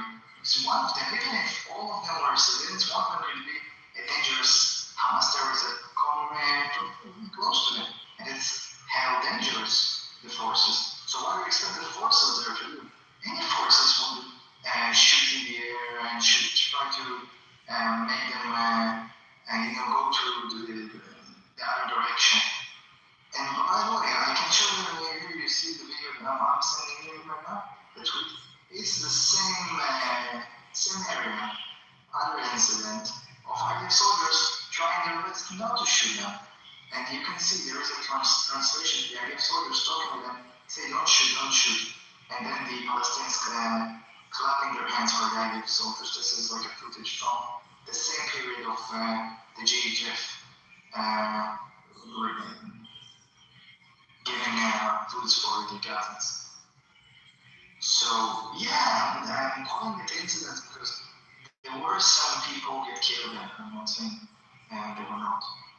I think comparing it to the RGC shooting protesters, when the purpose of the RGC did the siege, you should know it better than me. The purpose of them is to... No, let's not confuse. Let's not confuse people and the listeners here. It's exactly the same. They would make the same argument as you just did. The fact that there are some dangerous Hamas. No, 1 second. Because they were making the same argument that they were dangerous Mossad agents and they had the right to do so because Israeli officials, also Mossad themselves, claimed that they had people on the ground, right? So if we are going forward with that sort of analogy, then let's not understand. Answer the question: aren't they Iranians? Mossad or not? Aren't they Iranians? Because you don't see Israeli. No, I don't support killing innocent people just because you believe there is some dangerous people amongst those individuals. It doesn't justify you killing tens and tens of thousands of children and innocent civilians. Okay? From the audience, if we have any, I'm trying to explain the difference. Because we have some spies as well, spy for Iran. I don't know if you're aware. We didn't shoot them. We put them in jail. But we didn't shoot them in the streets. That's not what we do. Okay, now we're talking about Israel dealing with other people. We are basically our enemy. Palestinians are enemy. I'm not saying every single one is the enemy, but the enemies come from there. Hamas is Palestinian. Okay? And among all this crowd that running from place to place could be Hamas terrorists. It needs the militaries of the IDF soldiers. So I don't think it's the same situation. We're talking about two different sides. Yeah, let's call it Israel and Palestinians. And you compare it to Iranians and Iranians. I don't think it's the same. Actually, Palestinians belong to that land. More than anyone. Okay, so... More than anyone, but what do you mean? No, I'm not saying more than it's their land. Their land has been taken away from them. What efforts is the Israeli government doing right now to stop the illegal settlers in West Bank? What have you done? Illegal according to international law, which you don't accept. No, I'm not accepting. But I tell you, there is a settlement that illegal according to Israeli law. And there I can accept criticism about why Israel is not removing them, but sometimes we do, sometimes we don't. And I think Israel should remove all illegal settlements, or illegal, of course, according to Israel.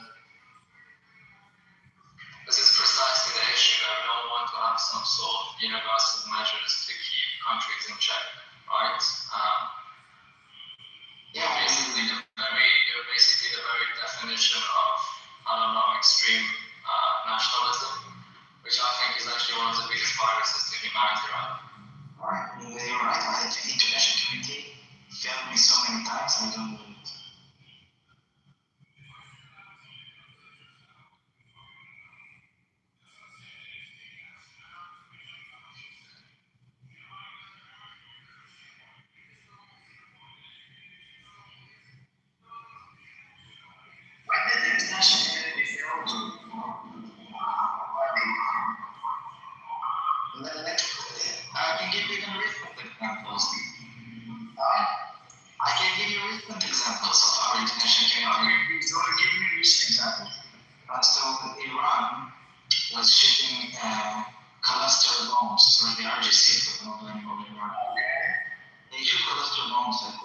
civilians.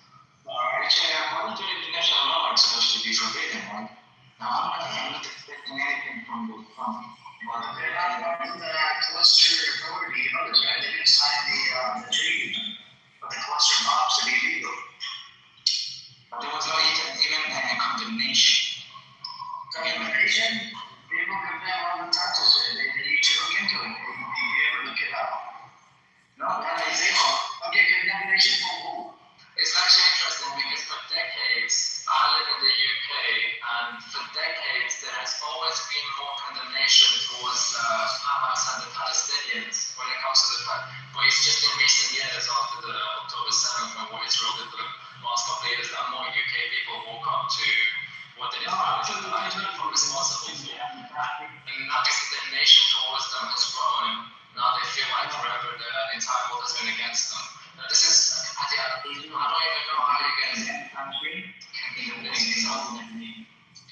Israel is the most condemned country in all United Nations. It's true.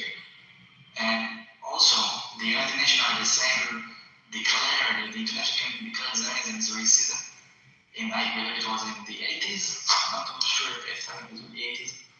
But so, what do you want me to take actually thank independent media, mainstream media cannot follow that whole Hamas and the Palestinians and just always being pro. And they lived in the UK for a long period of time, and I'm not even that old. But you know, you can go check stuff from home. It's all very narrative. Why? Because they've always controlled mainstream media. Statistics about They have a massive, they've had a way more influence than the Palestinians in the last couple of years. Has thankfully, or people can see more things of what's going on, the truth. Now, because the world is actually, the tide is changing and mainstream media can't push the narratives anymore. You know, you're saying that, oh, the international community has failed me for decades. The Israelis have gotten support for decades from the international community. They allow you to go into a country and take away their land. You've built hundreds and thousands of illegal settlements and nobody has stopped you. Who has stopped you?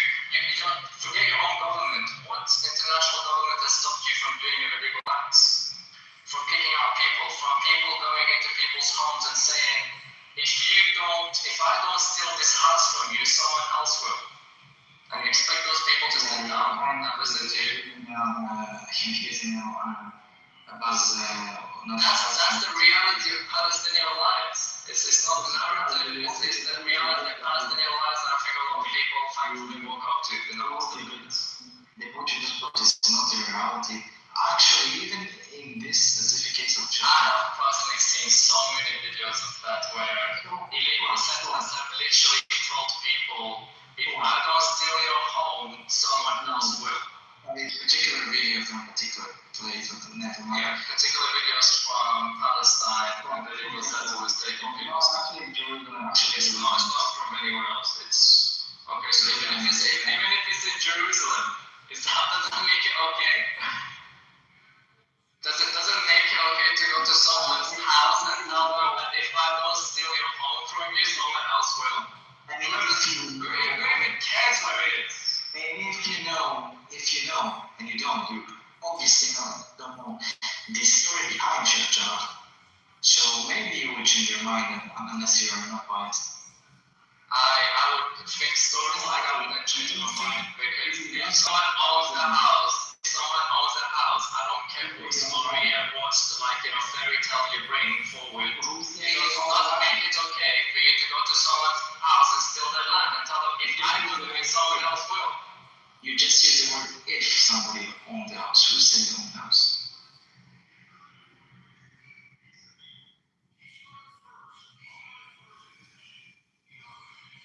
Alright, so I thought.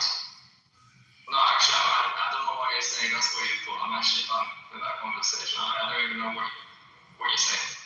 People living in their home, and you're saying who's saying they own their house? Oh, so you're saying they stole it? The Palestinians stole their homes?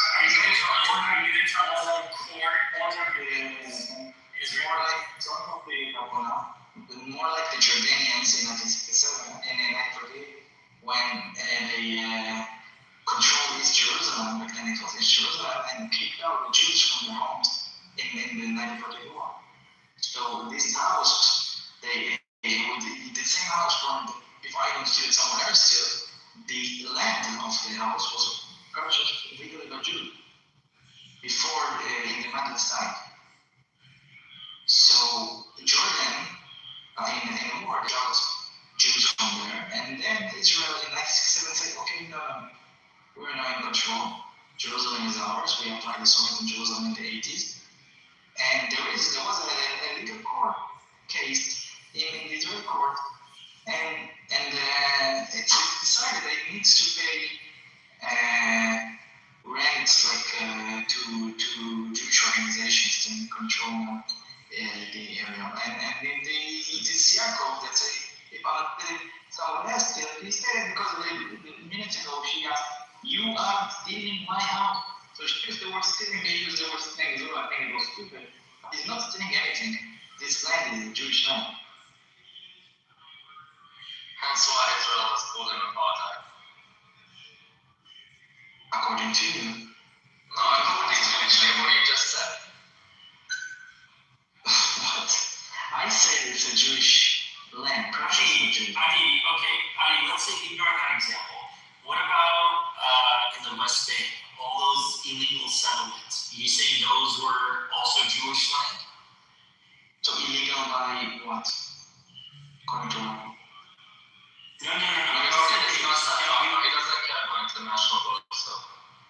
No. What I'm saying is, do you think all the West Bank belongs to the Jews and does not belong to the Palestinians that live in the West Bank? I think it's Judean summer is disputed territory. We need to solve it between us, the Israelis and the Palestinians, and by agreement. And when there is agreement, when there is a contract, both sides sign, we can determine which area belongs to whom. What do you mean? 1967 borders were established, and since then, all those territories have been reduced. Like every decade, there's settlements that are being built there. So what are you talking about? You think 1967 borders were established when? You mean 67? Yeah, the UN 1967 border. Are you reading that too? And you don't give a fuck about the UN? I don't. Okay, so see, that's the thing. When it's to your favor, it's we paid for it. It's ours. But when it's not to your benefit, how are we gonna just do it? I didn't mention when I say we pay for it. I didn't mention the UN. No. What I mean is like with what that Solomon in Jerusalem you mentioned. Sheikh Jarrah, we bought it. It's legal. It's ours. But if some other people own it. If some other people own their land in the West Bank or whatever. There was a case in court that all those years, I knew about Sheikh Jarrah. Years before it was What about the West Bank? Why is area A, B, and C? I forget which one. I think which one is the one that most settlements are being put in? B. I think it's C, right? Yeah. So why is that okay? Because we haven't come to an agreement yet with the Palestinians. There should be. I agree there should be a Palestinian state.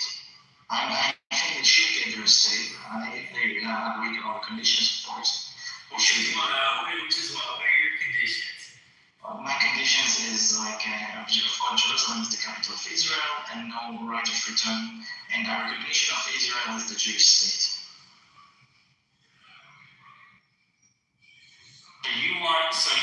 So what you're saying then is all of Jerusalem is for the Jews, none of it. So I didn't say Jews, I say Israel. Israel is also, there are Muslims and Christians in Israel too. No, but right now, by the way, I think in the case of the peace with the Palestinians, obviously I want free traveling for the Palestinians to Jerusalem. It's their holy site as well. Why do you want to take away the right of return? I don't understand that. Because the right of return is a tool for the Palestinian narrative and the Palestinianism to destroy the state of Israel from within. to bring more and more people to make it not a Jewish state. And then they will change it from Israel to Palestine. Our national anthem will be changed. Our symbol will be changed. The Knesset won't be Knesset anymore. And all our symbol. It's basically you're afraid of losing a Jewish dominance, is what you're saying, right? You can call it that. I'm calling it a Jewish state. We're the only one Jewish state in the world. It should exist, in my opinion. Oh, it's not a Jewish state. It's a Muslim, Christian, Jewish state. It's a Jewish state, which the rule in the Jewish state is democratic. I agree, not the liberal and the Muslim. But there is no Wait, let me finish. Why everyone you take it out of I think we know where he stands. You go for it. Yeah, fuck. Okay, Cash. Y'all having a big fat party. It's gonna be the LGBT parade, the biggest in the world, right? Y'all watch my dad in the middle of the street kissing in the Holy Land. Why do you care? Why do you care? LGBT, whatever letters it is, but y'all about to go crazy over here. If you're so accepted, you can come and visit and be on the platform. So I can go to jail for smacking it. I really hope that our LGBT and I'm really about to over there doing a lot of they can't God win again. Why should you check? I'm not trolling, my bad. But why y'all having it though? What's up? What? I said, why y'all having that big gay party? Like, what's up with that? Why not? Yeah, I mean, there are. Wait, are you gay? No. Oh, okay. But I don't mind if they doing their parades and marching. But is it being gay like against the Torah? Basically it is, yeah. But I believe everyone should decide who they want to be. But are you a religious man? I believe in the Torah, and I'm not religious. I don't remain religious all the time. You said you're not religious, but you believe in the Torah. Yeah, of course. I don't know how that works. I'm very. I believe in God in my heart, but I also believe that if somebody wants to live his life in a way not following the Torah, he should do it. It's his right. I just feel like it's a little weird. It's the Holy Land. I feel like, You can't use it for American to me, right? Huh? It's not like American to me. No, I actually live in Japan right now. When? No, I'm American. Okay, you're American. And I guess you have an LGBT community too, so why does it matter? I was support it here. Okay.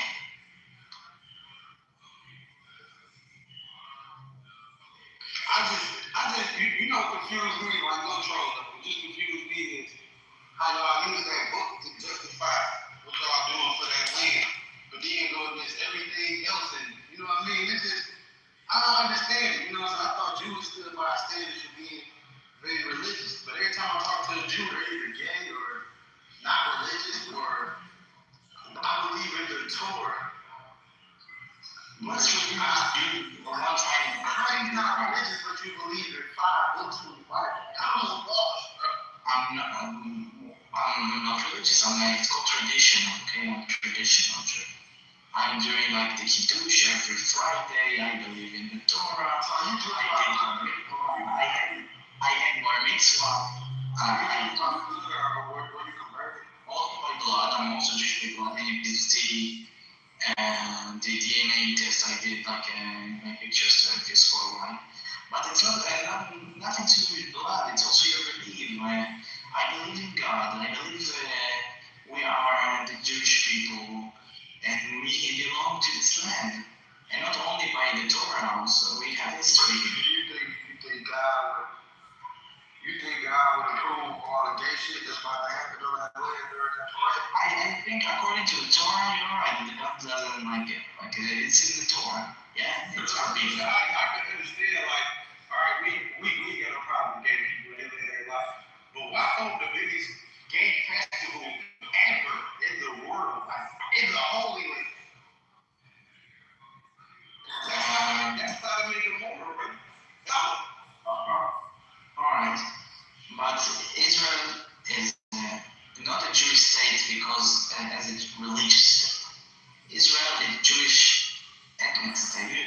We know y'all bend those words for whatever benefits y'all. At the same time, we say y'all really Jewish and y'all really claiming that land based off religion. Y'all not claiming the land based off Theodore Herzl based that off the fact that y'all Zionism. You understand what I'm saying? So y'all using religion, but y'all, when we bring up the Torah, y'all twisted it one stage, not religious, ethnic group. This don't make sense to me because it's like y'all would say anything. No, don't get me wrong. There are many religious groups in Israel. Yeah, don't get me wrong. But most of it, maybe secular, maybe traditional. But I don't think there is a contradiction. I think, look, the gay parade.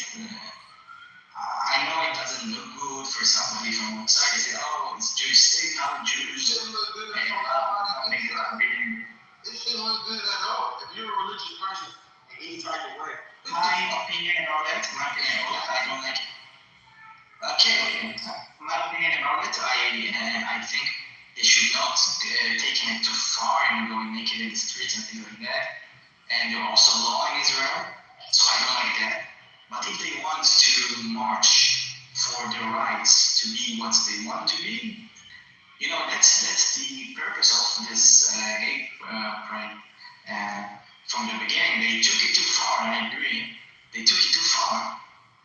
But the very purpose of this march is to march for their rights, to be what they are, to have a right as This is a promoted celebration.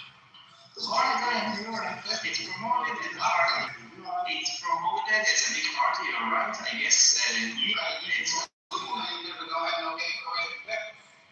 To be honest, I think it's also for some PR, some theories for Israel, because in Israel, in Tel Aviv, most of Tel Aviv. You would never see no faggots going in a circle around the car. You know what I'm saying? Like, I don't understand Judaism. Yeah, but Tel Aviv is very secular. If I'm like a tradition in Tel Aviv, it's really hard to find religious Jews. And most of them are in the church, in Bnei in Jerusalem. The only religious Jews I ever met lived in this city that I stayed in. You feel me? Like, have you ever been in Israel? Have you ever been in Israel? No, I wouldn't. You come to Israel in Bnei Brak, you will see many Hasidic Jews. In Jerusalem, you see many Hasidic Jews. In the Shemesh, you will see many Hasidic Jews. If you go to Tel Aviv, of course you have trouble to find with these Jews because it's a very secular city. My thing is, just really, mainly acts, to be honest. I've never met a religious Jew. And I'm not even being funny, I'm dead serious. Every Jewish person I met on these apps was either gay or told me that he was a gay Zionist that wasn't religious. I'm dead serious. Because I don't think religious Jews, always this black rice is like a religious guy. Black rice is a fat, broke faggot right now in shit that smell like shit. Alright. What I'm trying to say, most religious Jews won't come to this app. They have some, they need to learn Torah all day. They don't have time to be in this app. I mean, respect us for not being. I'm here telling you that you ain't even faggot, being cool, respect. Most Jews will be kind of, a little that's like what right. Yeah.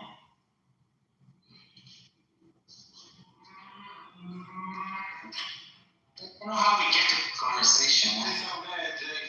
Another direction.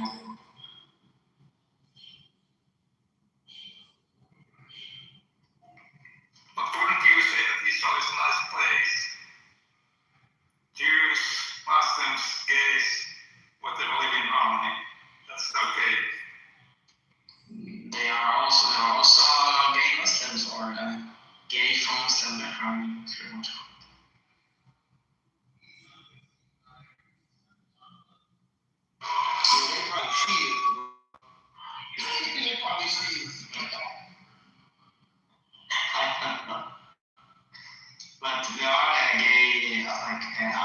Arabs that ran away from Gaza and Judea to Israel because they couldn't leave their escapes. Refuse those people. Mm-hmm.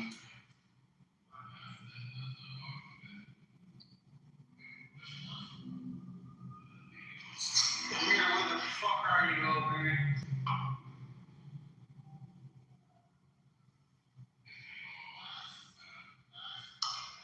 It's pretty time out. My birthday was 30 minutes ago. I would like to welcome you to the graveyard of your vanity.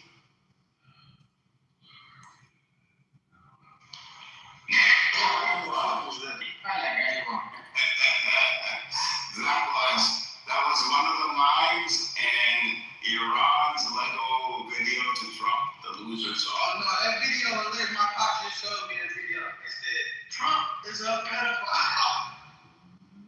LOSCR. There's a few of them on Trump, but that one. All these Lego videos we did in the 12 States War. And now they yeah. They must give the Iranians and the creators. I need to give them that. Yes, they are. They are. And it's not even just funny. It's teaching people what Israel and the U.S. are. And it's working. Welcome to the graveyard of your vanity. Statement. Only a country that comes from thousands of years of poetry and tradition could come up with a line like that. Yes. Only a country that has poets like Rumi, Hafiz, and Ferdowsi and Sadi could come up with a line like that. Isn't that a powerful line? Welcome to the graveyard of your vanity. That says so much. It just sums up the U.S. and Israel. Go ahead, go for it. I can't say it.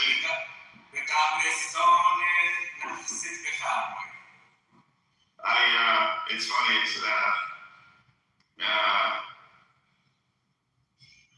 that loses. And then at the end, it's Trump talking about how, at the end of the song, Trump is talking about how, this is him talking. It's a clip of, he's saying how he doesn't like to be in the room with winners. He likes to be in the room with losers because, then he's the only winner. And, other winners like to talk about themselves. And if he's in a room with losers, then he would be the only one there talking about how he's a winner. Interesting, because I find Donald Trump likes to surround himself with winners. Even winners that he disagrees with. Like he's so close. He's been very friendly with Putin, Xi Jinping, and even Bongani when he won the New York mayor election, he went into his office and Trump was very chill to have him there. I don't know if you, as an American, I'm really tired of winning. I think we're winning just one.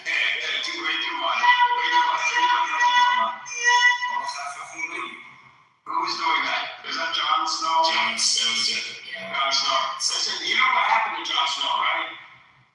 You read the books? You see the show? Don't start the Game of Thrones talk, man. I spent too much time on it. I read all the books, and I just can't believe that he didn't finish them, that fat piece of shit. Man, I read the books. I read about all the other continents. Go out, this and those. Oh my God, I was gone. Yeah, what's up? Did you watch the video? I'll watch it now. I'm gonna watch it.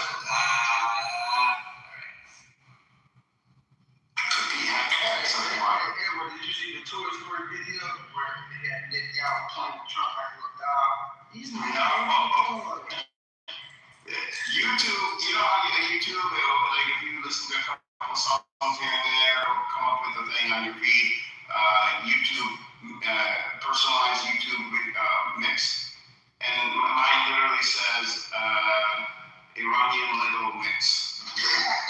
So I'm like, oh, I can't wait to get all the songs now. But yeah, the Hexa one.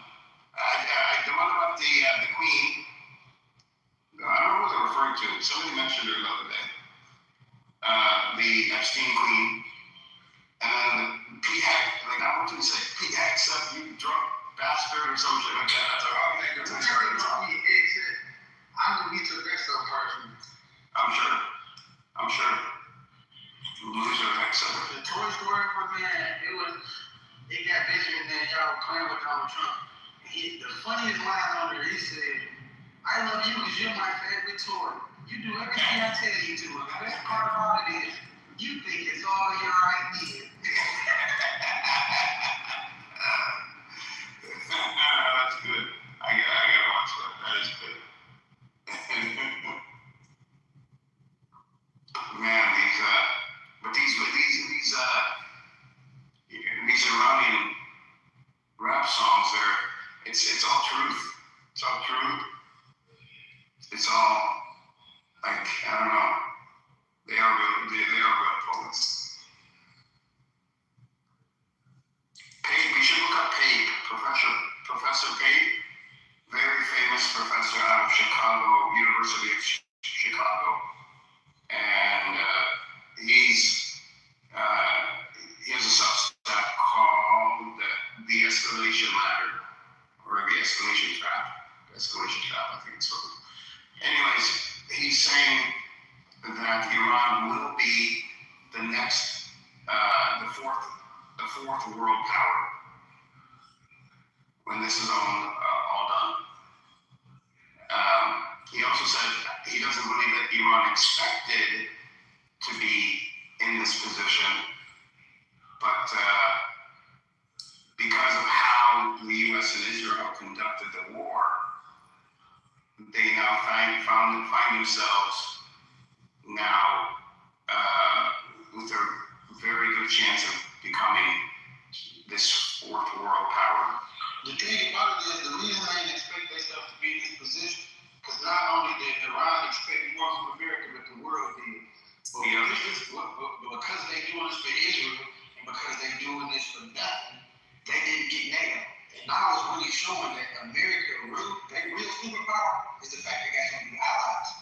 Yeah. So let's say you're correct. I want to add. Here we go. So Edward, I want to treat you with the love and respect you deserve. I doubt it. Edward, have you ever heard the expression to steel man an argument? Listen, the graveyard, I forgot what it was. Okay, so welcome to the graveyard of your vanity. Okay, so I want to ask a very loving, respectful question. It is, assume that you're 100% correct. Assume that Iran is the fourth most powerful country in the world. I didn't say that. Okay, so that. They said it. And I didn't say most powerful. Okay, so let's just say world power. I said a world power. Let's just say Iran emerges, and for the next 20 years they are not 20 years. Independent. Couple years. Go ahead. Say, starting tomorrow, Iran is a real world power to be independent. Okay. Well, I'm American, so I can't pronounce things correctly. You have to forgive me. Now, my question is simple. Let's get you right. What do you listen with? What body part do you listen with? My penis. Okay. Your penis. Let's show you. What body part do you listen with? What body part do you listen with? What body part do you listen with? My penis. Let him ask the fucking question. You can't be disrespectful like that. I'm American, so I don't say things right. You never say Israel right. You say Israel. And I know. From now on, I'll say Israel because I don't notice Israel as a country. They tell why do you care? Just So Edward, my hypothesis is that if Iran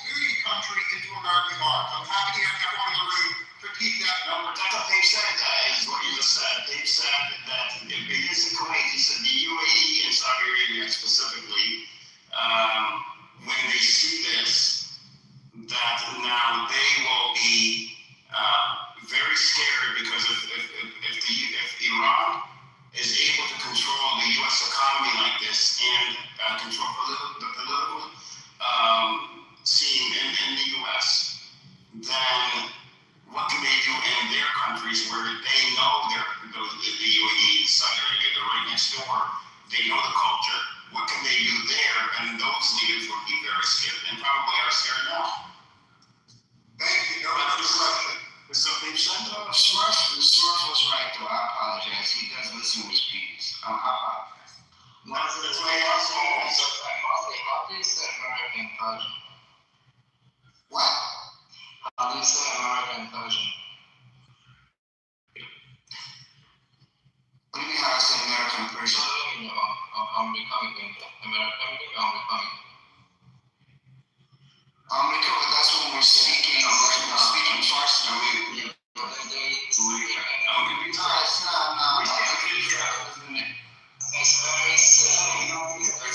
It's not that he said Iran. No. It's not that he said Iran. It's just that when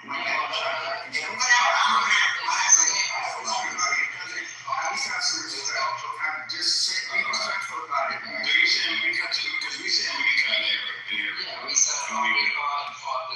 We say America in Farsi. Yeah, but when we speak English, we say America. You understand what I'm saying? Yeah.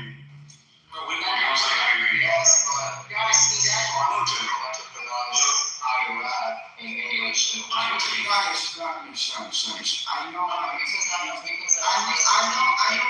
the innuendos. Embarrassed us during the World Cup about this whole thing, which I know very silly, but we don't even pronounce the name of many nations. I know these innuendos when these Americans, the way they say things on purpose to downplay things. Well, no, Iran.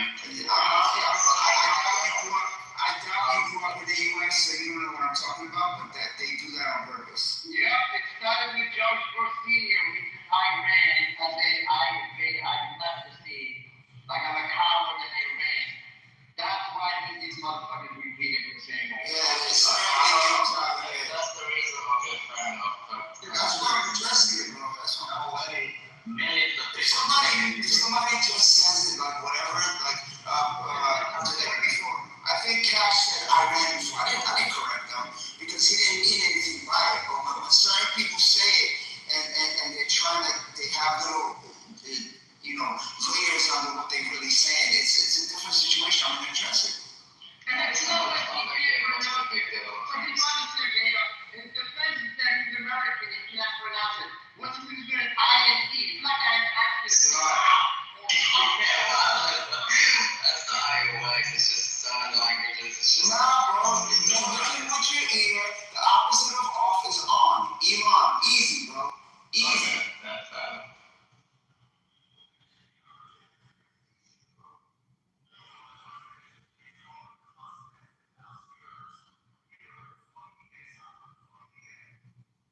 Yeah. Who the fuck's that bastard? It's not knocking me out, yeah.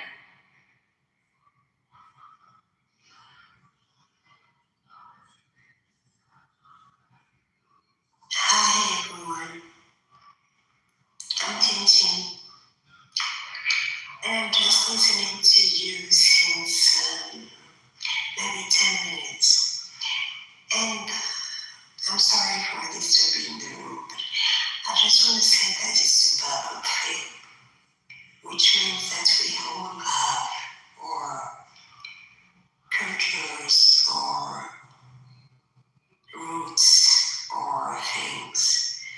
And I'm 52 years old now. As I'm blind stroke, I just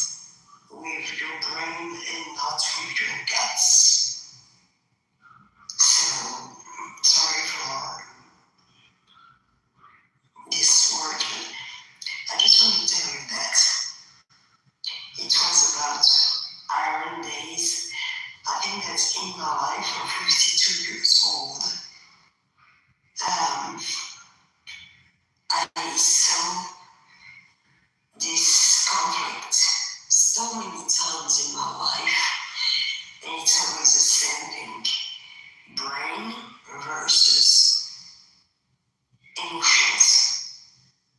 And when you think with your brain, you see just there is only one humanity, but it's my optimistic and humanistic think of feminist. Sorry. Thank you. No worries. Just telling us all to get along. General, that pink thing I was talking about is the one I sent you that comment. So Avi, before I went on mute, I had to do something. Avi said there's no condemnation from the international community. That's why we have lost trust. I actually looked it up on Amnesty International. There's an organization, the HIW, they did condemn the cluster bomb, by the way. So can you please tell us, the UN? Yeah. You highly for 500 year resolution, do you expect to condemn anything?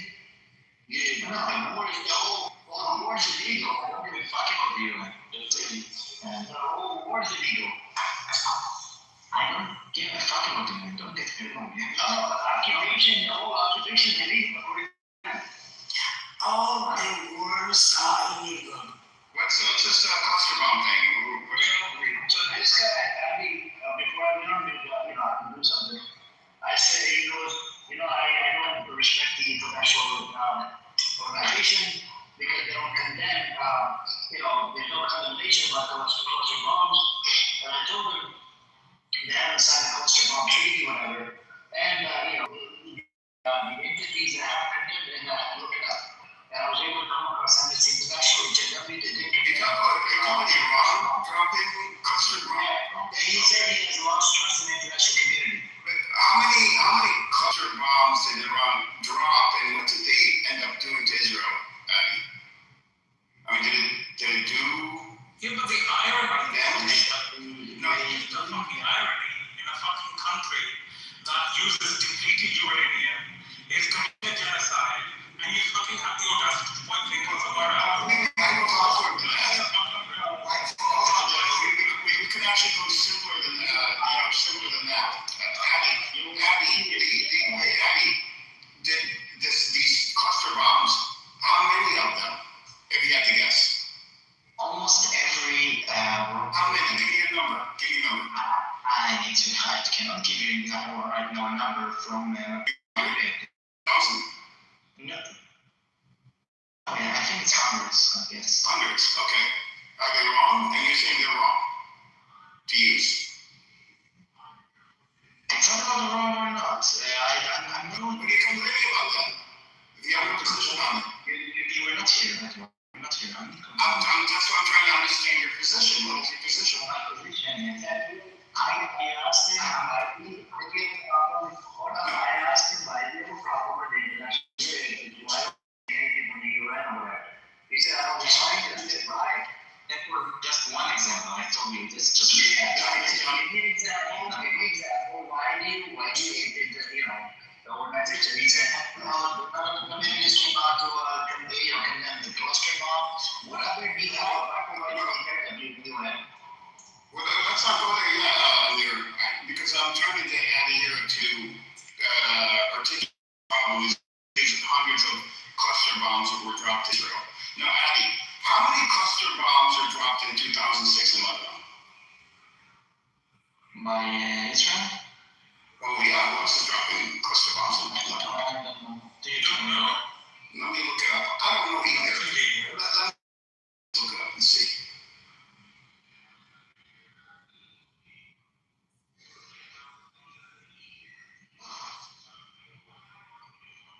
See how they every time something against them?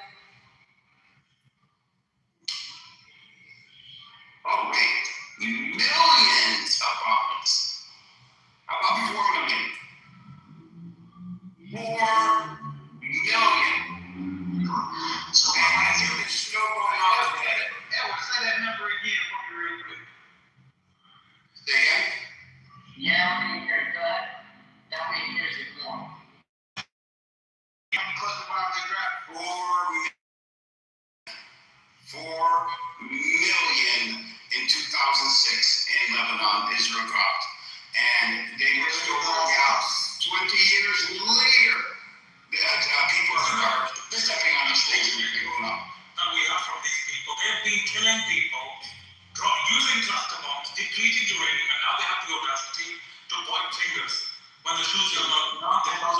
asking a question sometimes.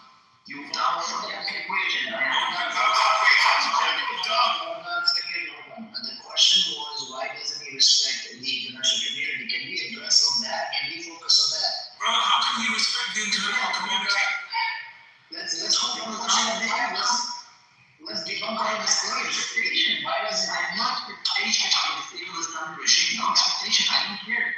Do whatever they want. We do whatever we want. That's it. That's it. Hold on. Hold on. Hold on.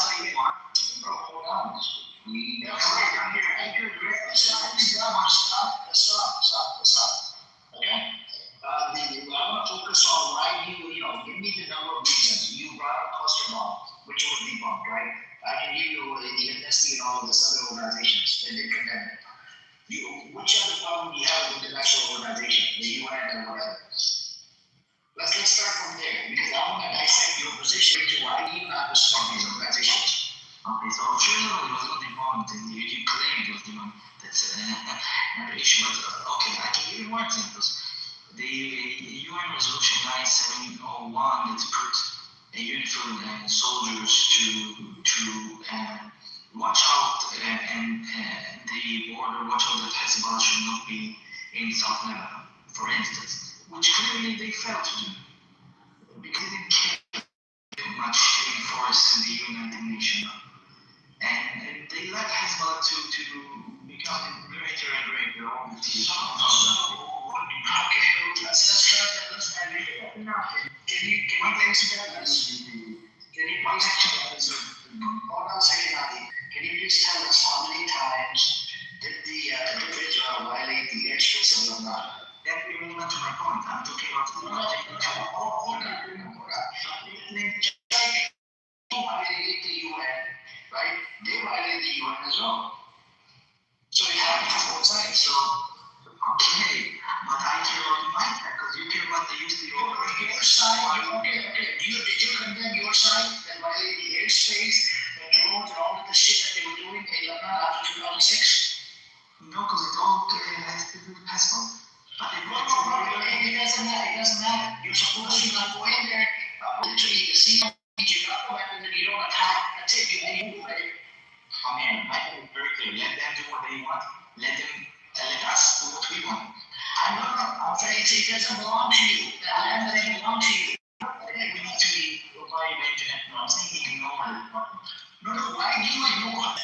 That's the problem I have. If the other party is willing to respect it, whatever, or if they're violating it, why is it that you fucking violate the international law or the UN? Why do you violate it? Oh my God. The more I dissect your position is that the UN resolution is there is to voluntarily for countries to abide by themselves. There's no UN police force that's gonna come in and enforce this shit. There were peacekeepers. The peacekeepers are only there to check and look at the borderline. That's it, because they know they're occupy the land like they did in 1982. So when Hezbollah provoked the Israeli army and put an end in the territory of Israel, they should tell Hezbollah not to do it. Which territory? Shiva Farms is not yours. Shiva Farms is not, first of all. It's not yours. It's illegal. But according to the United Nations 1701, that's the international order, the blue line. So, and the Shiva Farms is in our territory. Shiva Farms is not yours. It's an occupation. You want to use it as yours? Are you sure that they can go to the United Nations and if you go to the blue line? If you think that the blue line is going in the Shiva Farms, you're wrong. Because the Shiva Farms are according to the blue line. Okay.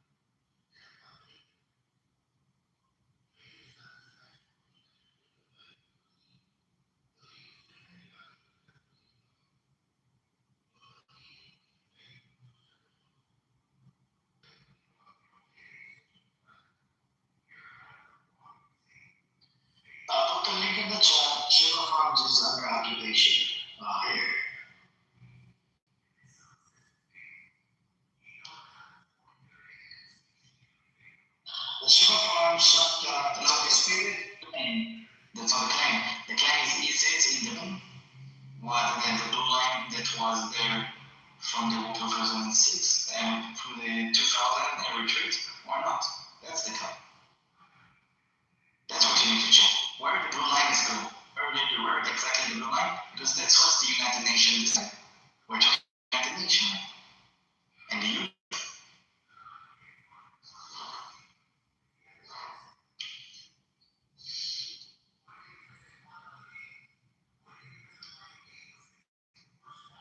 And I know it is the one who actually crossed the blue line to the Lebanese territory once. I know where this barrage of blue, how do we call it? Okay. These blue bars are found. I know where they are.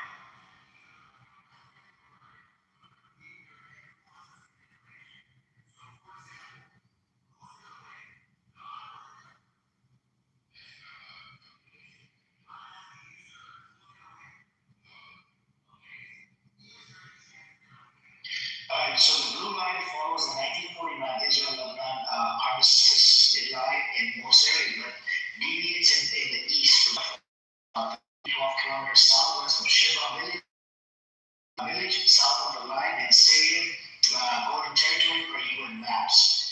UNIFIL confirms Israel withdrew from Lebanon up to this line, excluding the farms. Do you understand that? So you occupy the blue bars. The blue bars are not in the Sheba farms. They are beyond, because there is a new border according to the United Nations after 2006 war.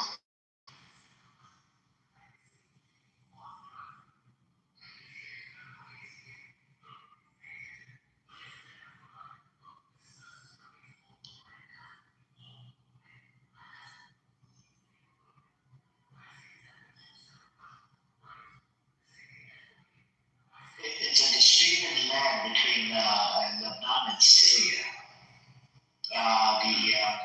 The territory claims Lebanon and Syria said that these ownership based on these maps and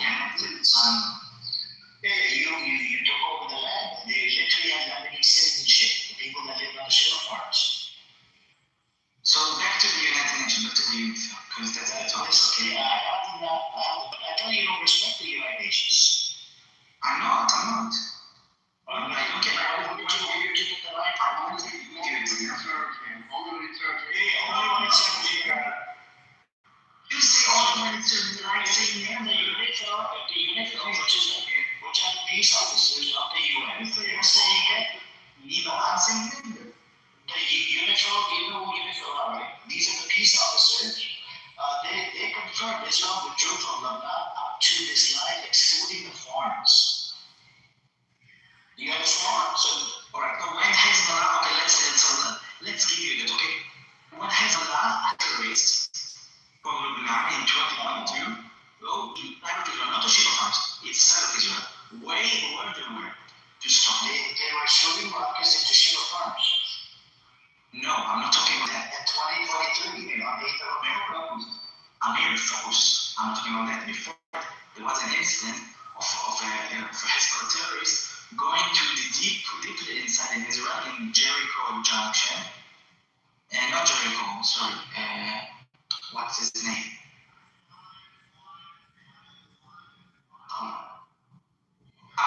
Megiddo, sorry. To Megiddo Junction. It's deeply inside of Israel. So no Sheba farms where they were to stop him as peacekeepers. You're going to have to show stuff on that. Second of all, you need to show that they were going inside Israel because they did. As far as I learned about this whole conflict, they were shooting rockets in Sheba farms. And the land that you occupied, this happened 8th of October. Right? They started shooting rockets into Sheba farms. It had nothing to do with it. It's disputed territory between Lebanon and Syria. It's not your fucking business. It's not yours. Even the UNIFIL are saying, the UNIFIL officers, they're saying that it's not yours. Here's the Wikipedia page about the terror attack in Megiddo Junction. It's happened in March 2020, October 7. So it's before they attacked with rocket the Sheba farms, and it's nothing to do with the Sheba farms, but it's deeply inside of Israel. So my question, because we're talking about the United Nations, right? and voted peacekeepers of the United Nations. Where were they to stop it? We're supposed to rely on them, right? Because they are the international power that is enforcing the law. Where were they to stop them? Okay, when did they try to, what is the name of this incident? Right? March 2022 happened in Megiddo. There was one civilian who got injured. Thank God nobody was killed. But basically what they did, they planted a bomb in Jericho Junction in the road, and one man was injured. Again, nobody was killed, but again, we're not talking about if there is casualties or not. We're talking about the incident as an incident. Why they let somebody to go inside of Israel if they're peacekeepers?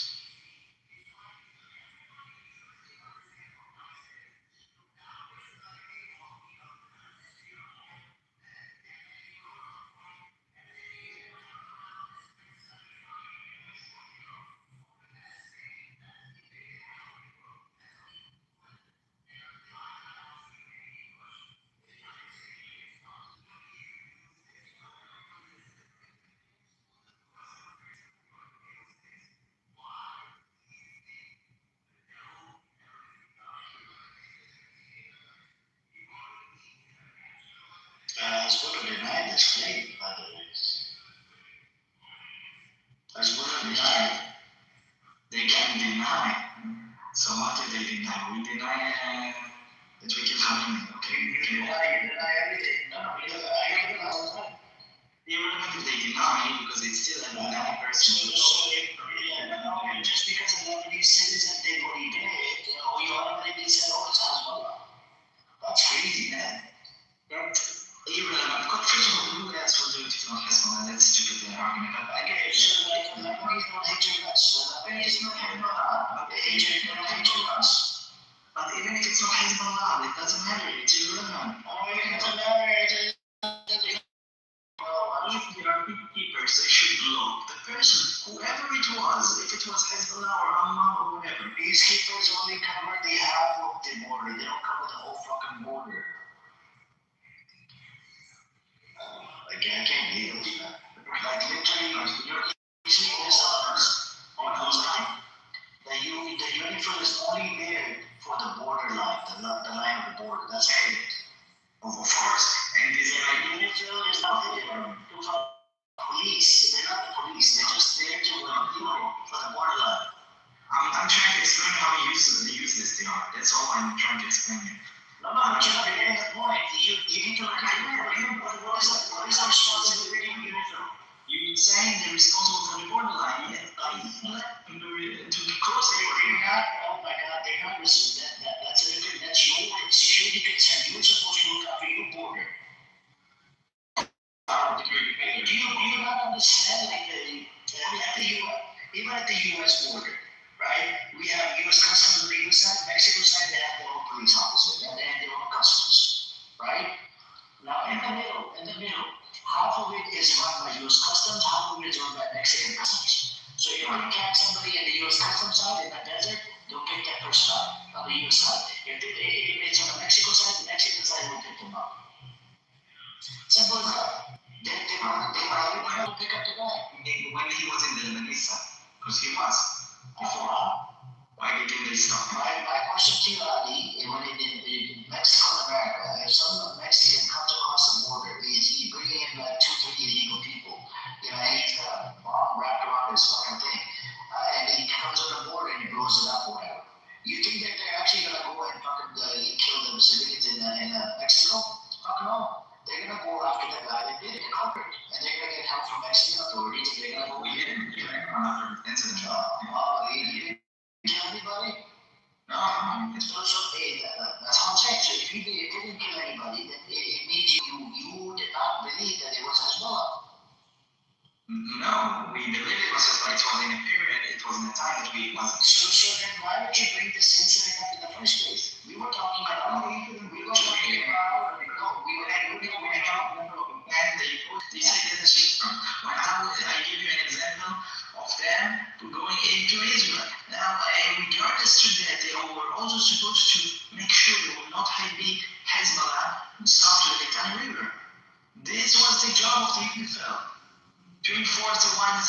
1701.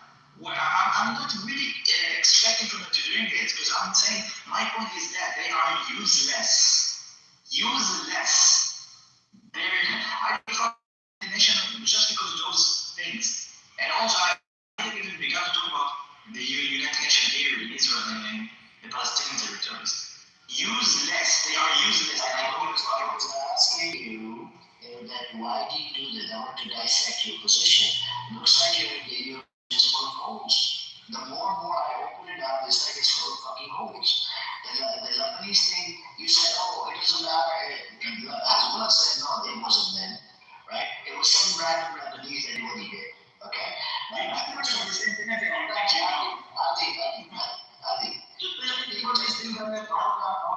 Just because IDF says they didn't believe everything. I understand. You believe everything, you take everything at face value, okay?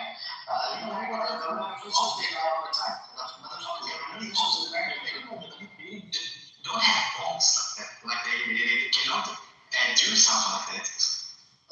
It's not easy to make bombs. I'll give you one thing. In America, people don't have access to the bomb material, but people are able to make it, okay? Same thing in a whole bunch of Palestinians, Hamas, other bombs and shit. There's gotta be a way, right? Did the IDF sell the weapons? Yes, IDF was to sell, they sold weapons to Hamas. There's been a report. You know this. So what I'm saying to you is, if I, it's like, look, we're talking about why they shut the UN, right? And you're like, oh, they're just joke. Sure, at certain times they are. But the UN peacekeeper, their job is not to fucking come over the border and start shooting at people. That's why when Israel was attacking Hezbollah, they did not fire. Did you know this? The UNIFIL officers, they did not fire at all. They actually moved away from that location. They didn't want to get attacked. So respectfully, the UNIFIL, they're only there as peacekeepers. They're not there to fucking start a war. I don't know, man. It's a problem. Nobody wants to start a war. Yeah, you see on your look, if the UN would not have recognized your nation in 1949, you would be in the same problem and in the same waters as Iran is right now. Iran could not do the business legally. Iran was going to suffer a lot of different types of sanctions, right? If the UN would not have recognized it, said it was illegal, and no country would have recognized it, you're done. You would not even be able to exist right now. Just because America came out, America arm twisted a whole bunch of nations to freaking, to be part of the UN and to recognize your nation at the UN. Otherwise, you would not be able to. You should appreciate the UN, by the way. I want you to go do a deep dive. Ask ChatGPT, if the UN would not have recognized your nation in 1949, what would have been the consequences? Would Israel exist right now or would not? I think it is. I know. I want you to answer really quick. Ask ChatGPT, your position, not taking, not respecting the international bodies, is full of fucking holes. Okay, that's your opinion. Now, I want you to open up your ChatGPT and ask ChatGPT, not me, don't take my word, ask ChatGPT, if the UN would not have recognized Israel in 1949, what would have been the consequences? Would the state live? Would the state survive? And even America would not have given you fucking aid due to the fucking sanctions, due to no recognition by the UN, or the sanctions by the UN by a whole bunch of countries. That's what Iran is doing. Iran is suffering right now. Iran has been suffering for the past week or what? Because of fucking sanctions. Because of the UN. May I ask?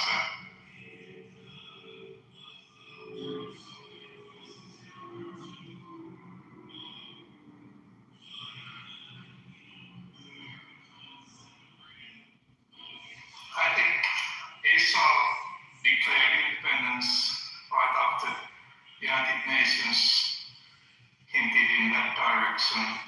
Israel didn't get any help or much help from elsewhere, so it could have declared independence also without the United Nations, and it could have survived.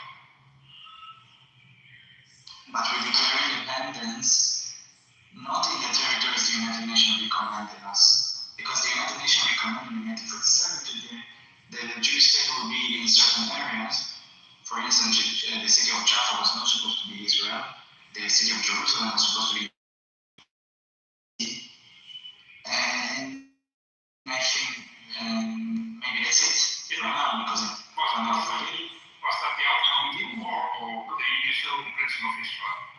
after the Arabs started the war, they started the civil war back then, in 1947, we didn't accept the initial offer because they attacked us. So, and you see, this is like our first, if you want, that's our first United Nations violation. They recommend something, one thing, we say it's invalid because the Arabs attacked us. And that's it, and we established our state, and then the United Nations agreed in 1949 as well. The Arabs did not start war until 1948 after you called it Israel. Second of all, Jewish unit was not supposed to be part of it. They assassinated the UN mediator just so they can get their hands on the Jewish unit. You know this? Isn't that crazy? But he always comes to